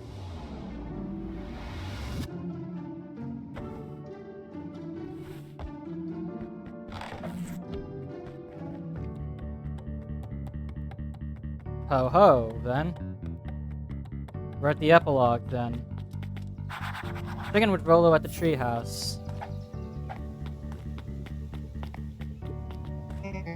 I hear you and Rollo have big plans for that little treehouse. We had started getting credit after we revoked the max capacity 1 Rollo, 1 Luca rule. Hi, Haku! You're a little late. I think we're at the end at this point. So we decided to expand. But at least we got some help with that. How's the internship at Nelly and Alona's shop going? It's been great. Hoping it helps me get into the School of Agriculture up at State. Also, Nelly said she'd write a letter of recommendation, which would be huge. Just can't help but worry about leaving Rollo. He's grown up so fast, but he's still my little brother. Yeah, he had a heck of a growth spurt. I don't just mean grown literally. This morning he was up and finished his chores before I even had breakfast. Late Haku. Some of that might be his excitement about the treehouse renovations. Don't tell him this because it'll go to his head, but I'm really proud of that little punk. Sure he feels the same way, but he's just too dang proud to tell you. I know.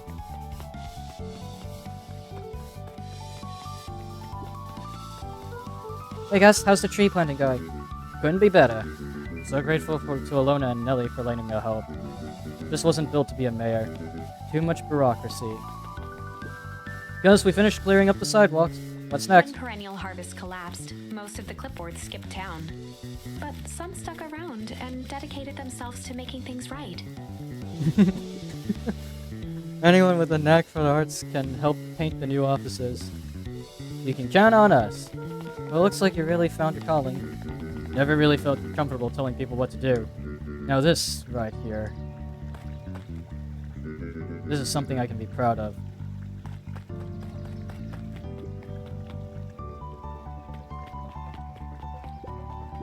How's the napping this morning? The most underrated part of a good nap is the view. And the view's getting greener every day. Nice. So you decided on a name. Yep, we had to clear out the old stuff before putting on the final touch. Slow and Dirty Harvest is now official.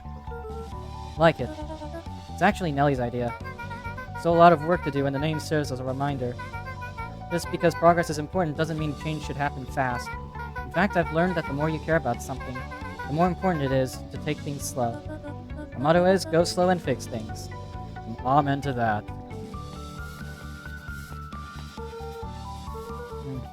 Oh, man.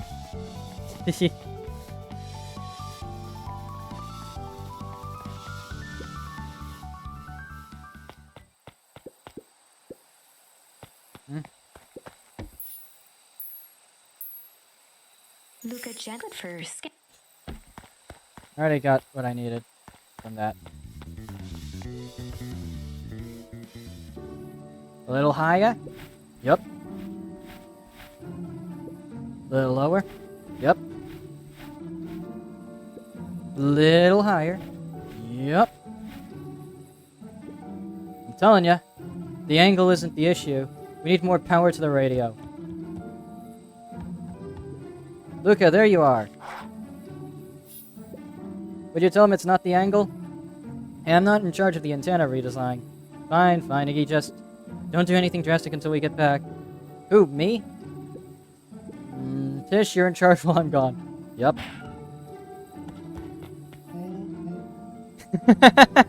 We already have a stinky in chat. We'll be fine, right? We'll be fine. If we really want mission control to turn into something bigger and better, we gotta loosen our grip a bit. You're right. Lead the way.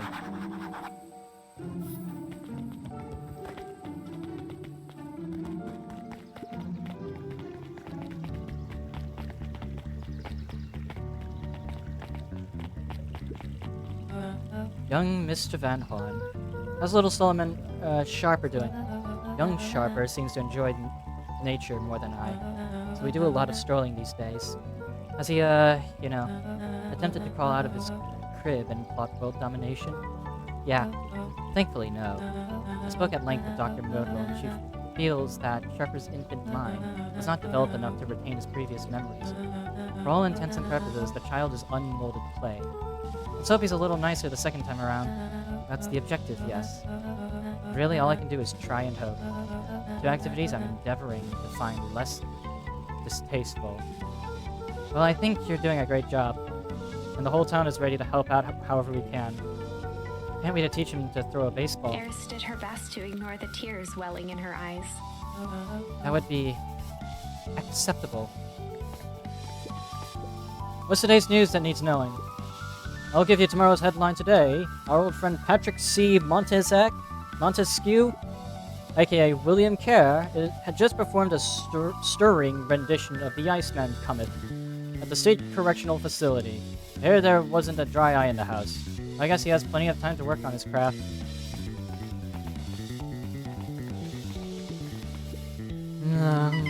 I'm glad you swung by. More follow-up questions for your story? Nope, I got everything I need. Thanks again for that. Sent a draft of the story to a reporter in Capital City, and they offered me an internship. Of course they did. You're an amazing reporter. I know about that. Story about a phony corporation that picked up an entire town of people and moved them to cover up a massive illegal mine shaft full of incredibly hazardous chemicals.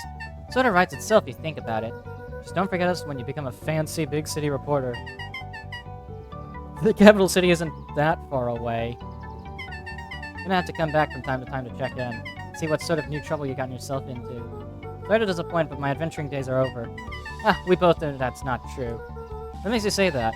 Call it a reporter's intuition. Let's check on the thing. Also, we have ads coming in again. Mrs. Fratelli glowed with a carefree smile. Is that your suitcase? It's 2 weeks of unencumbered tranquility. Excuse me? Would you be so kind as to take my order? 2 weeks of sand, margaritas, and forgotten obligations. Excuse me, I'd love to place an order. Mrs. Fratelli sighed with a zen-like calm. Just as soon as the lunch rush ends, I'll be a feather on the wind. You're going on vacation? For the first time in years, and I've got you and your mom to thank. Why's that? She didn't tell you yet?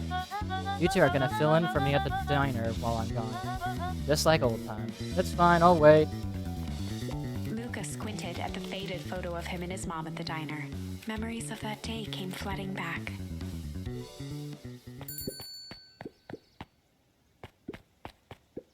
Hey, Miss Hatch, what can I get you?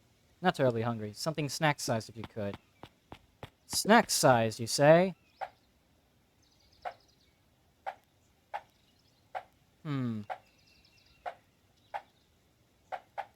I guess adorable and something tiny.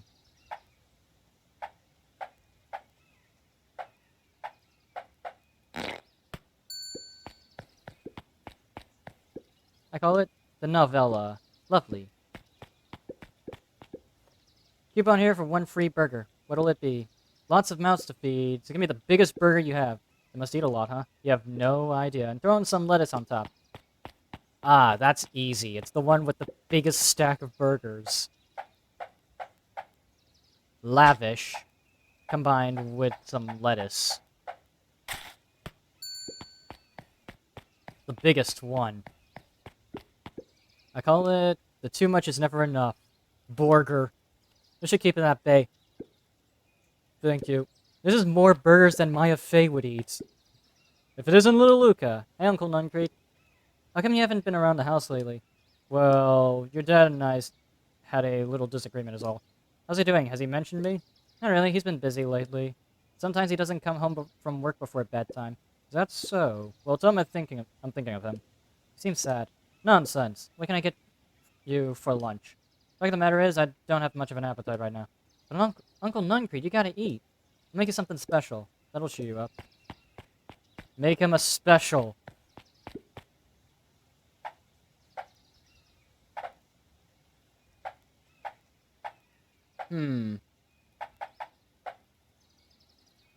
Burger with, just a standard burger with lettuce. Sorry, Luca. Seems I still can't muster much of an appetite. Hang on. Make something to cheer you. Okay, then. Okay, then. You just want something small.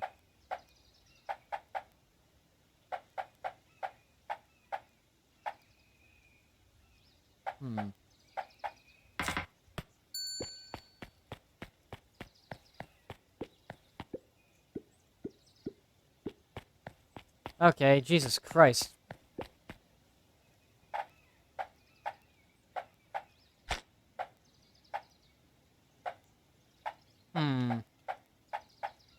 Maybe a few beans in this thing will do.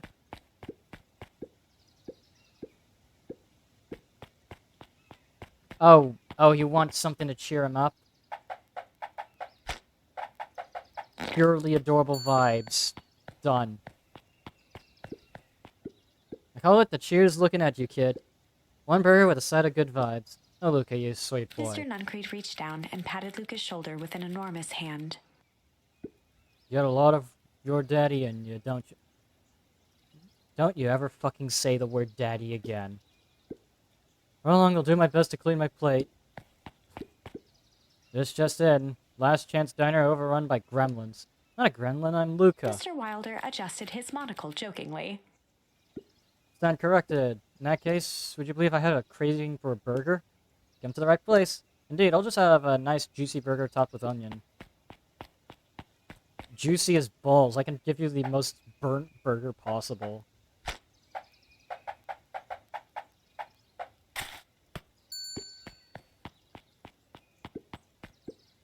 Stop the presses. We have a misprint. Remember, juicy burger topped with... juicy burger... What do you mean, juicy burger? What, are you looking for something... like... this?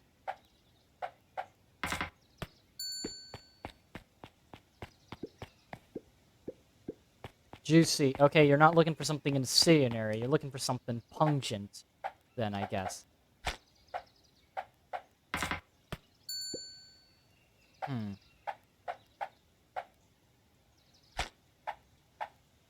No?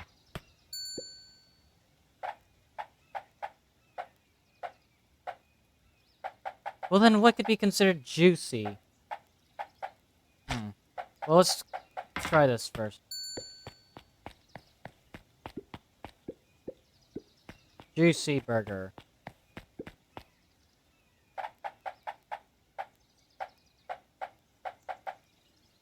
Lavish with onion?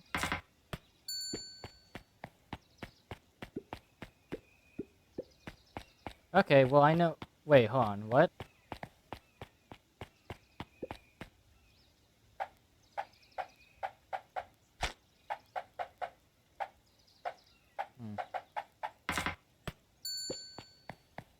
Wait, let me read. Call it the Wilder.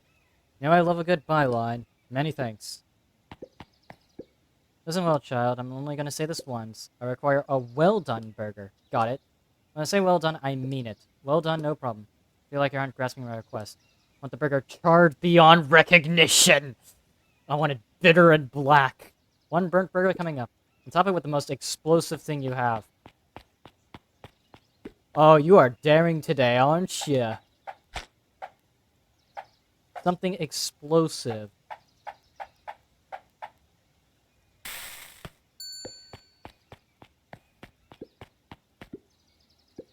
A burnt burger topped with something expensive. Daring today, aren't we?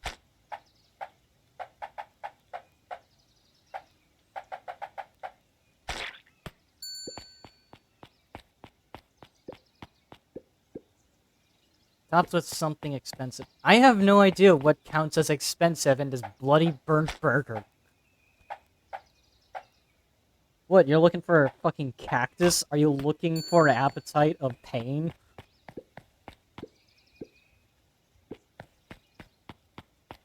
This guy is daring.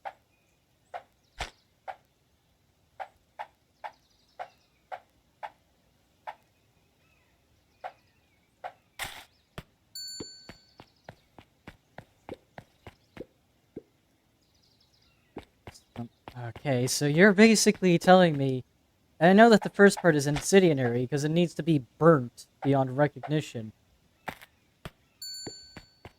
But what is expensive here? I'm just looking at these ingredients and I'm wondering, what's the most expensive thing you can put on a burger? Fucking peppers? Or even onions, even?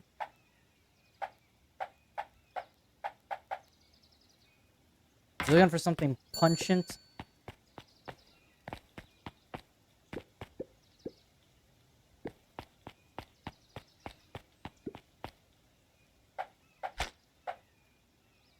Not chill, obviously.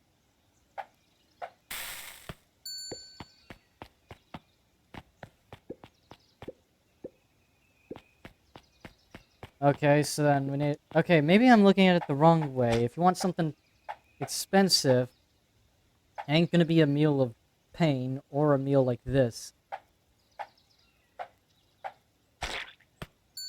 You want a sloppy Joe, basically? No.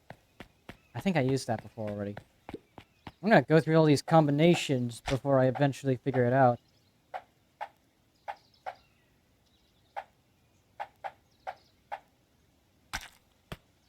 This doesn't look expensive, but worth trying.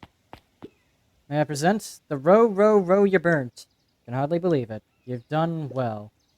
Mrs. Fratelli has caviar stashed back there. The woman is full of surprises. That's caviar? What the fuck is a caviar? Good afternoon, Mr. Tulliff. Sorry, these allergies have been killing me. I haven't been able to smell a thing all day. Almost sold Mrs. Hatch a gallon of spoiled milk this morning. Got anything to help clear out these darn sinuses? Whatever it takes, I just want to be able to smell again. Well, I got just the thing, sir. We call it the triple pungence. Alright? Spicier. Okay, I'm just gonna... Okay, well, pungent is correct.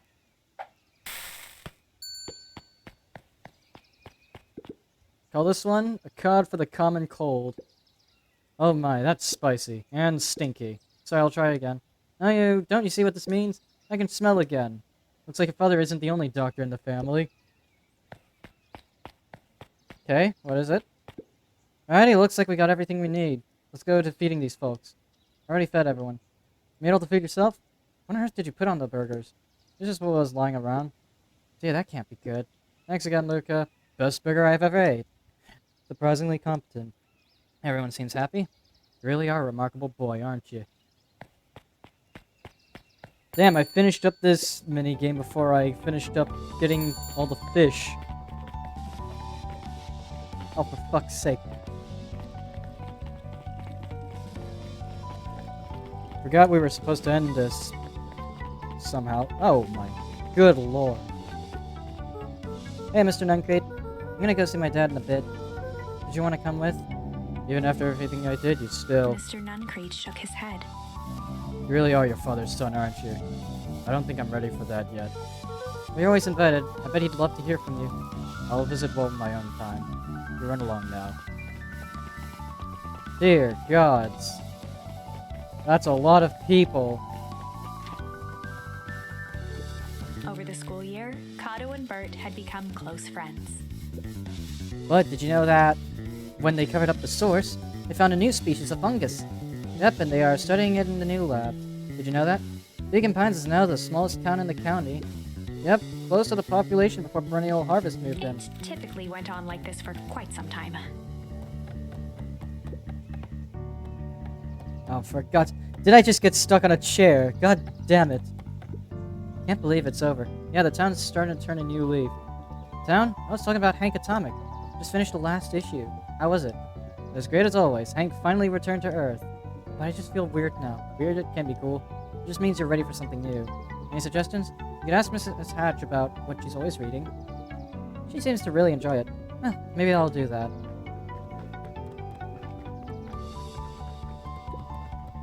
Luca peeked over Piper's shoulder. Laid stealthily inside a large volume of mathematics was the first issue of Hank Atomic. Piper, are you reading Hank Atomic? Do you mind not telling anyone? I kinda got a reputation uphold. There's nothing to be ashamed of. Just about every kid in town reads Hank Atomic. Honestly, I'm excited for you. What I'd give to start over fresh. Experience it all again for the first time. Guess that's the downside of finishing something nice. At least now I can enjoy it again for you. Promise to tell me about it as you go? Sure thing.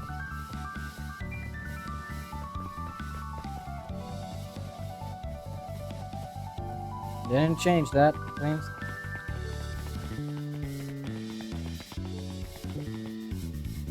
With Perennial Harvest gone, the transportation tubes were left unused. Come on, Jamal. No one is too big, no one is too small. For Jeff's wild ride. Maybe not completely unused. Just one piece of candy. For the ride of your life. Who's next? Oh, God. Welcome to Mr. Boone's Wild Ride. It never ends. Guess what? Yesterday I saw a Dynastus Tatius. That's good. It's great. I haven't spotted one of those in years. At this rate, Beacon Pines is going to become the bug capital of the county. Luca peeked up at the beehive. It appeared to be deserted. That's strange.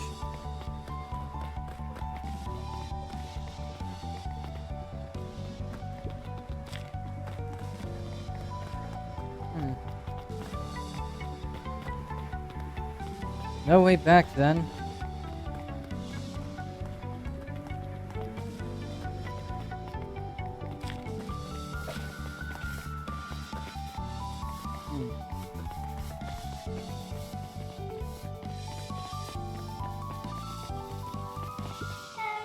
I have news I think you'll enjoy.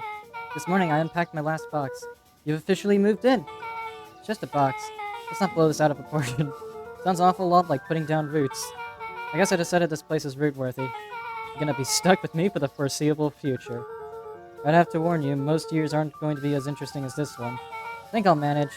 Really? Before we go, there's a bit of surprise. Huh? My mom's prepared this tree especially for you. They didn't have to do that. It wasn't just them. Just about the whole town pitched in.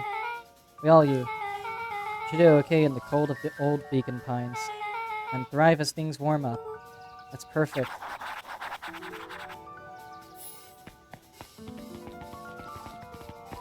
Straight to the ending, then.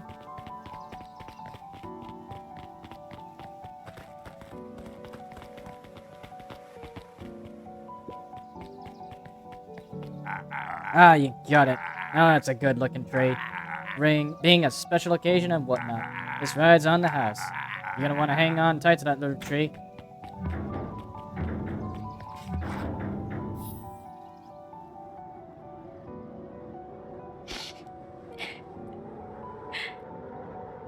think this is it.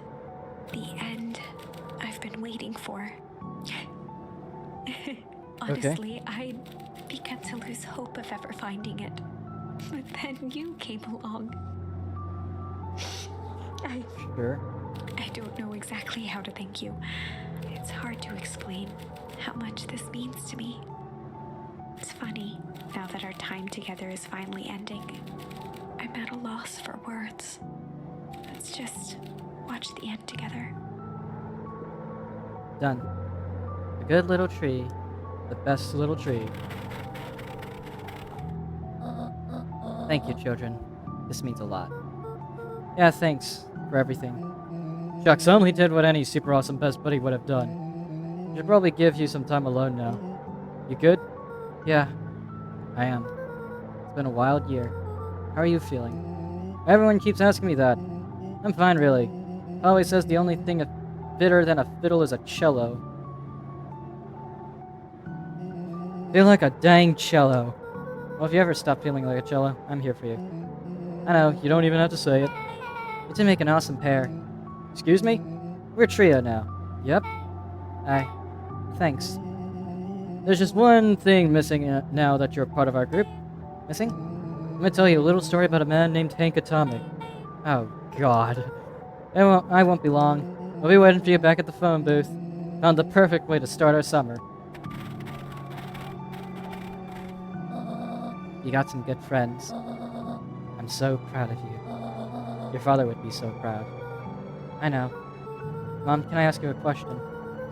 Did you ever dream about Dad? Not a night goes by that I don't. Are you ever afraid that you're going to forget him? Forget what he looked like? Forget his voice? No, because so much of him lives on in you. He loves that old tree, but I know he would have loved this one more.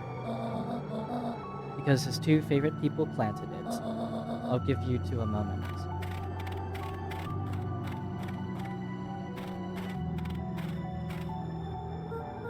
Hey, Dad. Dr. Modwell said that over the next few years this place should warm up. So you won't have to be cold for much longer. I think I finally understand why you left that night. There were things you believed in. Big things.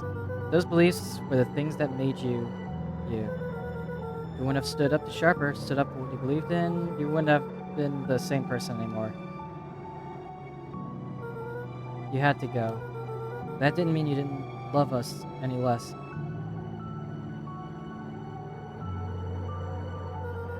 Thought I might not visit you as much as I used to. I know you understand.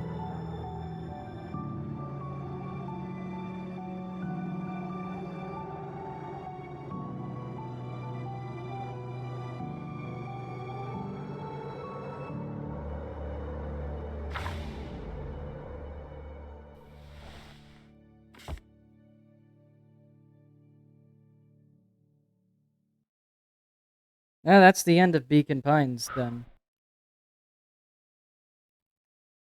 Strangely cold all of a sudden. Cool game. Interesting game, to be honest.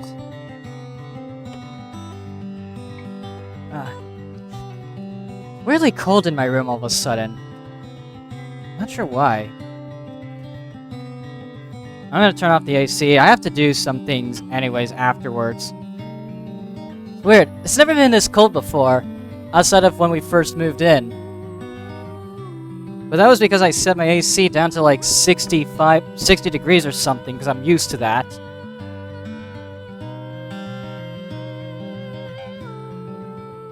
Yeah, Stinky made it for the credits. What do you... Oh, wait, are you talking about Steedy? Or as I like to call them, AIM. Or is it Haku? Oh wait, no, it's Haku. I thought it was you for a second, AIM.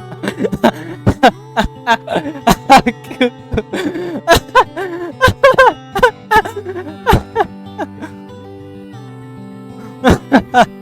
I thought it was Haku who said you were... I thought it was Haku that said that Stinky made it to the credits, and then I looked over and then I realized, wait a second, it was Steedy.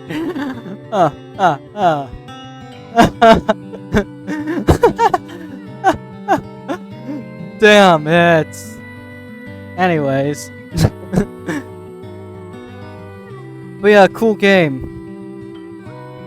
I will say though, I feel like the pacing of the twists could have been thought out better, but then again, it's probably because I have a tendency to be a little bit rebellious. So it caused me to realize some things as well much sooner than probably necessary.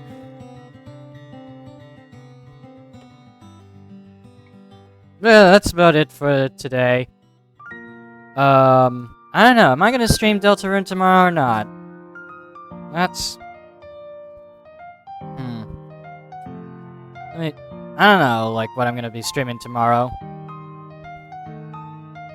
Deltarune?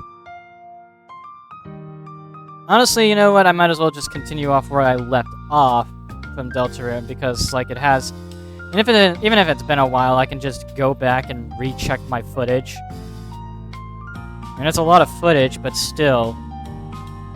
Excuse me. What is...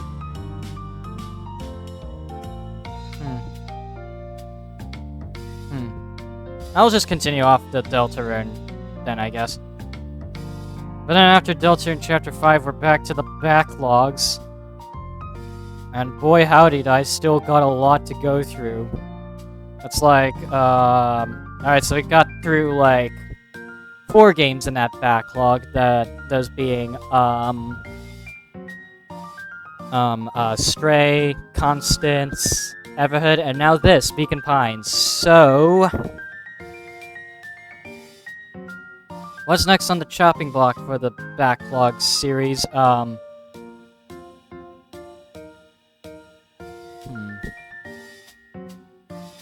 Probably is gonna... You know what, I'll just leave it as a surprise. For you stinkies.